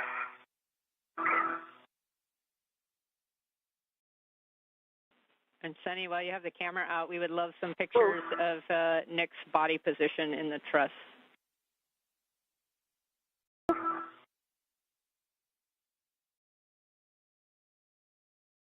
Ryan, what we get?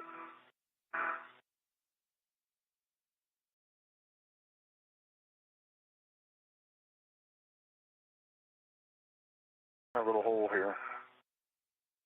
Not going anywhere. Yeah. Wonderful to hear the ongoing communications between NASA astronaut Nick Hague and Sonny Williams as they continue their work on the alpha magnetic spectrometer and evaluating the work site for future upgrades on future EVAs that will allow for additional radiators for heat rejection, as well as trackers to significantly increase the data acceptance of the alpha magnetic spectrometer.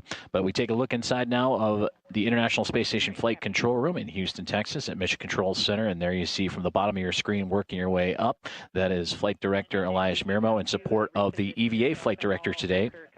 And that is Nicole McElroy and her Vista flight team.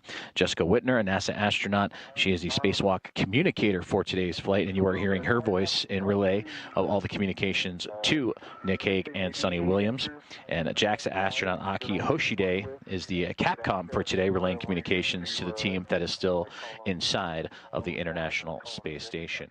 We are 4 hours and 8 minutes into today's EVA. That has so far gone right to schedule. In fact, so much so they are a little ahead of schedule. That includes multiple tasks that have been completed both together for Hague and Williams, as well as individual tasks as well. I'm just right there. You're right there. Yeah.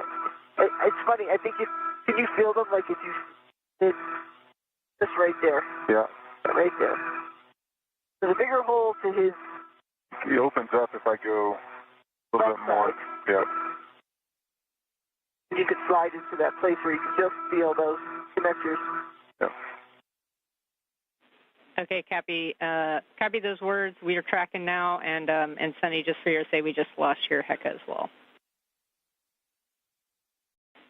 Lost it? To correct, we turned it off for thermal constraints from the ground, and it'll be back up shortly. Nothing for you to do. Okay. Okay. So while we're waiting for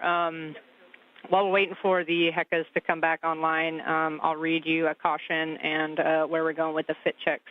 So for the caution, we want to avoid torque and twisting motions on the harness boot and sideways force on the connectors. Okay. And then as far as the fit checks go, I know you guys will have cuff checklist page 8 available to you. I will read out column and row that we're going after, as well as the connector number, since you might be able to see it as well. And then once we attempt the call it install, I'll just ask you a series of questions. One, could you actually reach the full install position with the stinger in contact with the panel surface? Then we'll report the band number with the highest cable in contact with the tool. And then without actually rotating, I just want you to assess whether or not you would be able to rotate the tool counterclockwise about 30 degrees. Okay.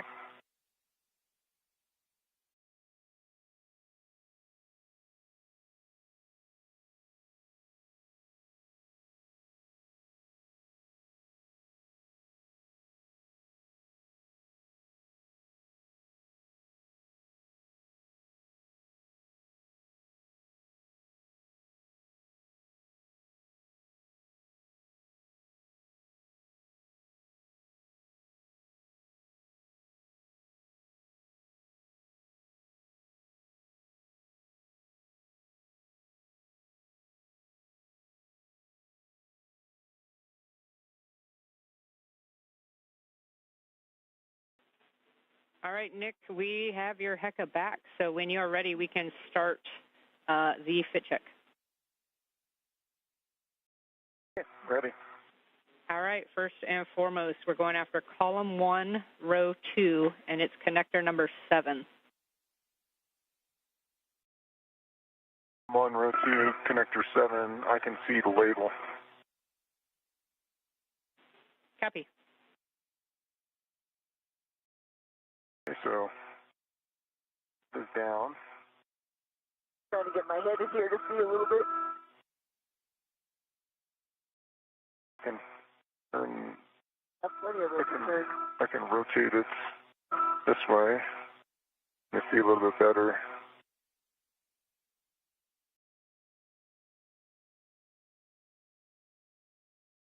Copy, Nick. So that kind of answers 2 of the questions. We were able to achieve full install, and to confirm, you could rotate it counterclockwise 30 degrees. Stay firm. Just put the handle toward the outboard of the patch panel and you avoid all the clearance issues. Copy. And then maybe from Sunny's position, if she has a better vantage point, if you could report the band number of the highest cable in contact with the tool. This one, right? This one right there? Yeah. Yeah. It's like 9. Yeah, I call it a 9. It's at the highest red band, but it's below the handle. You can avoid it, though. Yep. You know, I think you could probably rotate this 360 degrees and avoid all of the cables that run to this side of the patch panel. The other side of the patch panel, stick it up maybe an inches higher. All those cables.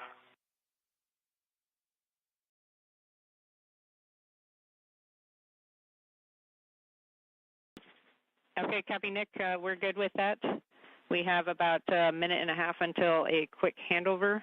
I think we can knock out the next one. It's going to be column 2, row 1, and connector number 11, if you can see the number. Connector number 11, trying to see the label. I see the label.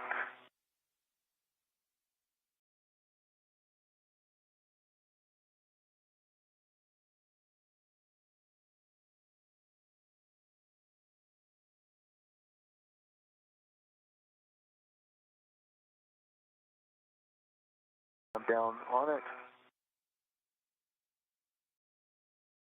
You use that outward spot, you could rotate, right? Yeah, I can rotate this 170 degrees counterclockwise. Can't see what band it is close to. Okay. It's the same one, I think. Yeah. As you rotate around. Probably a height of 9. Okay, copy. Height of 9. That one. That answers that connector's questions. Any other foreseen challenges mating that one? Nope. It's a little bit of a reach compared to the other one just because it's further away. But it's not difficult. Okay, copy. We got 15 minutes to hand over, so I'll be with you again shortly. But we're good with that connector. Okay. I mean 15 seconds, my bad. What is it? I just thought you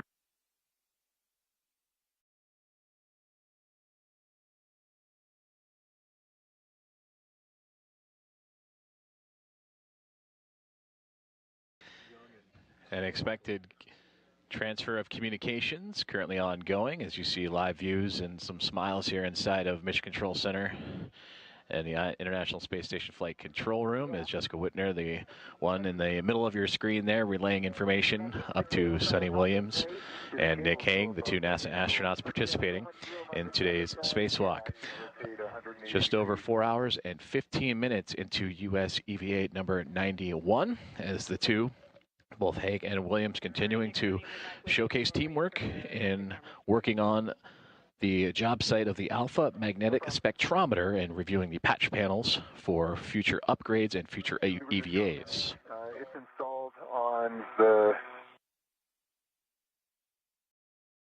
it's column 6, row 5 or 4. 1B, I can't read the label fully.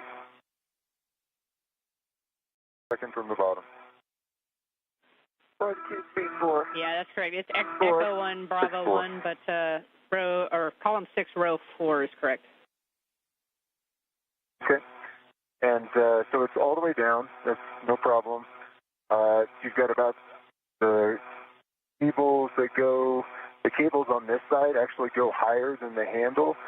They're all biased to one side of this, so you can rotate this 180 degrees counterclockwise. Start with the handle toward me, and yeah, I think that gets you all your info. Last question, is the reach okay? The reach is okay on this one. Okay, copy. We'll have a go to continue. We'll go to the next connector. We'll be back in column 1, row 3, and it's number 4, if you can see the label. Reposition a little bit.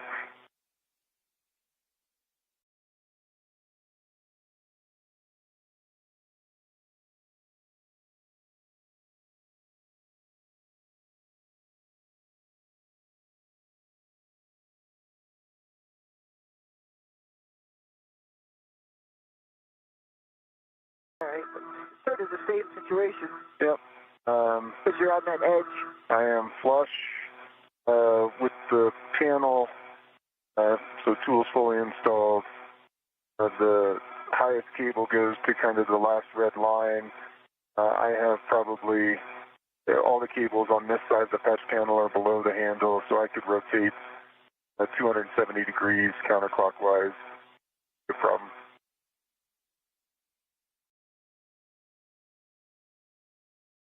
Okay, copy. That's all we needed for that one. So we'll move on to column 3, row 2, and it's going to be number 9. 9.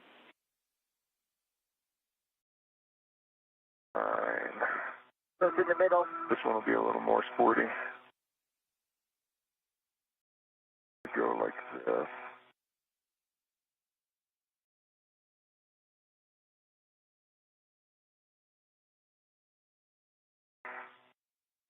And happy to take any extra words here on, we know it's going to be a little bit of a tricky one to get in between those cables.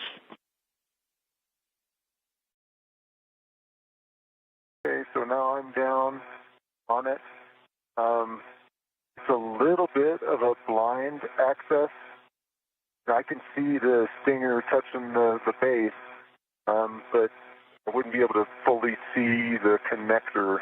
I can see it from this side. Can you see it from there? Yeah, I can see you're on it. Around, I can see the two ends where the little gap is. Yeah. From this view, so this one you'd want somebody to look at it. Okay. And also, your initial position was not orthogonal. It was a little tilted, but now you've got it that more orthogonal, which is good. Yep. And then there's the cables on the zenith side of the patch panel are all above the handle. So but everything on the nadir side is below the handle. Those highest ones go to the last red stripe. You could rotate counterclockwise 180 degrees.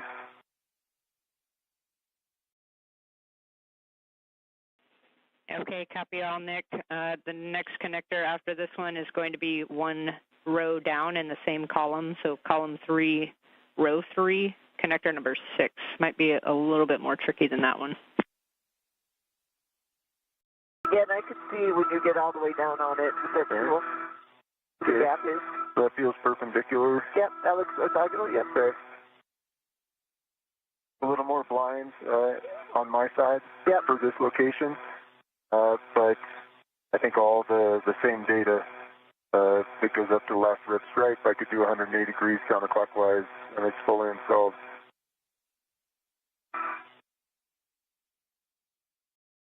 Okay, copy all. 3 more to go. The next connector will be on the other panel itself, column 4, row 2.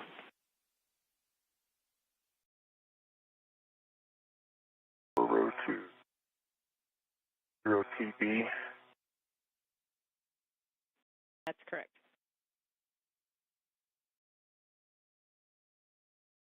One's a little more tricky. Yeah. put the handle in just the right location.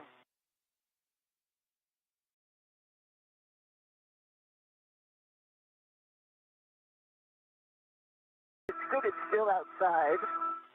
Hard for you to see, I bet. It's really hard to see. And I could move around and I could get like half of it. Yeah, I can't see the whole thing. I can see the stinger touching the bottom. Yeah, I can see half of the connector head. Same here. I can tell that I'm on it. Yeah. It's 180 degrees of rotation counterclockwise.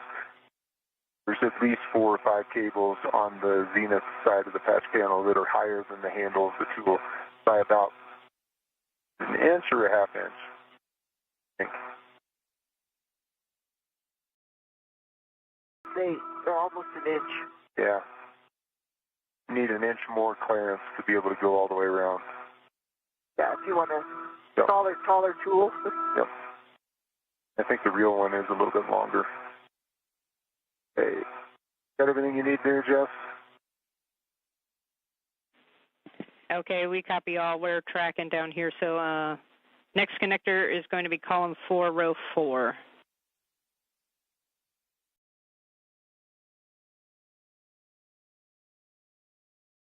Isn't it? That one, yep. I can see both sides of it. That you. It's hard to get it.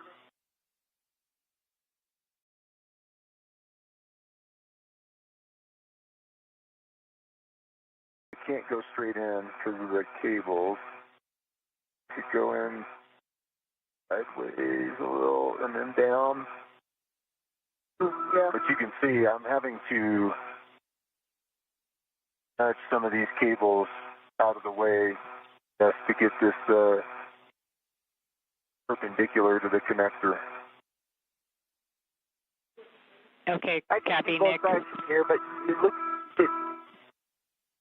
I don't know how much you want to move those cables. Probably it looks like maybe 15 degrees off of vertical without moving any of the cables.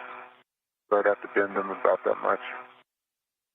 You could still rotate at 180 degrees because you can rotate away from those cables. Okay, copy, understood. It seems like we can rotate just fine as long as we set the handle in the right position, but otherwise it's a little bit tricky to get perpendicular here.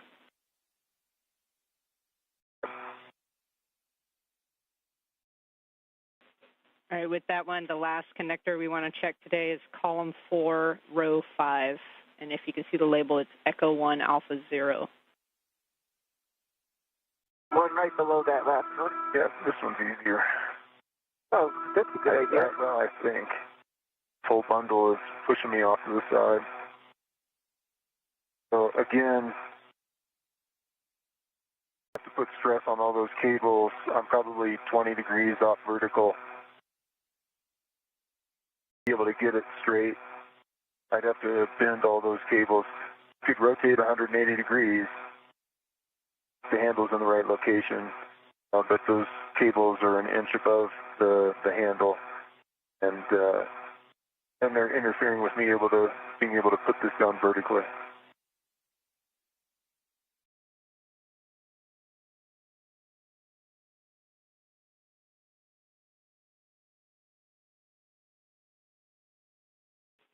Okay, copy all, Nick. And you can pull that tool off that connector, and we're just going to have you stand by while the team discusses it here. Okay.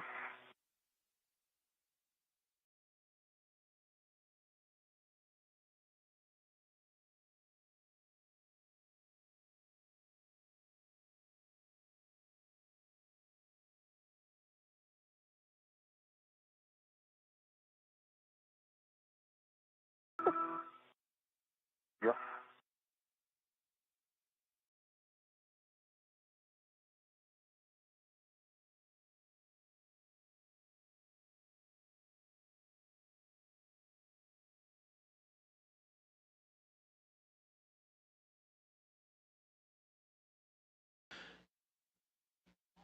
You are tuned in live on NASA Plus to the ongoing progression of U.S. EVA number 91, featuring NASA astronauts Sonny Williams and Nick Hague as they continue to progress through their checklists.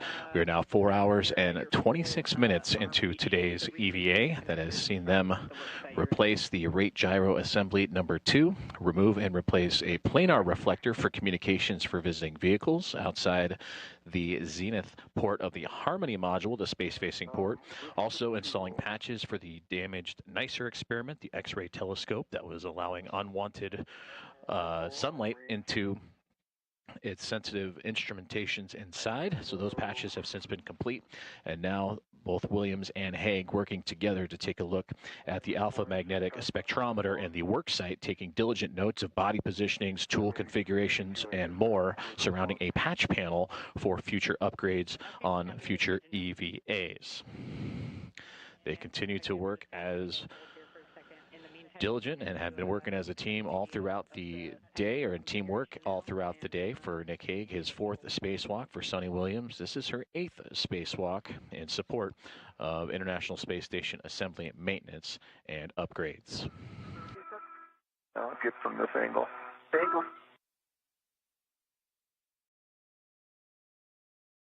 I have a third arm. What do you want to do? Hold down that beta cloth. Let's do the Big one? Yeah.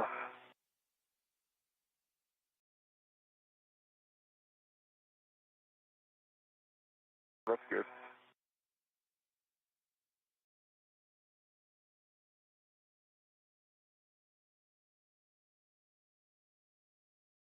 Real stable when I hold it like that. Yeah.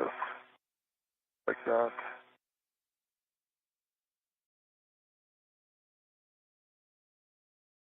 My perspective. That's what you can.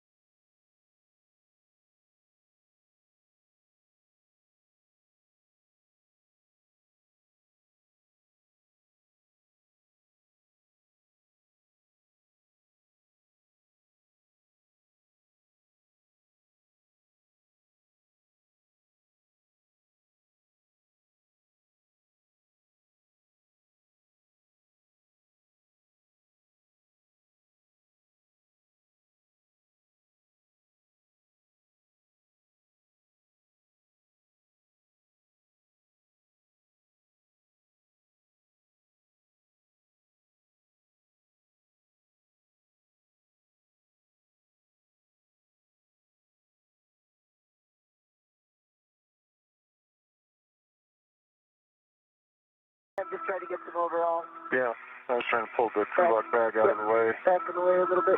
Yeah.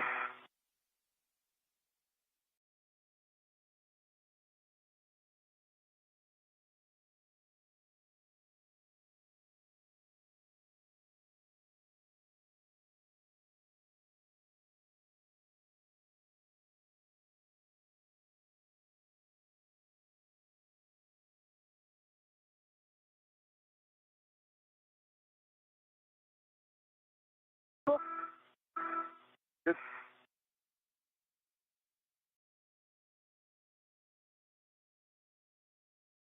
Where's my helmet relative to the radiator? So you're probably about 6 inches back, and you're like half of your helmet is above. You know what I mean? You're not totally underneath it. Okay, got it. So I'm if you a go little lower, bit back, and I've got 6 inches to go up. Yeah. Before I have to hit it. Okay. And it's just the edge. That's the part they don't want to touch. The stuff underneath. Yeah. Is incidental. Okay. To turn this off. Oh, it doesn't matter.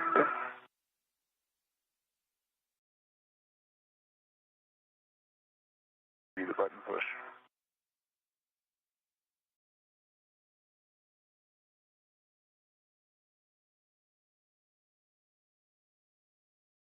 Did you grow to love that RT? Oh, right here? Yeah. Yeah, it works. Kind of keeps me stable.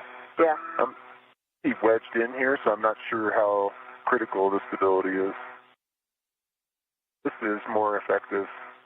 Defector to the handrail right in front of you. Yeah. They're drawing you in because you end up reacting away from it, and so that counteracts it. Yeah, that's good.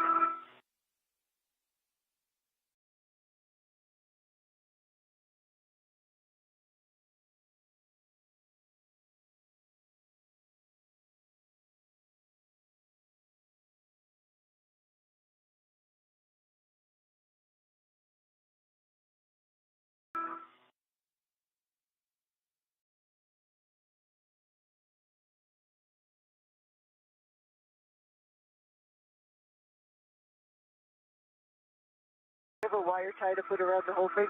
If you use a big one. Yeah. Free. Just one of ours? Yeah, it's just one of ours. We'll go around the cable bundle here. Yep. Try to hold it down.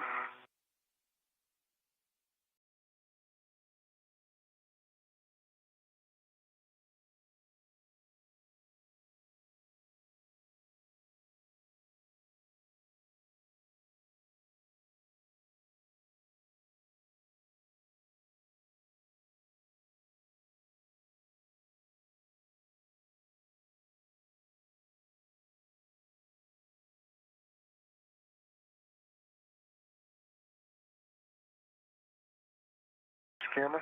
Yeah. Yeah. You get some pictures? Yeah. Yes.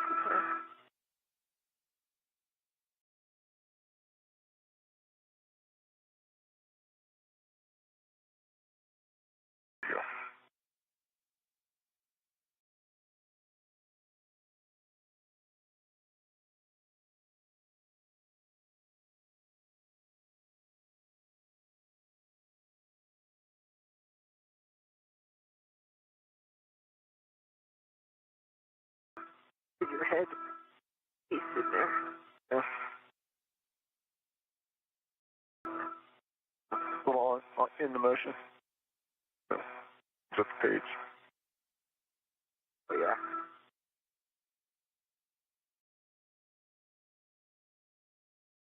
Close to you.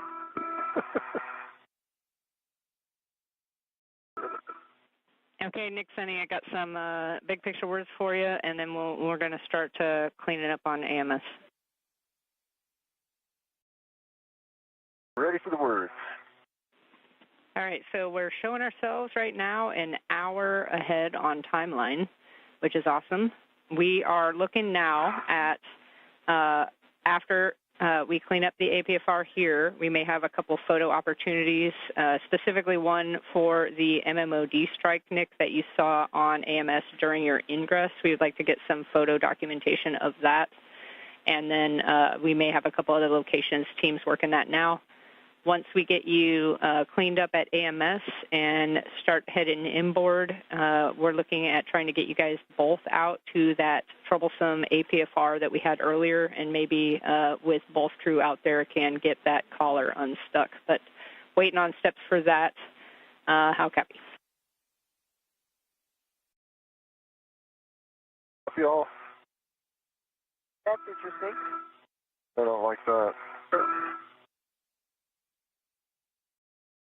We're still functional, but that is not captive, right? I don't think so. I think just the cover is captive. You want me to put that in my trash bag? Potentially. I'm not, no, there's a tether through it. Okay. Just want to confirm the eyepiece that we put onto the camera, probably see it in my HECA, it came off. Is this captive?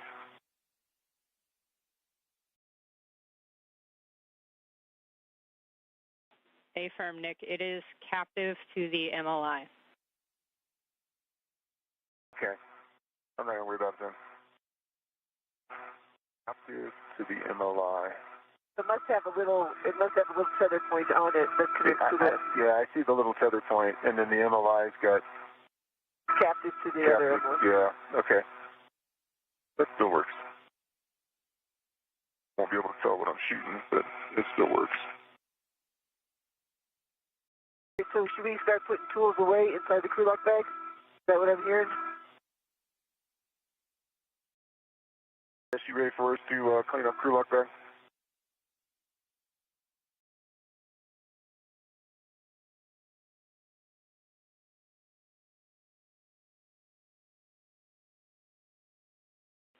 Okay, sorry, Nick, we were talking about your camera there. You can actually try to reinstall it. It sounds like it's like a friction fit if you can actually just like get it back on that location, but best effort there with that.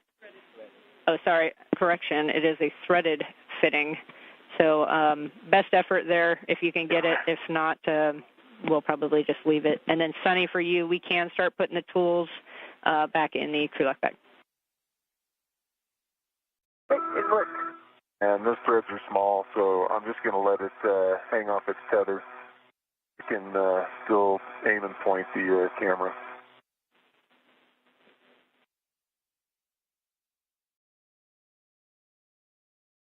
Okay, Nick, and I'm being told if we can't get that piece back on, we just want you to actually stow it in the crew lock bag. And correction, that's going to be the entire camera. Our camera. Okay. Oh, really? Yeah. And Sunny, while you're working the crew lock bag ops, when it makes sense, we'll take an inventory of that crew lock bag as well.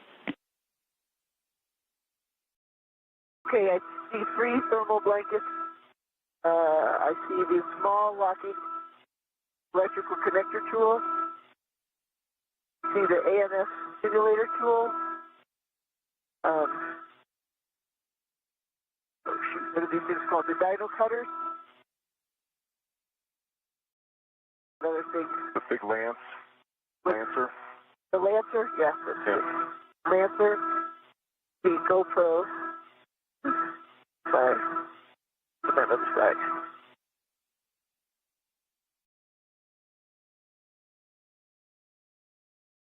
Great communications between the teams on the ground here in the International Space Station Flight Control Room up to NASA astronauts Sunny Williams and Nick Hague as they continue to progress along their EVA today, U.S. EVA number 91, in which they are approaching 4 hours and 39 minutes into this EVA. You heard spacewalk communicator Jessica Whitner, NASA astronaut, relay up to the crew that they are about an hour ahead of schedule. So they have additional tasks that are available for the astronauts to perform, one being additional photography and work around the alpha magnetic spectrometer, which is the task they are currently working on at the moment, in which they were looking at patch panels and beta claws, removing ties, and essentially looking over the job site and taking inventory of what can be done for future upgrades of the alpha magnetic spectrometer. But the team also relayed information about taking additional photography of MMOD, or a micrometeoroid debris strike, that has no effect on the performance of the alpha magnetic spectrometer or any areas of the International Space Station, but they had noted that in the journey of the astronauts today, crossing paths over the International Space Station, it would like additional photography, and then also for them to both address the APFR, or the articulating portable foot restraint, that was addressed earlier today by NASA astronaut Sunny Williams, as they had a couple of pieces on that APFR, again, the articulating portable foot restraint, that were stuck and unusable at the time before moving on to future tasks. So again, approaching 4 hours and just over 40 minutes now of today's EVA with NASA astronauts Sunny Williams and Nick Hague, as they wrap up and start to add on or wrap up their tasks at the alpha magnetic spectrometer and move on to potentially additional tasks assigned by the teams here inside Mission Control.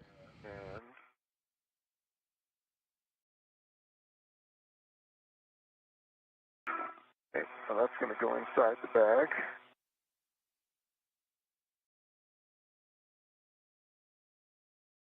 Pretty stable, so.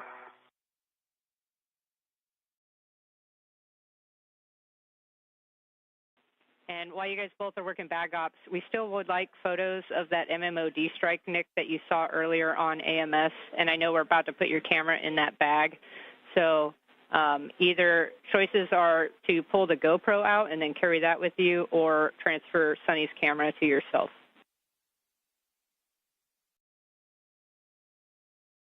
Jeff, the location of that MMOD strike is directly across from the handrail 3013, and I have taken photos of it for you already. Okay, great. Problem solved. Thanks. Yeah. Okay, I'm going to release this one now.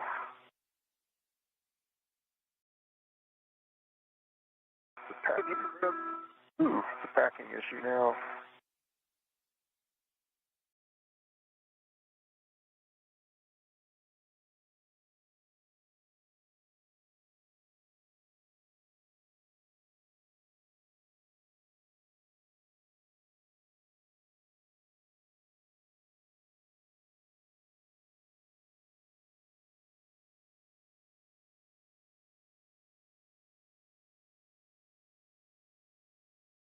Okay, GoPro to the other side.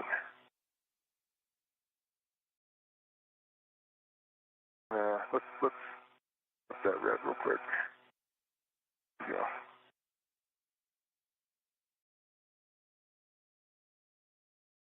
Okay, look towards me.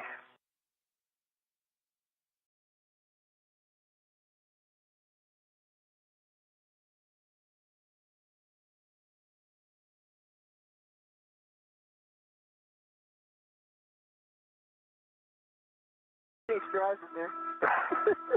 No joke. An extra handle now, too. All right. Buttoned up. Let me grab that one up. Let me unhook. You want me to unhook this one right here? It'll be on that large small? Yep. Okay. Okay. And Nick, before we leave your work site, we want you to attempt to close that beta cloth and see if you can secure it with a short wire tie. Yep. Yep. Take one off my BRT. And I'm taking this crew lock bag, is that right? Yep, you've got the crew lock back.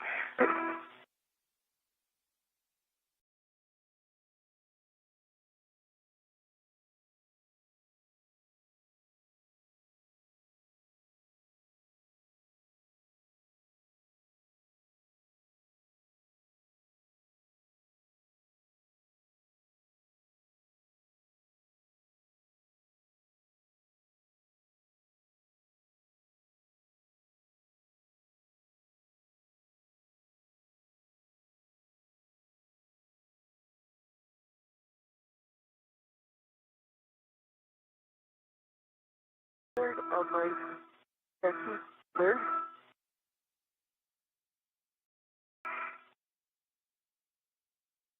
And Jess, you want me to use a short or a long? Whichever one works, Nick. We have listed here a short, but if that doesn't work, you can use one of the longs.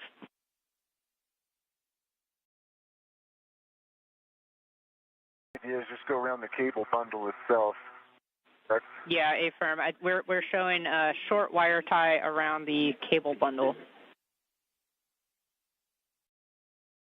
Thinking if I put a long here, then I could, after I do the twists around the cable bundle, then I could use those long arms of the wire ties to kind of go around it and hold it in place.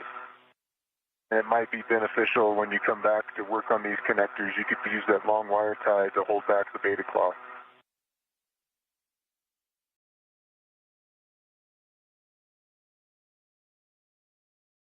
Go ahead and string it around, let me know. Okay, we copy Nick about the long wire tie being able to maybe hold back the beta cloth, and you have a go to do that if you would like.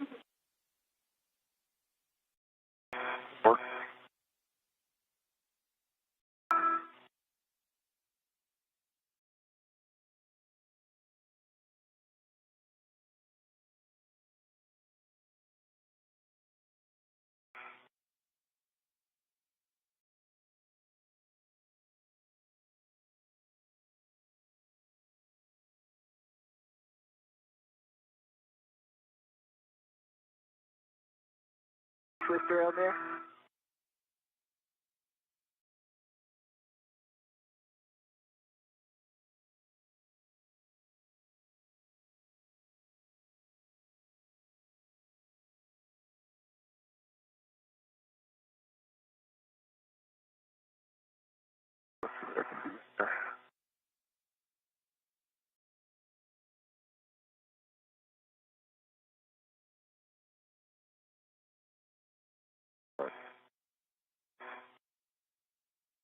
I'll twist it up.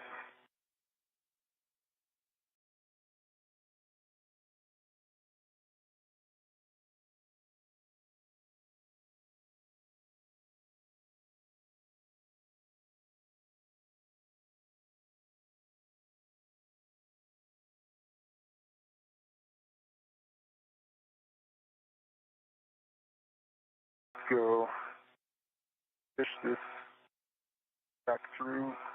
If I hold this down like this. So do you want to fish it through underneath? Yeah, if we go underneath, But I don't try to pinch down.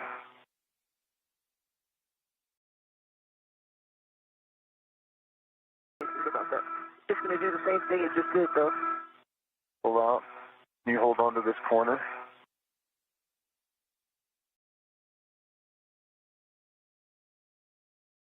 Yeah, I can grab that end. If you grab the corner and pull it through the little... That hole? Yeah. All right. And I'll pull it tight.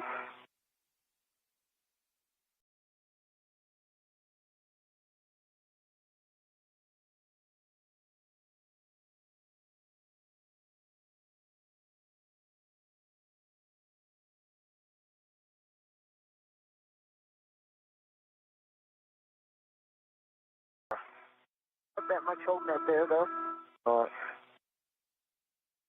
Can we do something over here? And Nick and Sonny, that looks good to us. It's really best effort with the beta cloth.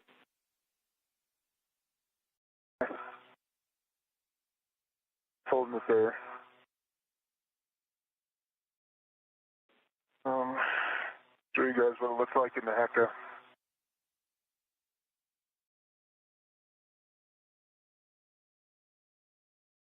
Yeah, we see it in the HECA. That is all good. We're about 1 minute to handover, and if we can get glove and hap checks from both of you.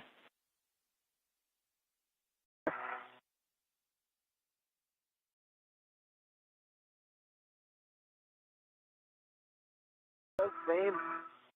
Take a dry. Dry, gloves, or no change.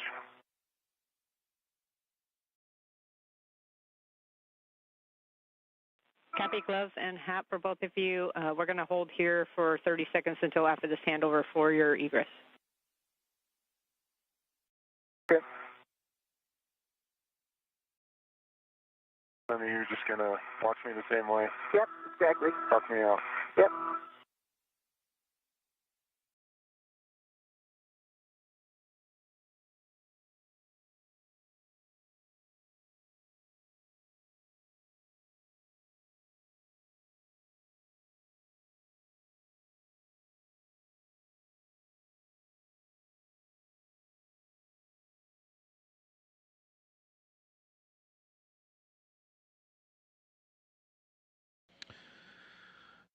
You are following along live with our coverage on NASA Plus of US EVA number 91, featuring NASA astronauts Nick Hague and Sonny Williams.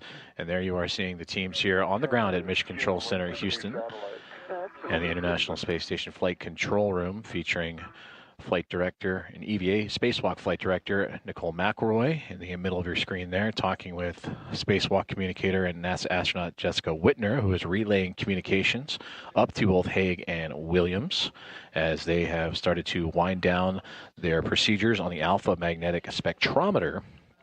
And that is a part of one of a handful of tasks that those two have completed so far today, so much so that they had reported earlier that they're nearly an hour ahead of schedule, but there are additional tasks that they can assign both Hague and Williams to participate in before the closure of today's EVA. Of those tasks, they have removed and replaced a rate gyro assembly, the number 2 unit. That was the priority task number 1 that they started with. They also removed and replaced a planar reflector used for communication communications for visiting vehicles that were in transit to the International Space Station for docking and relaying rate of closure communications. Also patches for the damaged NICER experiment, the Neutron Star Interior Composition Explorer, and of course now working together and patching up their workspace of the Alpha Magnetic Spectrometer, preparatory tasks for future EVAs to upgrade the AMS or Alpha Magnetic Spectrometer. You're going to end up picking up the NICER caddy and putting it on your swing arm, and then Sunny is going to take the crew lock bag back on her BRT, and then you'll both pick up your green hooks, and then what we're looking for you to do is actually head out to the starboard CETA cart together. Sunny is going to lead, and then we'll work some APFR troubleshooting there before we head back to the airlock.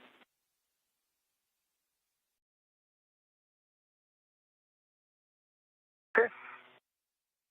Sounds good. I'm going to pick up my BRT. Yep, Nick, when you're ready, you can work with Sunny to egress the AMS worksite. I think this is the worst part of your head getting in here is when you're way in trying to do the BRT. Yeah.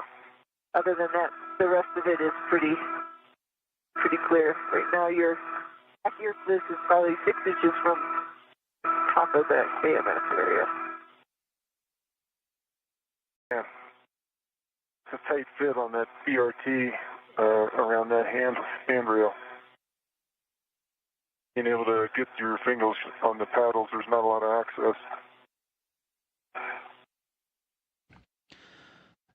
And you just heard their communication from Spacewalk communicator Jessica Whitner relaying up the next steps for this EVA, USA EVA 91, as they complete their tasks at the Alpha Magnetic Spectrometer.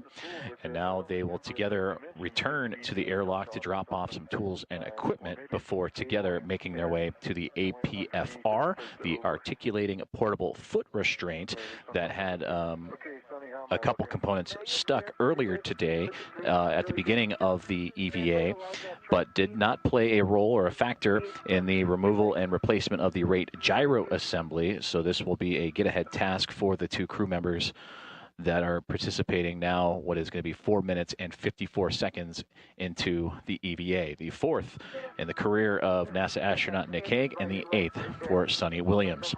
They have just entered an orbital nighttime period as the International Space Station currently flying over Europe and the southern border of Poland. I guess I'm going to start to move as well. Yep. I'll meet you on phase 1. Okay, copy, Sunny, and we need to see you out of the truss, Nick. When you can and you're in a good spot, you can check your safer handles are down.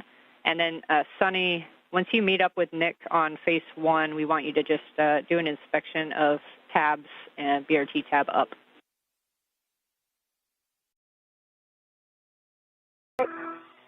Okay.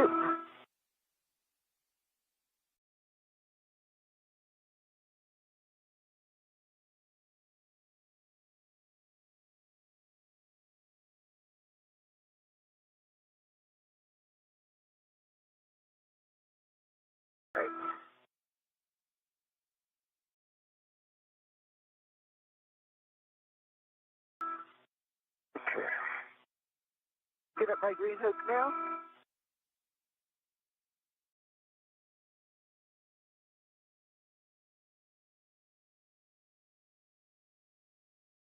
Hook is connected to the red reel.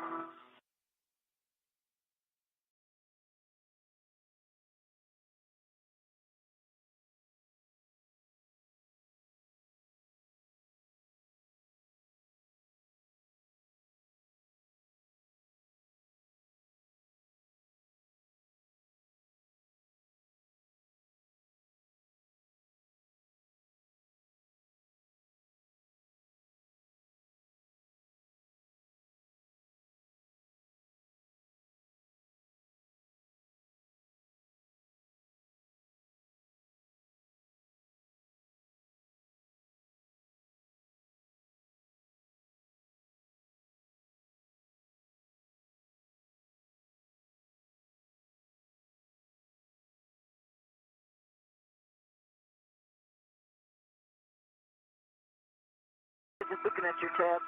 You see it? Right tabs up. Left tabs are up. Looking good. Okay. Saber handles are down. Yep. Green lights on.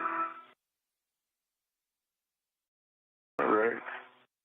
I'm gonna get configured here. I've got to get this transferred over onto my swing arm and pick up my green hook, but you're leading over that way. Okay. So if you want to start that way, okay, I'll catch up to you.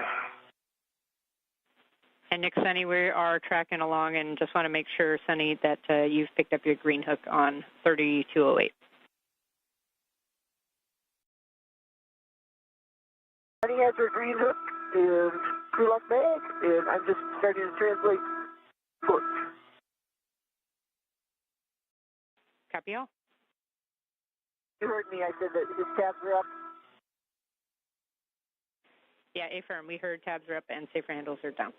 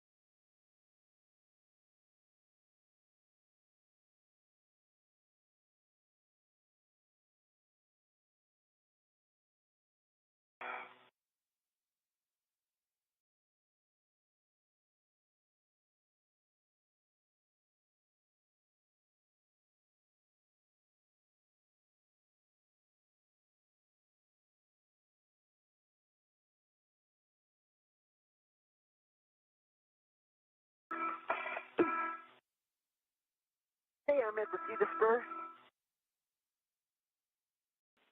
Copy, Sunny.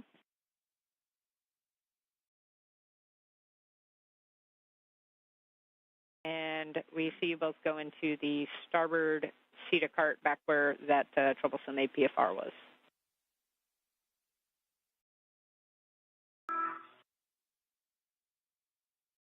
And for SA, we're going to leave that crew lock bag number 1 is still down there on face 6, Sunny, that you put there earlier. Nick will be grabbing that, but on the way back to the airlock after the APFR troubleshooting. Sounds good. Mr. Caddy is on my swing arm. Not my green hook. Copy, Nick.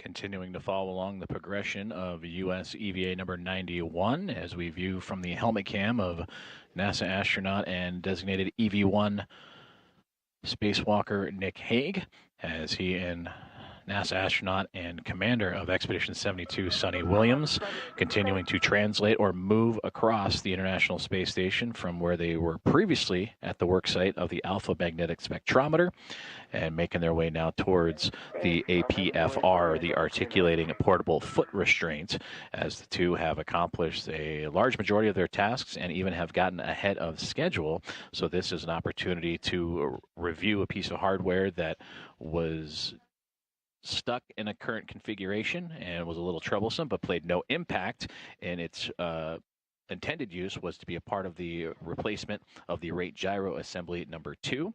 So with the extra time or get ahead time, an opportunity to go back and revisit that before future spacewalks. Coming up, in fact, we just passed the 5-hour mark of today's EVA for both Hague and Williams, racking up additional totals of their spacewalking career. For Sonny Williams, this is her 8th, came into today with 50 hours and 40 minutes of time. And for Nick Hague, in his 4th spacewalk today, 19 hours and 56 minutes of time. And again, now just elapsing the 5 hour and 1 minute mark of US EVA 91. Yeah, you can ret to the APFR and try to actuate that collar back to the black on white position to see if you can get it to unlocked. But really, we want you guys both to work together on that and just try to keep the WIFX in a nice stable position while we're doing that, see if that helps at all.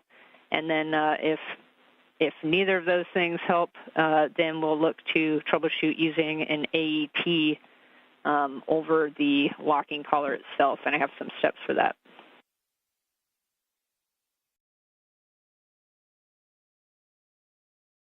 Okay.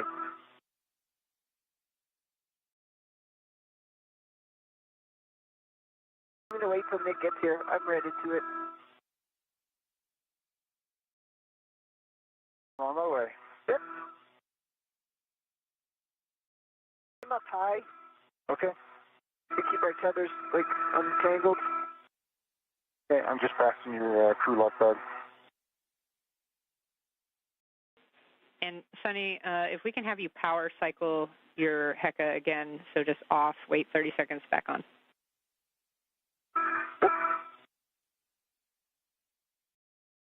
Off.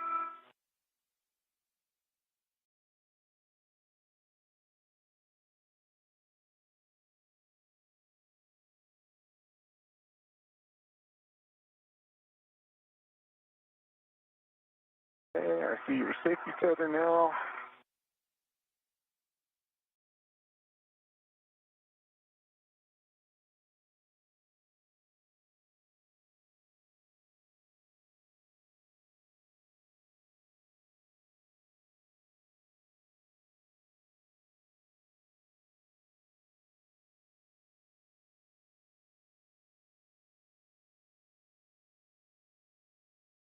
All right.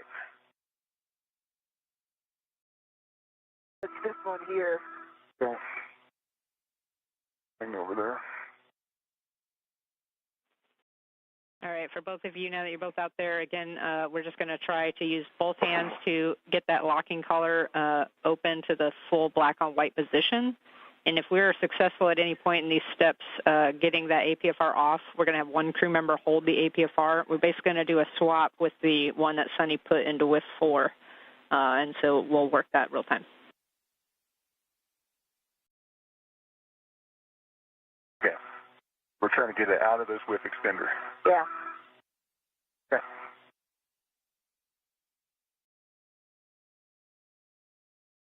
Like a hold with extender or something? Yeah, if you want to stabilize it.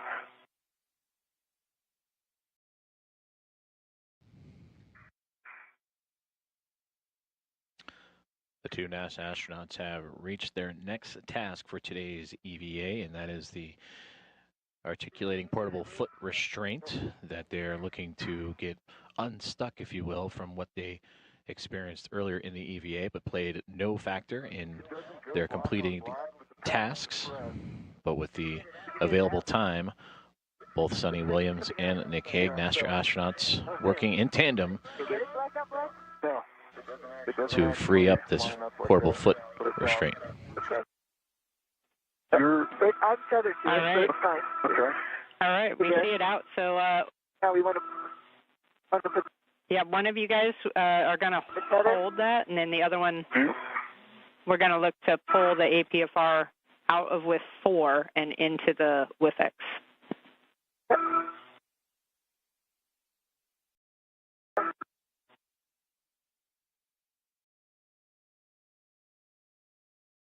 And right on cue, getting reports of a good release of that articulating portable foot restraint as Sonny Williams and Nick Hague continue to work together. And Sonny, as you move that down, Got that one. the clocking's going to be 12. And which one? Why don't you put yours in first, Sonny? So the one that's going to go into the, not the whiff extender.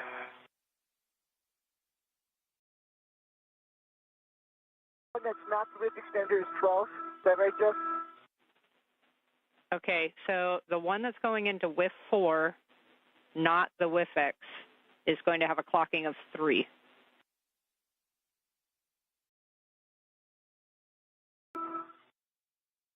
On that side, mean 3 Zenith. Yep. Try to get it there. Yep. Verify you red.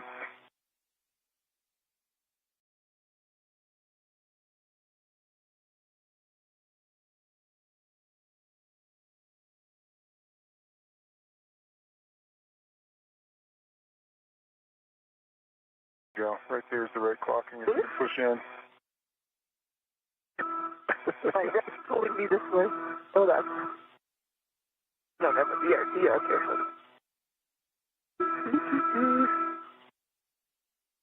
Come on. Bumping into you. That's okay. If I'm in your way, move. Back. Doing APFRs. All right, get in there, you.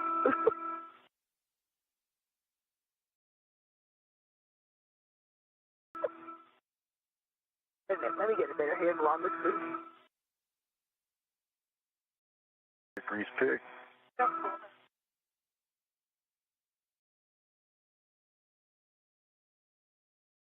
Fingers.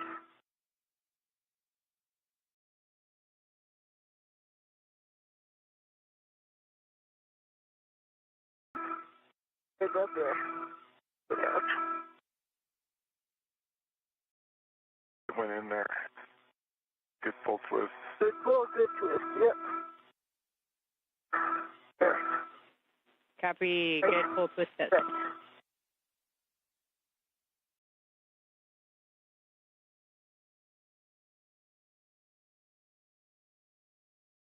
And then, Sonny, if it's not already, if you can just verify that that's Papa Papa Fox 6 in with 4.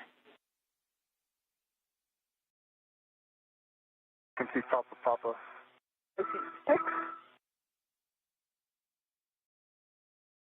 And Fox 6.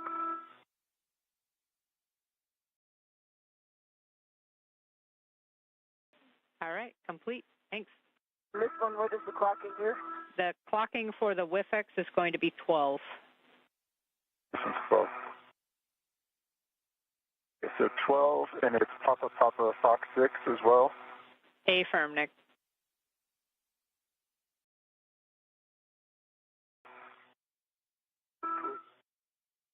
Okay. I'm towards you a little bit more. Yep. There we go. Right there. Okay. I'm going to twist and pull. Hit us in. Back on board. Okay. Thank you. Got it.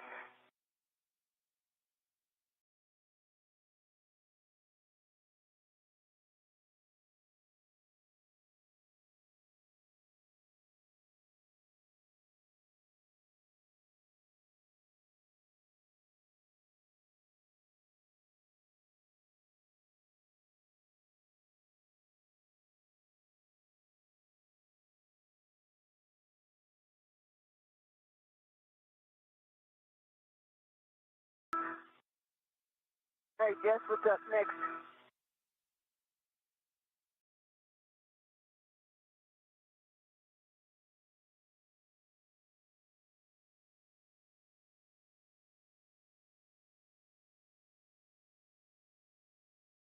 Right here, we could pop over the back and one of us could check out that APFR.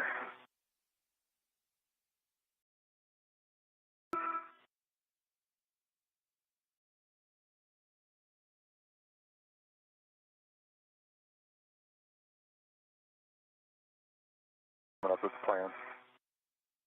Hey, feeling? Yeah, I'm feeling good too. And Nick, Sonny, nice work on those And APFRs. Just give us the finger that took the pictures. Give us 1 minute to talk the game plan here. No problem. Hands are a little tired, but Yeah. I'm fine. Yep.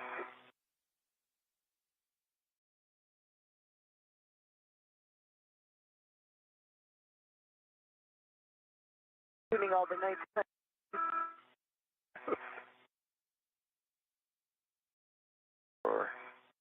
Okay, we can't forget the brakes when we leave.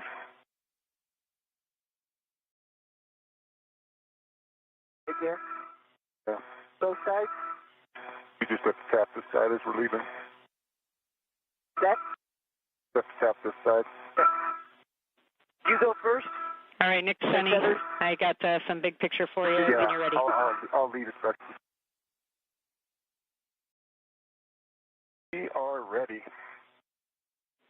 All right, Nick, you had it right. You're going to be leading back to the airlock. Big picture, we're going to head back to the airlock and stow the bags. Nick, you're going to pick up that crew lock bag 1 and stow that on your BRT, or you can tend it if you just want to tend it down the Cedar Spur, either way. And then we're going to clean up. We're going to put all the bags and tools back in the airlock secured. And then we'd like to hear your thoughts because we do still have some time available. We're about still, say, 45 minutes or so up on time. So thoughts on doing the ammonia line imagery task. And with regards to APFR, the Z1 would be the APFR that we'd look to go for.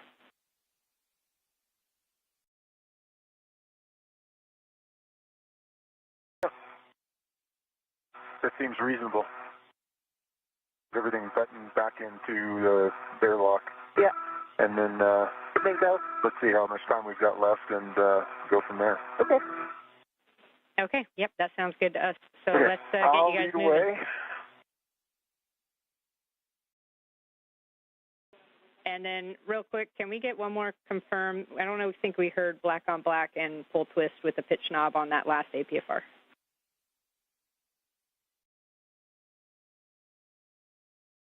Confirm. Okay, copy. Yeah, black on black, good pull twist test on the APFR in the WIFX. Copy, thanks for those words. And Sunny, if you can hit the starboard cage guard brake pedals on your way as well. I did, thank you. Did twice.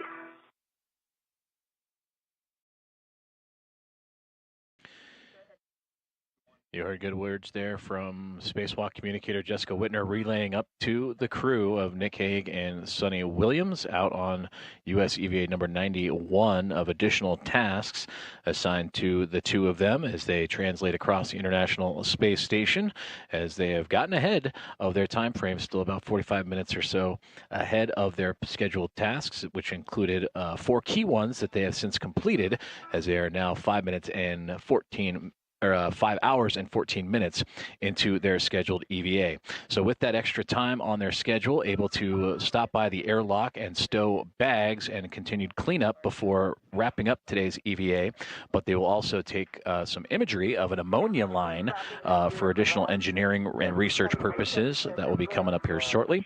And then another articulating portable foot restraint will be reviewed here shortly along those lines as well. So that is what the additional tasks have been relayed up to both Nick Hague and Sonny Williams towards the back end of this EVA and spacewalk today. Let me grab this crew lock bag real quick.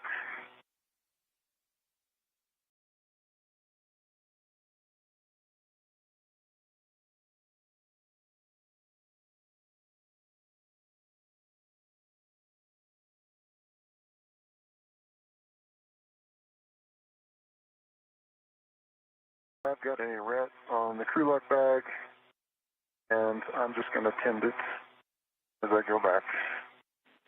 Copy, Nick.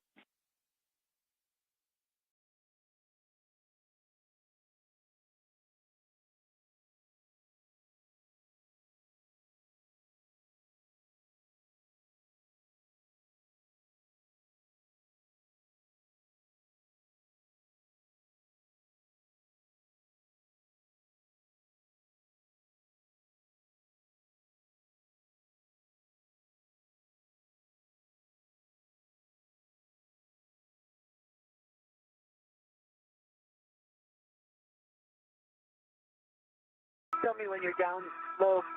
Yep, understand.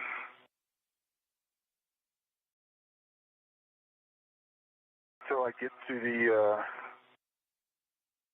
lock toolbox, and then I'll be out of your way. Okay.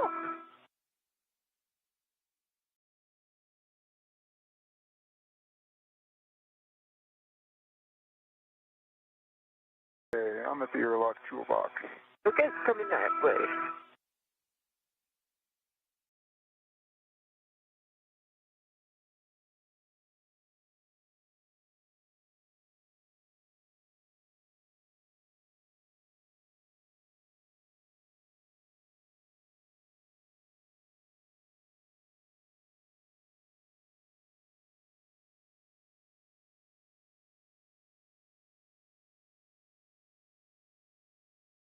Down to Petersburg. Jeff, I'm at the airlock. Good to open thermal cover. Affirm, Nick. Astronaut Nick Hague has arrived to the airlock, the crew lock, as a part of the Quest airlock, in which they will drop off. And you heard communications from the teams here at Mission Control in Houston in the International Space Station Flight Control Room to stow baggage and tools before moving on to some get-ahead tasks, which will include additional imagery or taking photos of an ammonia line, as well as potential APFR evaluations, that is an articulating portable foot restraint, before the close of today's EVA. Now 5 hours and 17 minutes into today's spacewalk for NASA astronauts Nick Hague and Suni Williams. Everything has been going swimmingly, so much so that they have been moved ahead of schedule.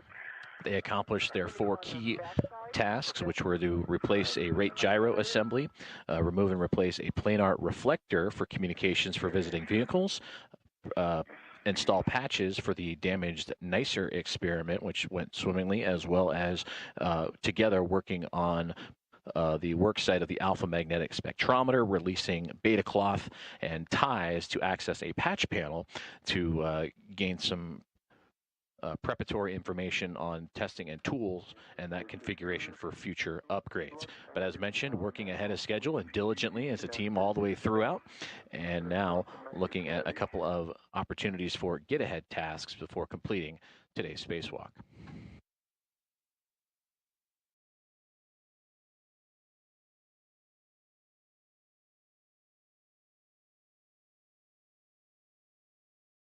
A crew lock bag coming in detached.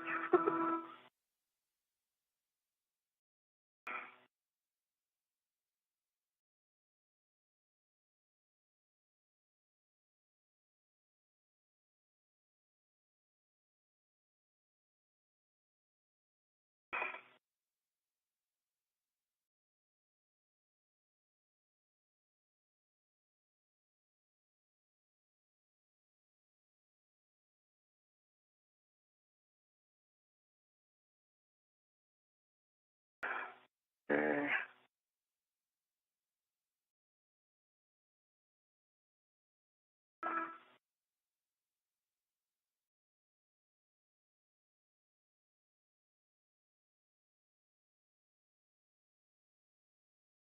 Mr. Caddy is stowed, so my swing arm. You got the crew lock bag? Can you do that one? Yeah, I can take care of it. Now, get the book.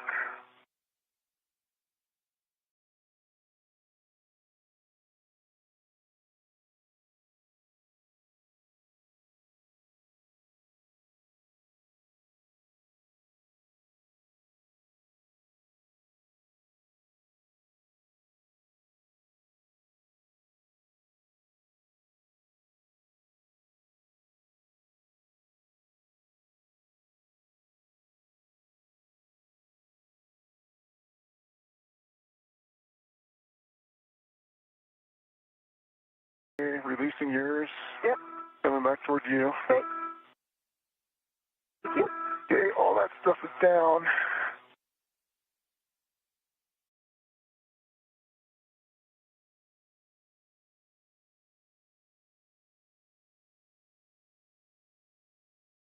Okay, I'm coming back out. All right, and Nick, before you come back out, we just want to confirm in the airlock that we should see 2 PGTs, 2 crew lock bags, and the NICER caddy.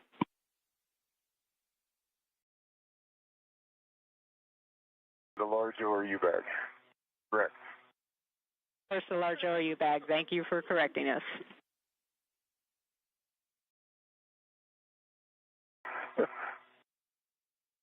It's just it's wonderfully in my way in here.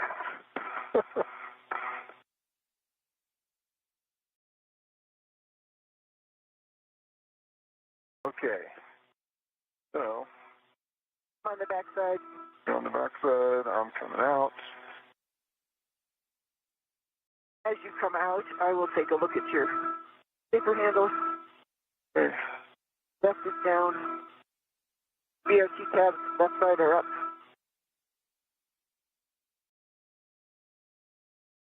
Your handle on your right side is down. BRT tab on your right is up.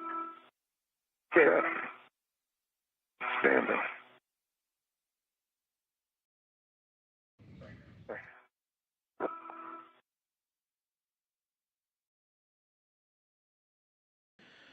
Great visuals there of NASA astronaut Nick Hague stopping by the Quest airlock. The theme of the day, we would ask that you turn your HECA back to the on. Thanks. Okay. HECA is green light on. Okay, copy. We will continue to troubleshoot. All right, so for both of you, we see we have about 20 to 25 minutes before we want to bring you guys back to the airlock. And with that, we're just going to take these tasks as far as we get in that amount of time. So what we see is Sunny with the camera is going to execute the Node 3 ammonia, or the Node 1 ammonia line imagery task. And we'll start translation first. And then Nick, we're going to have you follow Sunny to the Z1 APFR toolbox, and then actually stand by.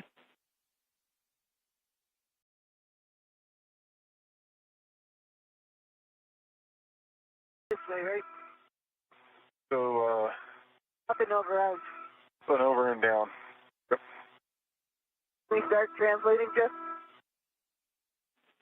Okay. We just wanted to confirm the tether config was correct. So we do see, Sunny, you translating first out to Node 1 to take the ammonia line imagery, and then Nick following and then splitting off at Node 1 up to the Z1 APFR for an APFR eval.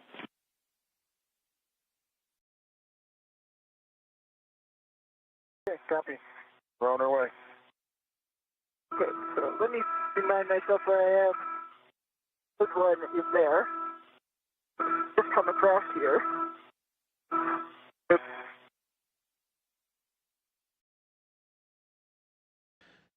Great communication there between Jessica Whitner, the spacewalk communicator here on the ground in Mission Control in Houston in the International Space Station Flight Control Room, relaying the get-ahead tasks. And you heard that there was a little bit of time left on this EVA number 91 for NASA astronauts Sunny Williams and Nick Hague, and divvying up the tasks as they have stopped off at the Quest airlock and the crew lock to drop off various bags of equipment and tools, and then now translating or moving around the International Space Station, in which Sunny Williams will then take imagery of an ammonia line, and together while moving off, they will split off, you heard, and Nick Hague will... And for both your SA, we don't have good views right now, so you can continue to keep us apprised and let me know if you need any directions along the way.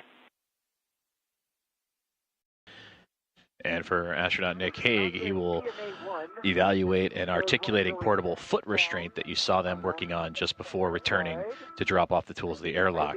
And that is a visual of the airlock itself and the astronauts making their way around it before proceeding with these get-ahead tasks and additional tasks after completing the 4 key ones on today's checklist. And Sunny, the first photo for you is actually going to still be on Node 1. You're going to be head facing nadir on Node 1 handrail 0107.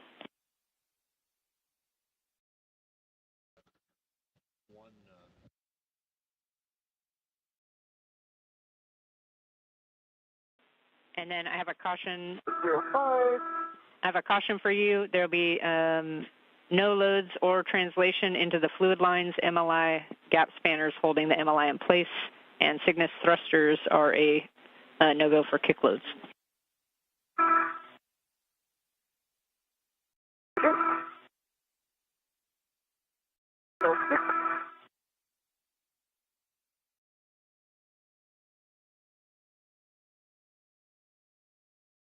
cables here.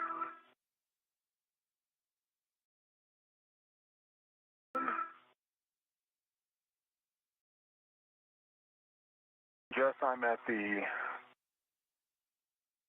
B1 APFR for the eval. Okay, copy, Nick. While I give Sunny some words, you can activate the pitch, roll, and yaw pedals just one direction and back to its original location and verify that those work.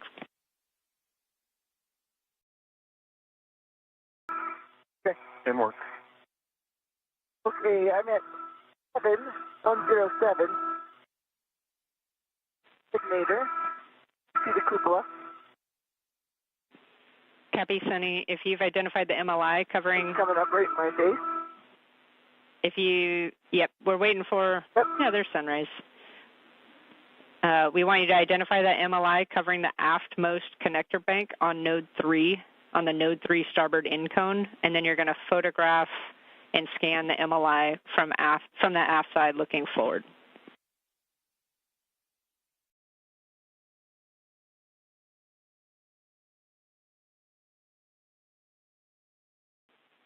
And Sunny, for you, we're really just looking for a box pattern, like overlapping box patterns, so we can put all the pictures together later.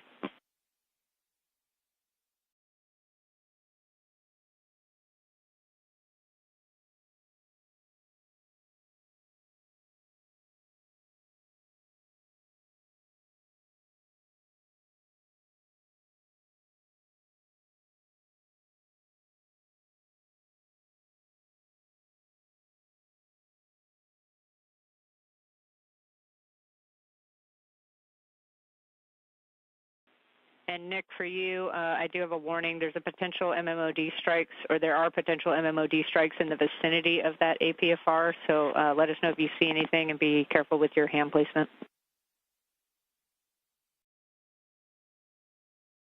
Okay, got it. So far, yaw and roll are functional. No issues. Copy. I heard yaw and roll functional. Can you confirm you've done pitch already, or are you working on that now? Working on that now. Do you have final settings that you want me to leave this in, configuration-wise?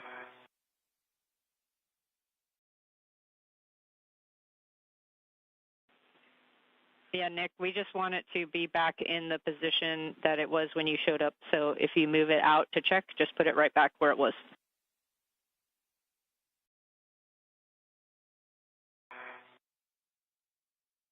Okay, Jess, you're just looking for orthogonal pictures, really, of this side coming over, correct?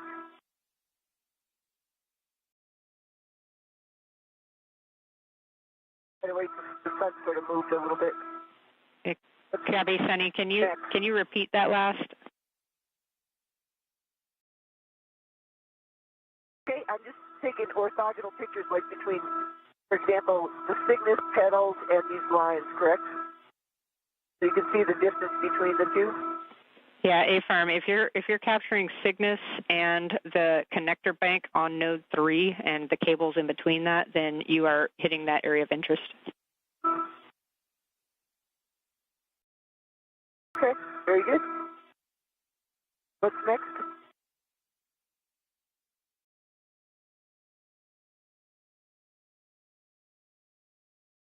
Okay, Sunny, the next location is going to be translating over to node 3, handrail 0619, and that's going to be zenith from where you're at right now, and then across the two gap spanners, the two diagonal gap spanners to node 3, and then at that lower gap spanner, you should find handrail 0619.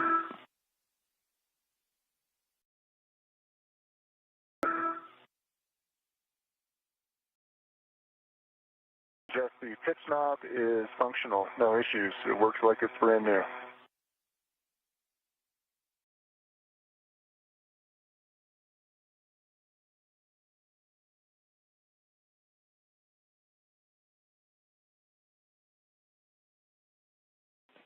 And great news, Nick. Can you just verify that it is the pitch knob is back out?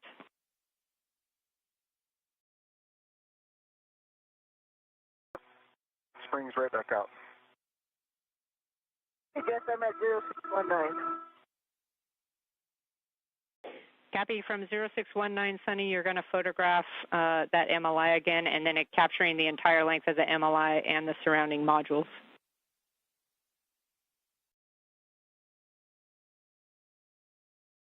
Now, for both of you, we're 2 minutes to handover, and we might have some Radicom here for the next 5 minutes or so after that, but I'll ask you to repeat if I don't hear it.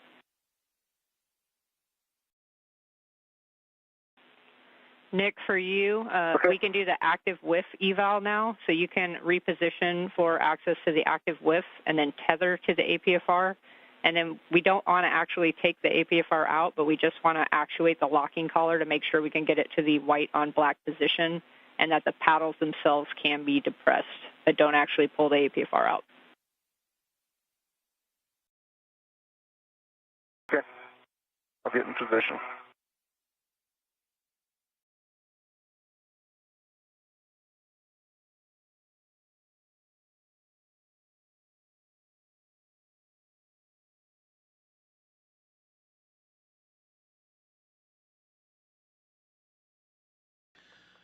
Five hours and 32 minutes into today's spacewalk featuring NASA astronauts Sonny Williams and Nick Hague, as the two of them have cruised through their tasks, no issues, everything working swimmingly, and now operating on some additional tasks that have been assigned by the team here on the ground in the International Space Station Flight Control Room. The space station currently entering an orbital daytime period after just flying over Sydney, Australia, and approaching the west coast of New Zealand. It's one handrail nadir of that current handrail you're at, and we're 20 seconds to handover, and it's the same photograph series that we're wanting.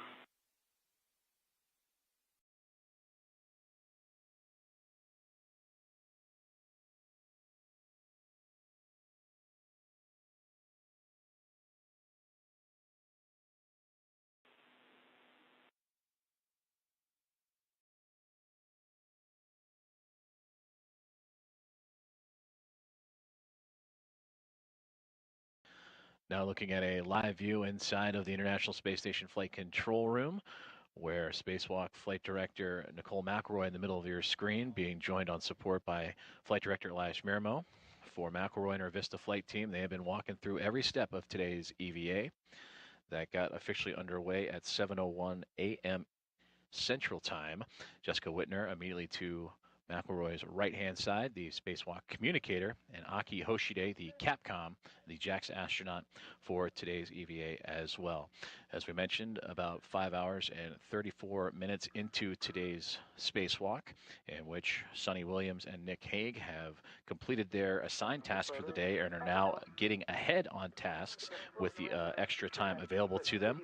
For Sonny Williams, that was the most recent helmet cam view that you saw that had her holding a camera. She is taking imagery or photos of an ammonia line on the Unity module of the International Space Station. And Nick Hague, you heard communications of him talking about yaw and pitch. He was evaluating and articulating portable foot restraint, an additional foot restraint after having done so on a couple of previous on this EVA as well. So again, the two astronauts ahead of schedule and able to accomplish additional tasks along their EVA procedures today. And then the last thing for this eval is going to be tool stanchion collar eval. So you'll reposition for access to the tool stanchion collar, and then you'll pull that tool stanchion handle out and rotate the collar in both directions as the worksite allows, and then you'll just have to put the handle back to stow the stanchion back in its original place.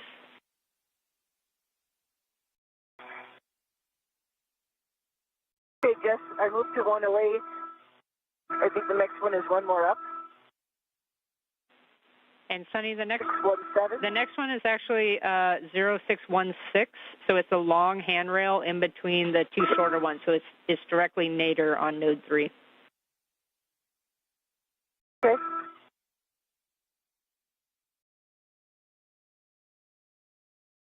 And this position, Sonny, is the trickiest one. It's the closest you're going to get to the ammonia line, so just using good BRT like you have to hold that position, and then just looking for the square grid photo technique as you take these photos.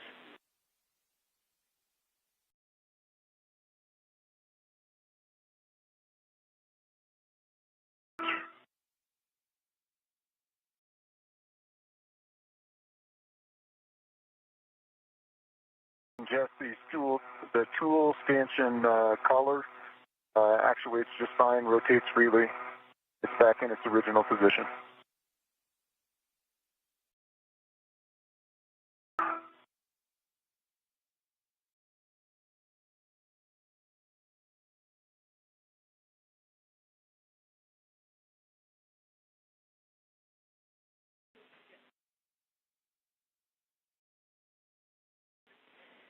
Copy, Nick, on the tool stanchion. So that completes the APFR eval. We would like to just get one more double check if you can read out the settings on that APFR and just one visual look over to make sure we don't see any MMOD hits.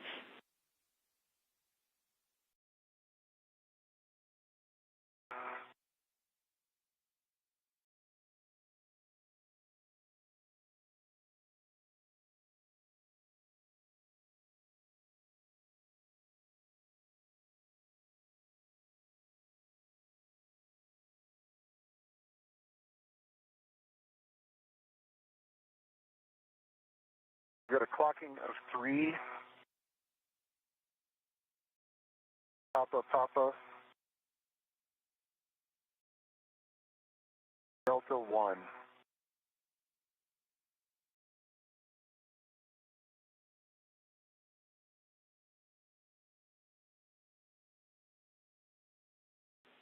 Copy, Nick. We're good with those settings. So that completes that APFR eval. Unless there's anything else, we can get you heading back to the airlock. No, it looks in good condition, and I haven't noticed any MMOD strikes on it, so be good to use. Copy all.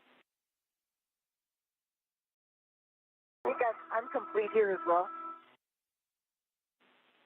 Copy, Sunny. With that, we're complete with our ammonia line imagery, so you can restow the camera and then start your translation back to the airlock as well. With the tethers, we see Nick leading back, but he should be in front of you. Okay.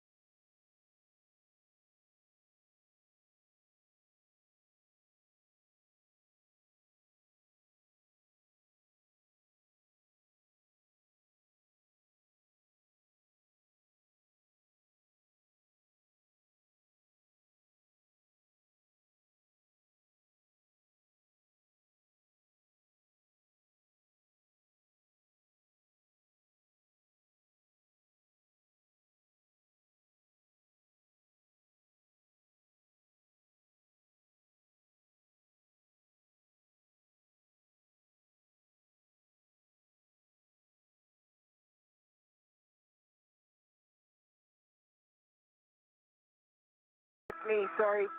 Oh, you're good. We're out of the snarl.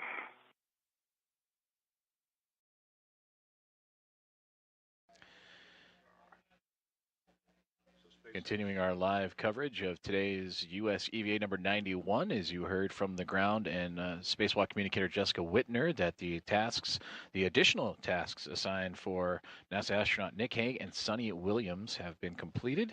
For Sunny, taking imagery or photos of an ammonia line, and for Nick Hague to evaluate an articulating portable foot restraint aboard the International Space Station. Approaching now 5 hours and 42 minutes of EVA time. That got underway at 7:01 a.m. Central Time, 8:01 a.m. Eastern.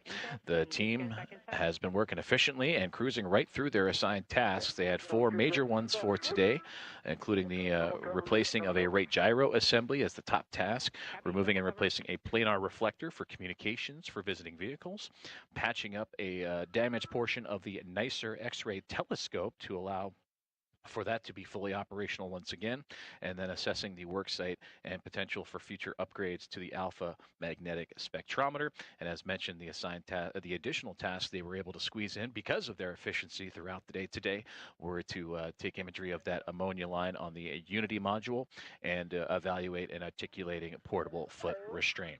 Now you see the imagery right there of astronaut Nick Hague. He's the one with the red stripes on his uniform. You can see that illustrated on the legs of his spacesuit. This view from Sonny Williams is the two standing just outside the Quest airlock and looking to begin their journey back inside the orbiting laboratory.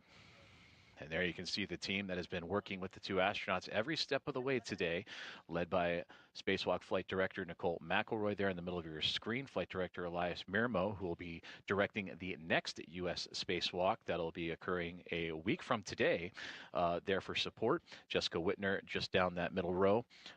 She's acting as the spacewalk communicator, relaying all instructions up to the crew outside the International Space Station, and Aki Hoshide of JAXA as the COTCOM for everyone inside of the space station. And just behind in that back row, you see Farouk Sabor in the back row to the right, the spacewalk lead officer today that's been helping orchestrate a lot of these tasks and seeing what's available for get-ahead opportunities for the two astronauts. Okay, I am in.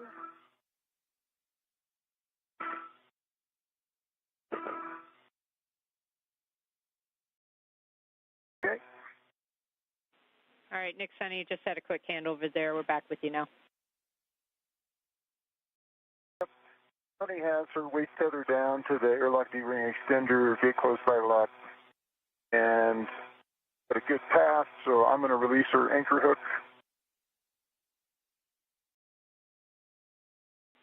Copy all.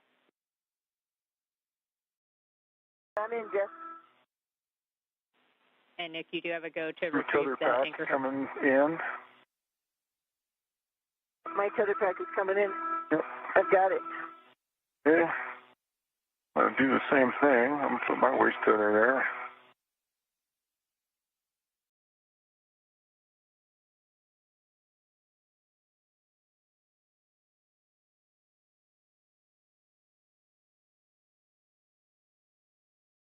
Hey, gate close, block on block. With that Jess, I'm going to release my safety tether back. Yeah, copy, Nick. We heard black on black for EV2's anchor hook on your waist tether, so you have a go to pick up your hook. I put my waist tether to the airlock D-ring extender. Both of ours are today. Okay. D-ring extender. Copy. Understand the config now. You still have a go. Okay. My anchor hook is picked up. Swing around and come in feet first. You're clear of the bag. I'm clear.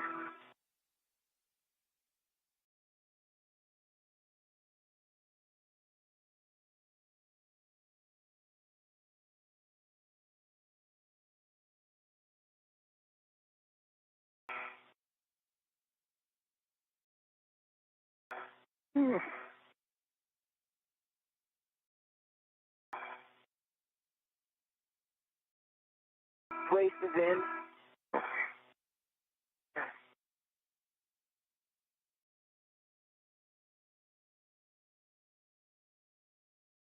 And there's an excellent view from the helmet camera of NASA astronaut Sonny Williams as you're seeing them start to re-enter the Quest airlock and the crew lock portion of the International Space Station after completing a multitude of tasks outside of the orbiting laboratory. You can see at the feet of Williams, Nick Hague backing in to place. They were talking over their tethering configurations on how to make sure that they are properly attached and safely attached to the International Space Station.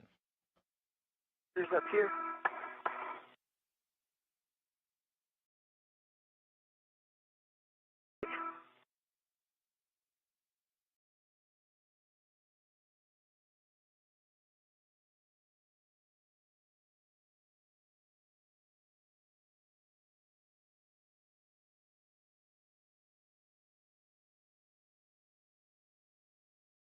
I just I've got the thermal cover RET attached to the D-ring. I see 1, 2, 3, 4, 5, 6 lines. Copy, Nick. And can you just verify that the magnet is engaged? The magnet is engaged, although it does not want to stay very well. Hang on a second. There's a flap of cloth over it. Better. Okay.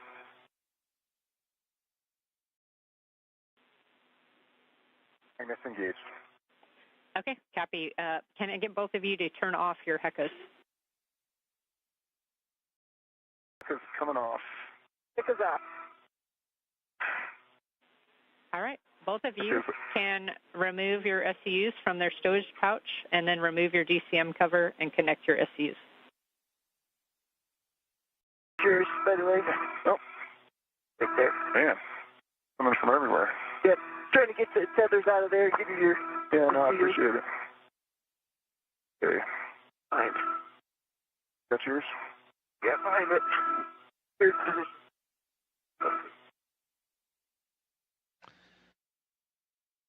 And there you heard the communication from Jessica Whitner, the spacewalk communicator, up to the crew as they have now begun the ingress process, or returning inside the International Space Station after a hard day's work out and about the orbiting laboratory in the vacuum of space, completing the 4 key tasks and an additional 2 tasks on today's spacewalk. Now approaching 5 hours and 49 minutes of EVA time as, again, the crew aboard the International Space Station, both Williams and Hague in their suits, but their support team of Butch Wilmore and Don Pettit will be awaiting for them. And there they are right there looking through the hatchway. They are in the equipment lock of the Quest airlock portion, and they are looking through the window at both Hague and Williams as they make their way back inside the International Space Station. Just a couple.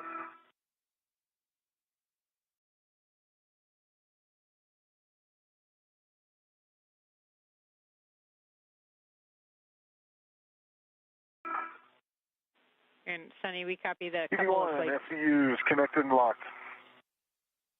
Not much, just a couple. Sounds good. We are not concerned down here, and you can continue.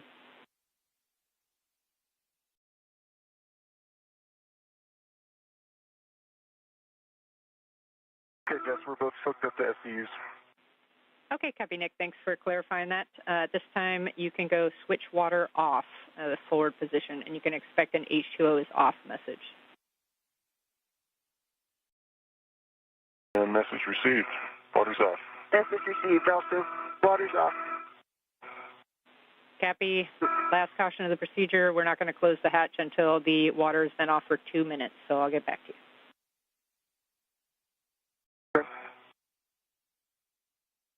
Job. Nicely done.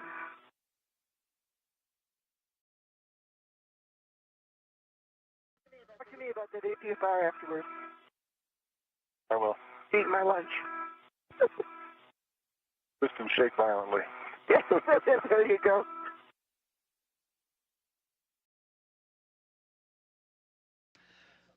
Some fun and friendly words exchanged between astronauts Nick Hague and Sonny Williams as they return inside the crew lock portion of the Quest airlock and continuing with their ingress portion after a hard day's work on EVA 91 outside of the International Space Station.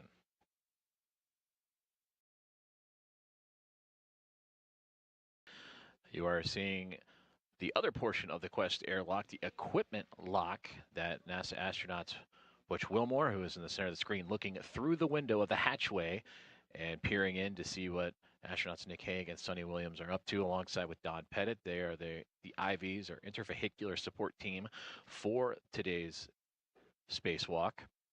They help the two prepare, get dressed in their spacesuits, along with their pre-breathe portion of their preparations before egressing out into the vacuum of space, and await for their crewmates to return here in the next little while.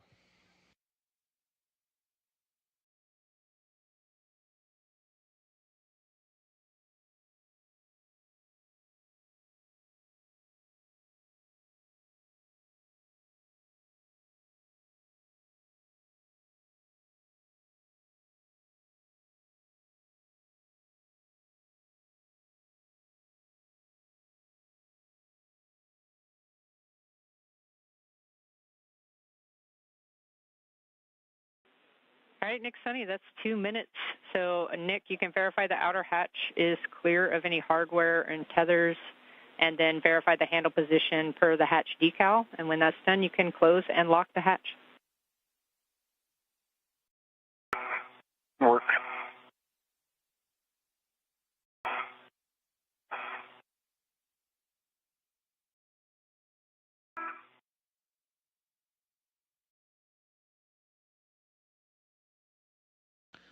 Now just a little over 5 hours and 52 minutes into today's EVA is the crew of Sonny Williams and Nick Hague, two astronauts EV1 and EV2, out and about of the International Space Station, completing a multitude of assembly, maintenance, and upgraded tasks, and are now back inside the crew lock and awaiting the next steps of the ingress portion of today's spacewalk, or their return inside of the orbiting laboratory.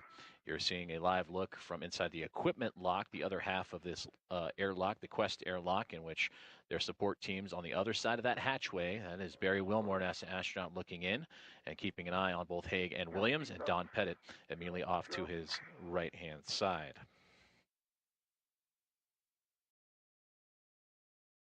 Thanks.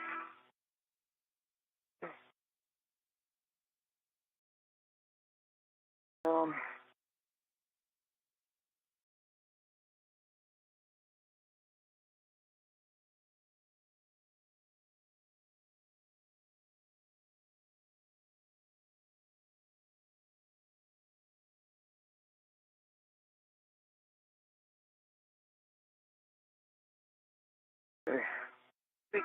Latched and locked.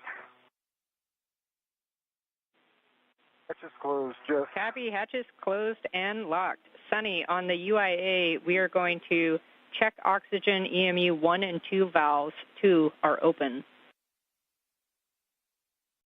Oxygen EMU 1 and 2 are open.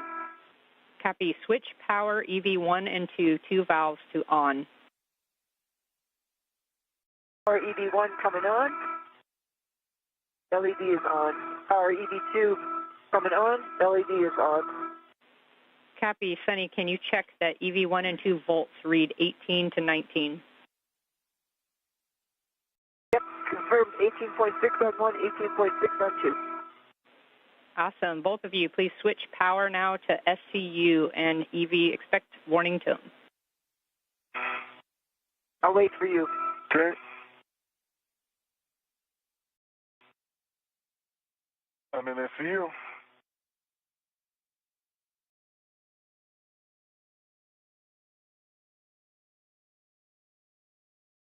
Get that back. Hold on.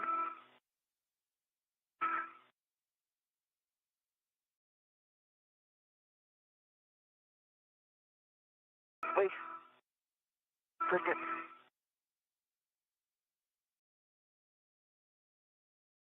It's the toughest switch through I have to do.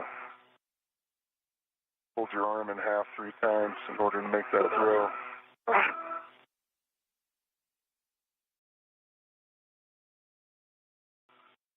SCU, 82 SCU.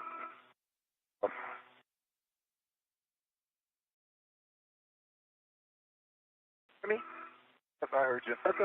Jess, we're both in SCU. Okay, copy, Nick, Sunny. With that, I'm going to go ahead and sign off here and hand you back to Butch. But before I do that, I just want to take a quick moment to congratulate both you and the entire team today on a safe and really highly successful EVA. Some of these tasks we accomplished today were really a long time in the making, so it really was the combined efforts of both the team on orbit and the many, many teams on the ground that made today a reality. So I just want to say thank you all for dedicating the time and the effort that you did. And congrats, Nick and Sunny, on the completion of your 4th and 8th EVAs, respectively. Job well done. Thanks, Jeff. You did an awesome job today. And, you know, those are great words. As you mentioned those teams, it flashes through my head seeing the faces and the smiles of all those people support us at the MDL and the VR lab and Building 9, and the team that makes this happen is it's just really special to be a part of it and get to do this with them. We're about 2 months short of the 60th anniversary of the first spacewalk, and it's just really cool to be part of that legacy and do our little bit.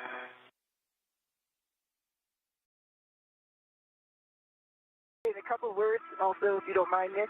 Fire away. You know, this is a huge team, but also our families. Thank you to them. During this fun adventure, particularly on the 60th anniversary of spacewalking. Happy birthday to my husband, Mike. Hey, happy birthday, Mike.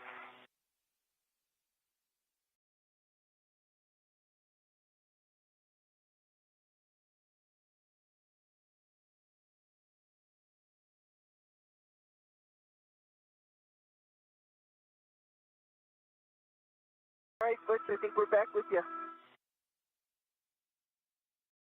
And Houston, just confirm you want me to pick up from here. Yeah, affirm. Thanks, Nick and Sonny, for those great words. And Butch, you have the comm.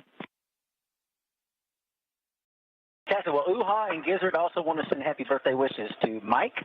And with that, we're going to step into get you guys in here. So both of you, O2 actuator to press. Copy. Verify O2 pause press is displayed. Good.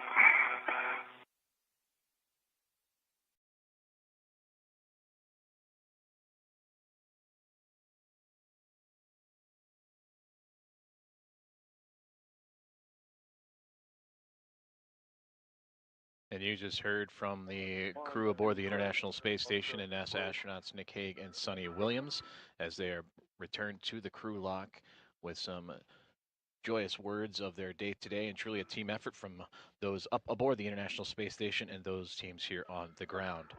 Approaching 5 minutes and 59 seconds of today's EVA as the support teams aboard the orbiting laboratory. Butch Wilmore, you see to the left, Don Pettit to the right, just outside of the hatch, and just on the other side is where Hague and Williams await as they continue to begin their ingress procedures to return inside the orbiting laboratory. And that's EV1 and EV2 both in press? Affirm. Pause press is displayed. Yes. All right, Nick, check the EV hatch MPEV is closed. It is closed, Butch. Okay, we're going to start throttling the equalization valve, so let us know if we need to stop. Will do.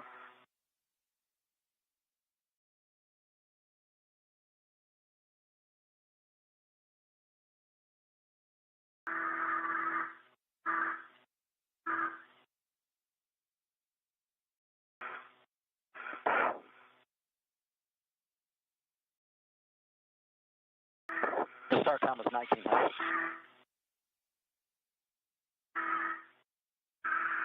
The 4 expected alert time. You're currently at 1.5. Okay. Copy, Butch.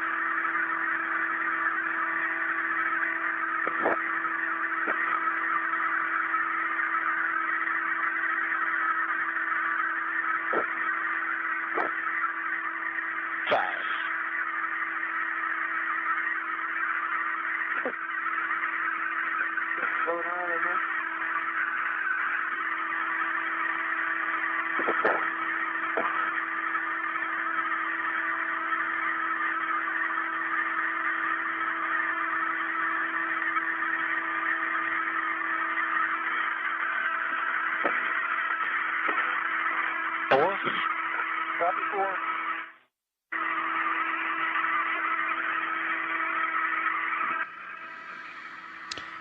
You just heard the call for today's spacewalk that has officially come to a close at 1:01 p.m. Central Time, 2:01 p.m. Eastern Time, and that puts today's EVA at exactly 6 hours long for NASA astronauts Nick Hague and Sonny Williams. We'll bring you updated stats in just a couple of moments, but again, that official end time and repressurization of the crew lock began at 1:01 p.m. Central Time at 2:01 p.m. Eastern.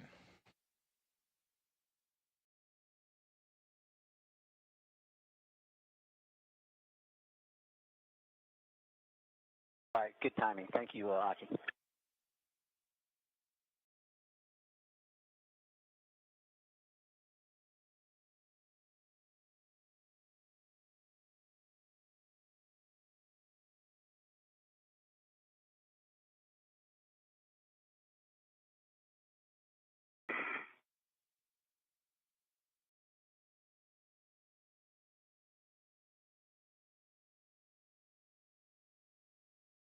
I never turned on my glove heaters.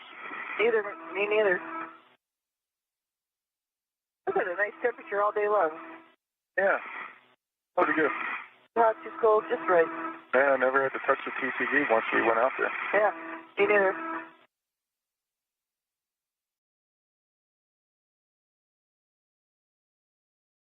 Hey guys, let's check your glove heaters are off. One's off. Good for any contamination. No contamination. No contamination. That's nothing on my glove. 4 seconds in our 2-minute wait. Houston, pressure appears to be holding stable. Do you agree? Check him.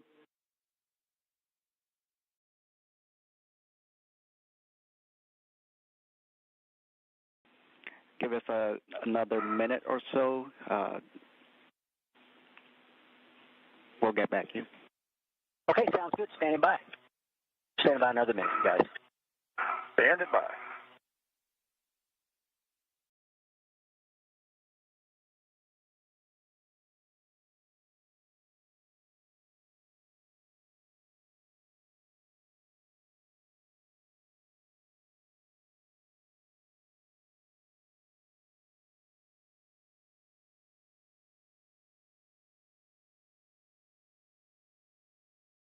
Y'all are still feeling good, right? Feeling good. Feeling good.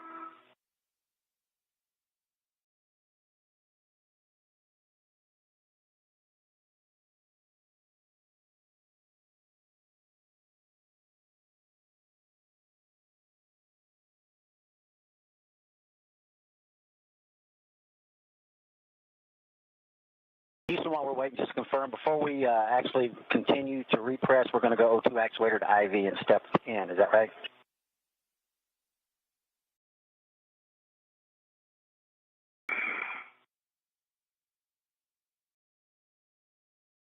Stand by.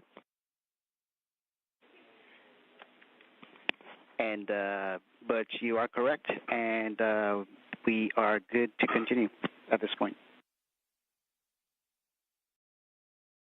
Okay, fantastic. Well, that brings us up to step 10. If both of y'all are feeling well, you go O2 actuator to IV. Let me know when you're there, and then we'll continue the repress.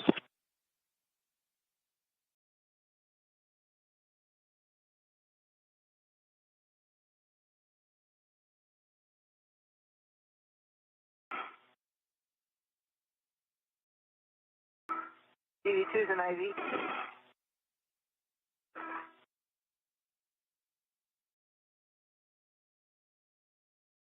And one's an IV. All righty, here we go. IV hatch equalization valve. We're going norm to continue the repress. Expected alert tone.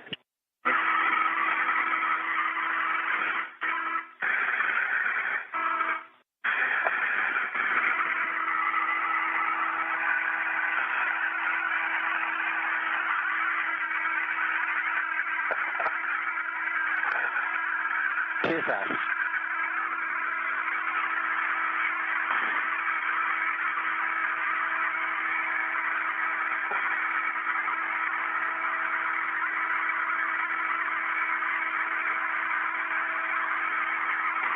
PSI.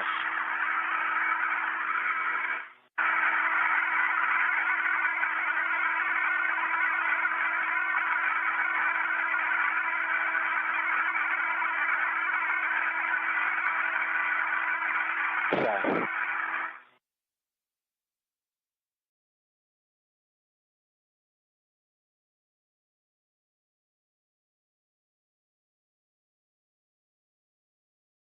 9 PSI. Copy 9, feeling good.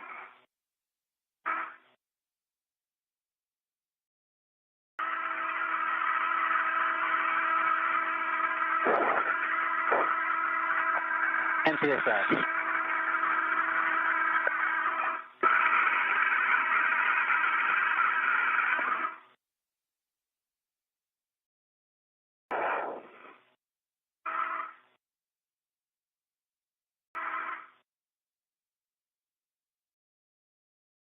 Thank you.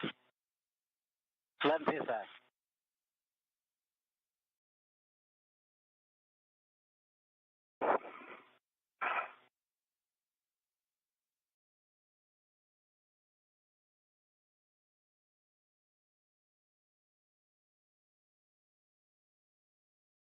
12 PSI.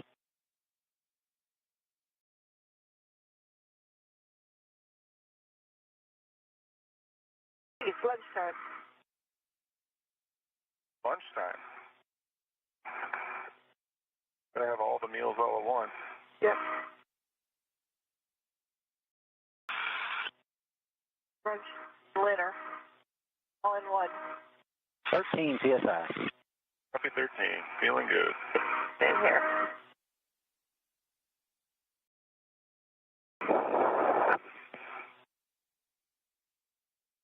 It's breakfast, lunch, and dinner. It's like a blender. Yeah. Blender. We undo from the ring extender so they don't I don't think we're going to float away. stuck like a... TDT is 0. You'll expect an alert zone. Okay. Free. Thank you. 14 PSI.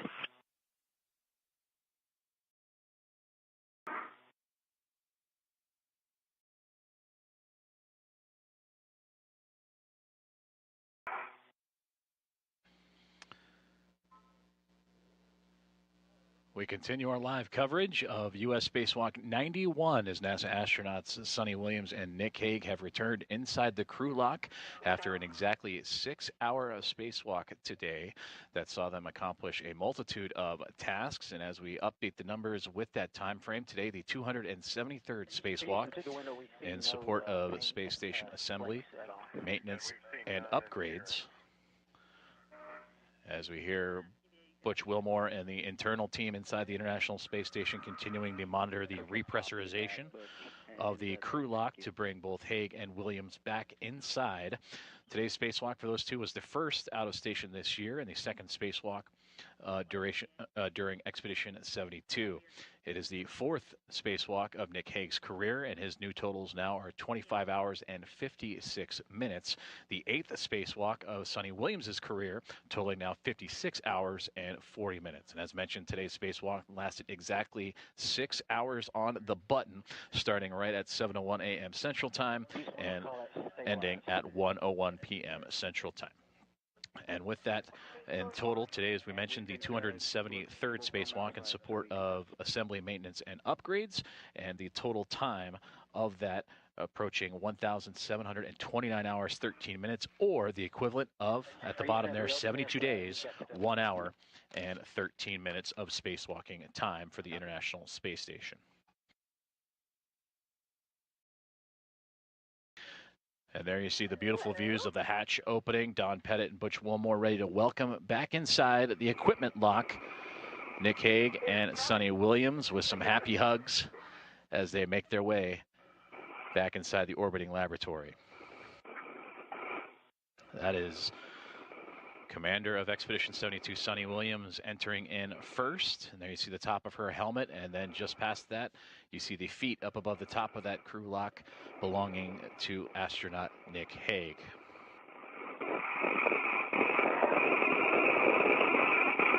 We're still seeing no pain.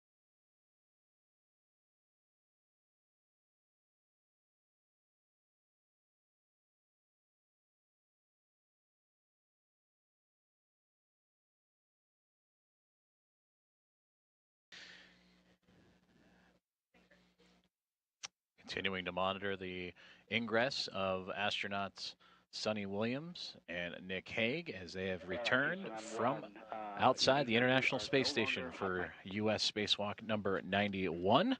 Sonny Williams right there in the foreground, and Hague out in the background. You see his feet floating towards the top of the crew lock as they enter and get assistance from their internal support team of NASA astronauts Don Pettit and Butch Wilmore.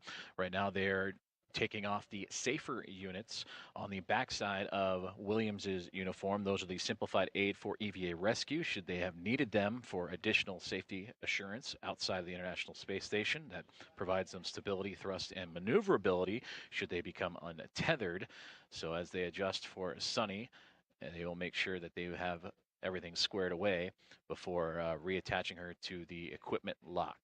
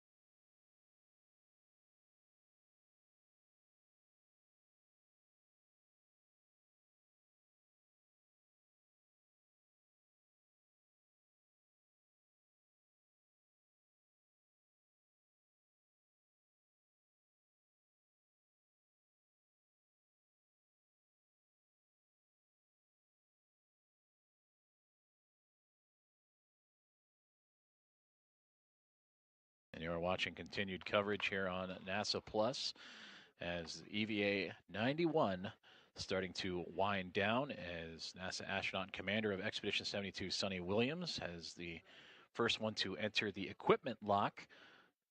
And her colleagues, NASA astronaut Butch Wilmore on the right side, Don Pettit on the near ground, assisting Williams back up on the rack and inside the equipment lock, and astronaut Nick Hague, who joined Williams for an exactly 6-hour spacewalk today, awaits his turn inside the crew lock just through that lidded framework. You can see his feet and those red stripes so faintly floating before he can make his return inside the International Space Station as well. And again, this was the 8th spacewalk for Williams, the 4th for Nick Hague, bringing up their overall totals for Hague, 25 hours and 56 minutes out in the vacuum of space, and for Williams, now 56 hours and 40 minutes in support of the International Space Station assembly, maintenance, and upgrades.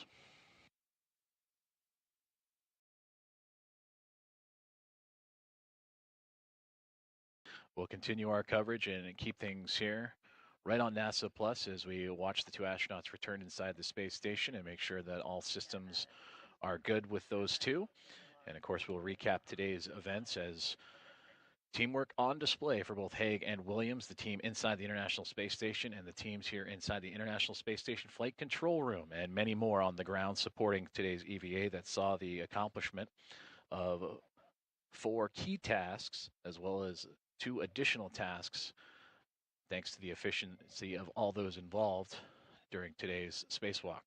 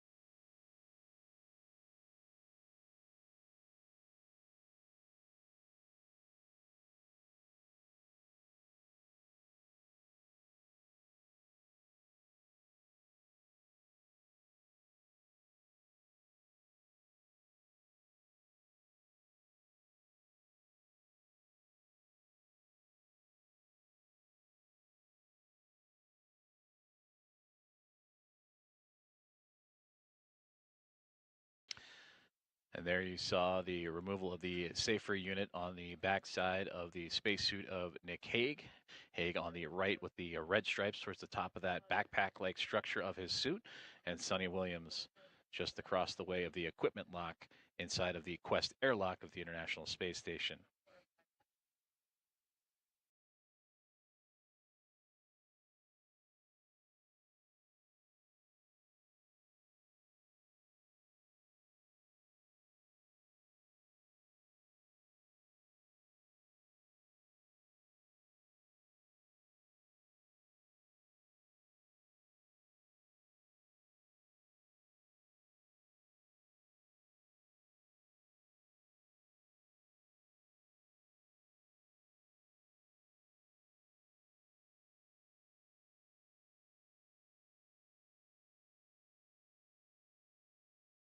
Great to see those congratulatory handshakes and hugs for the two astronauts after completing a 6-hour spacewalk today, US EVA number 91, in which they were able to remove and replace a rate gyro assembly, the number 2 unit that helps measure the International Space Station's vehicle motion, and also the rotational rate, and provide that data for better calculate orientation of the orbiting laboratory.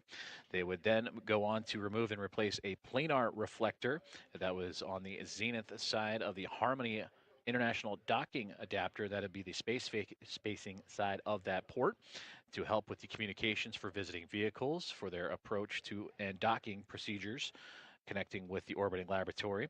And then the two would then move on to install patches for the damaged NICER X-ray telescope, the Neutron Star Interior Composition Explorer. And then the two would move on to the alpha magnetic spectrometer setup to look out for future EVA opportunities, preparatory tasks to upgrade the alpha magnetic spectrometer, or AMS. And with that efficiency and the teamwork of those two and their guidance and teammates inside the International Space Station and those on the ground, they had extra time and were given additional tasks in which they were able to complete imagery of an ammonia line on the Unity module and pick up those photos for future use, as well as take a look and evaluate an articulating portable foot restraint unit also on the outside of the International Space Station. Now you are looking inside the equipment lock, the crew lock just past them, where both Nick Hague on the right side, Sonny Williams on the left, would re-enter the International Space Station and are now being assisted back onto the racks by their internal support team of astronauts, NASA astronauts Butch Wilmore and Don Pettit.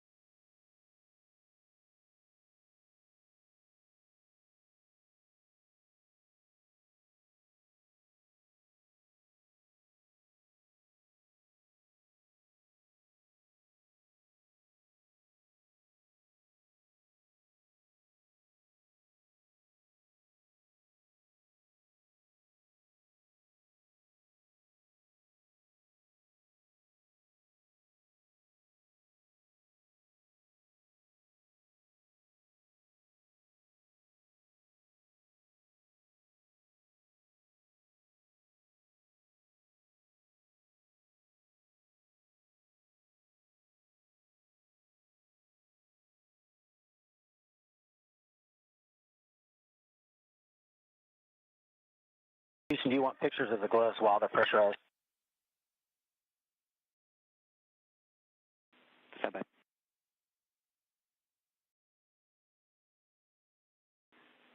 Butch, we do not need pressurized glove photos, only for unpressurized, unless there's something specific. Hang on. Gloves look good. Okay, then we're up to step 19. You ready?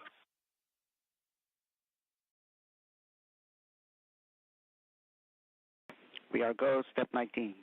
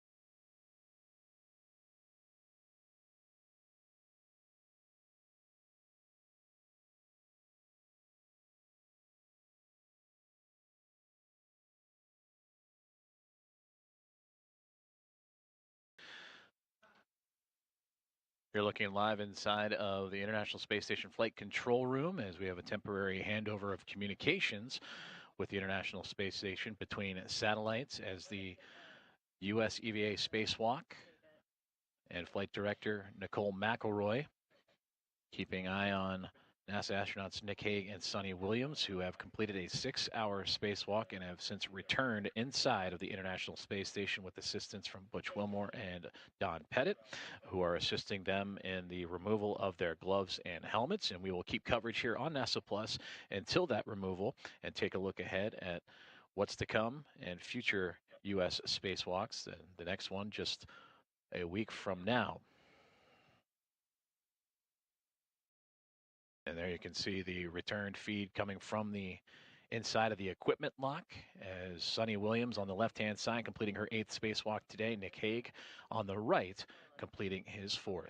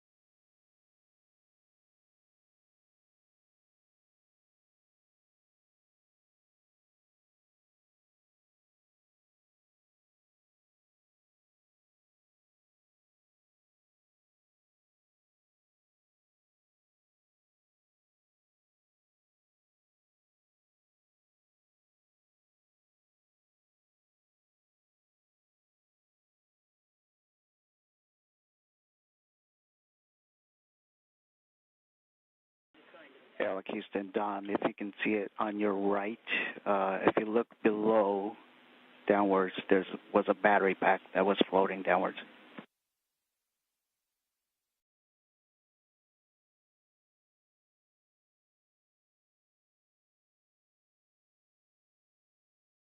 Good catch.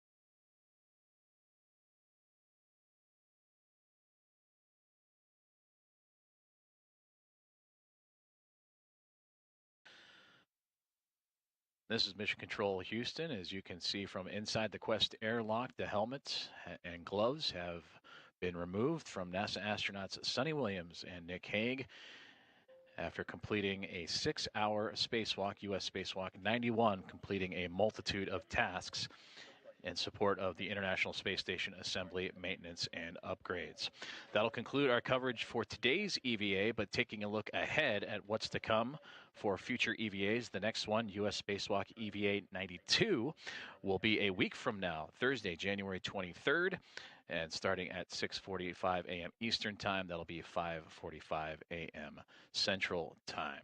And again, that'll do it for our coverage today. Thank you so much for tuning in and staying with us for this 6-hour EVA, a successful one and a good day to go for a walk outside for NASA astronauts Sonny Williams and Nick Hague. And you can follow along with all the latest updates on nasa.gov.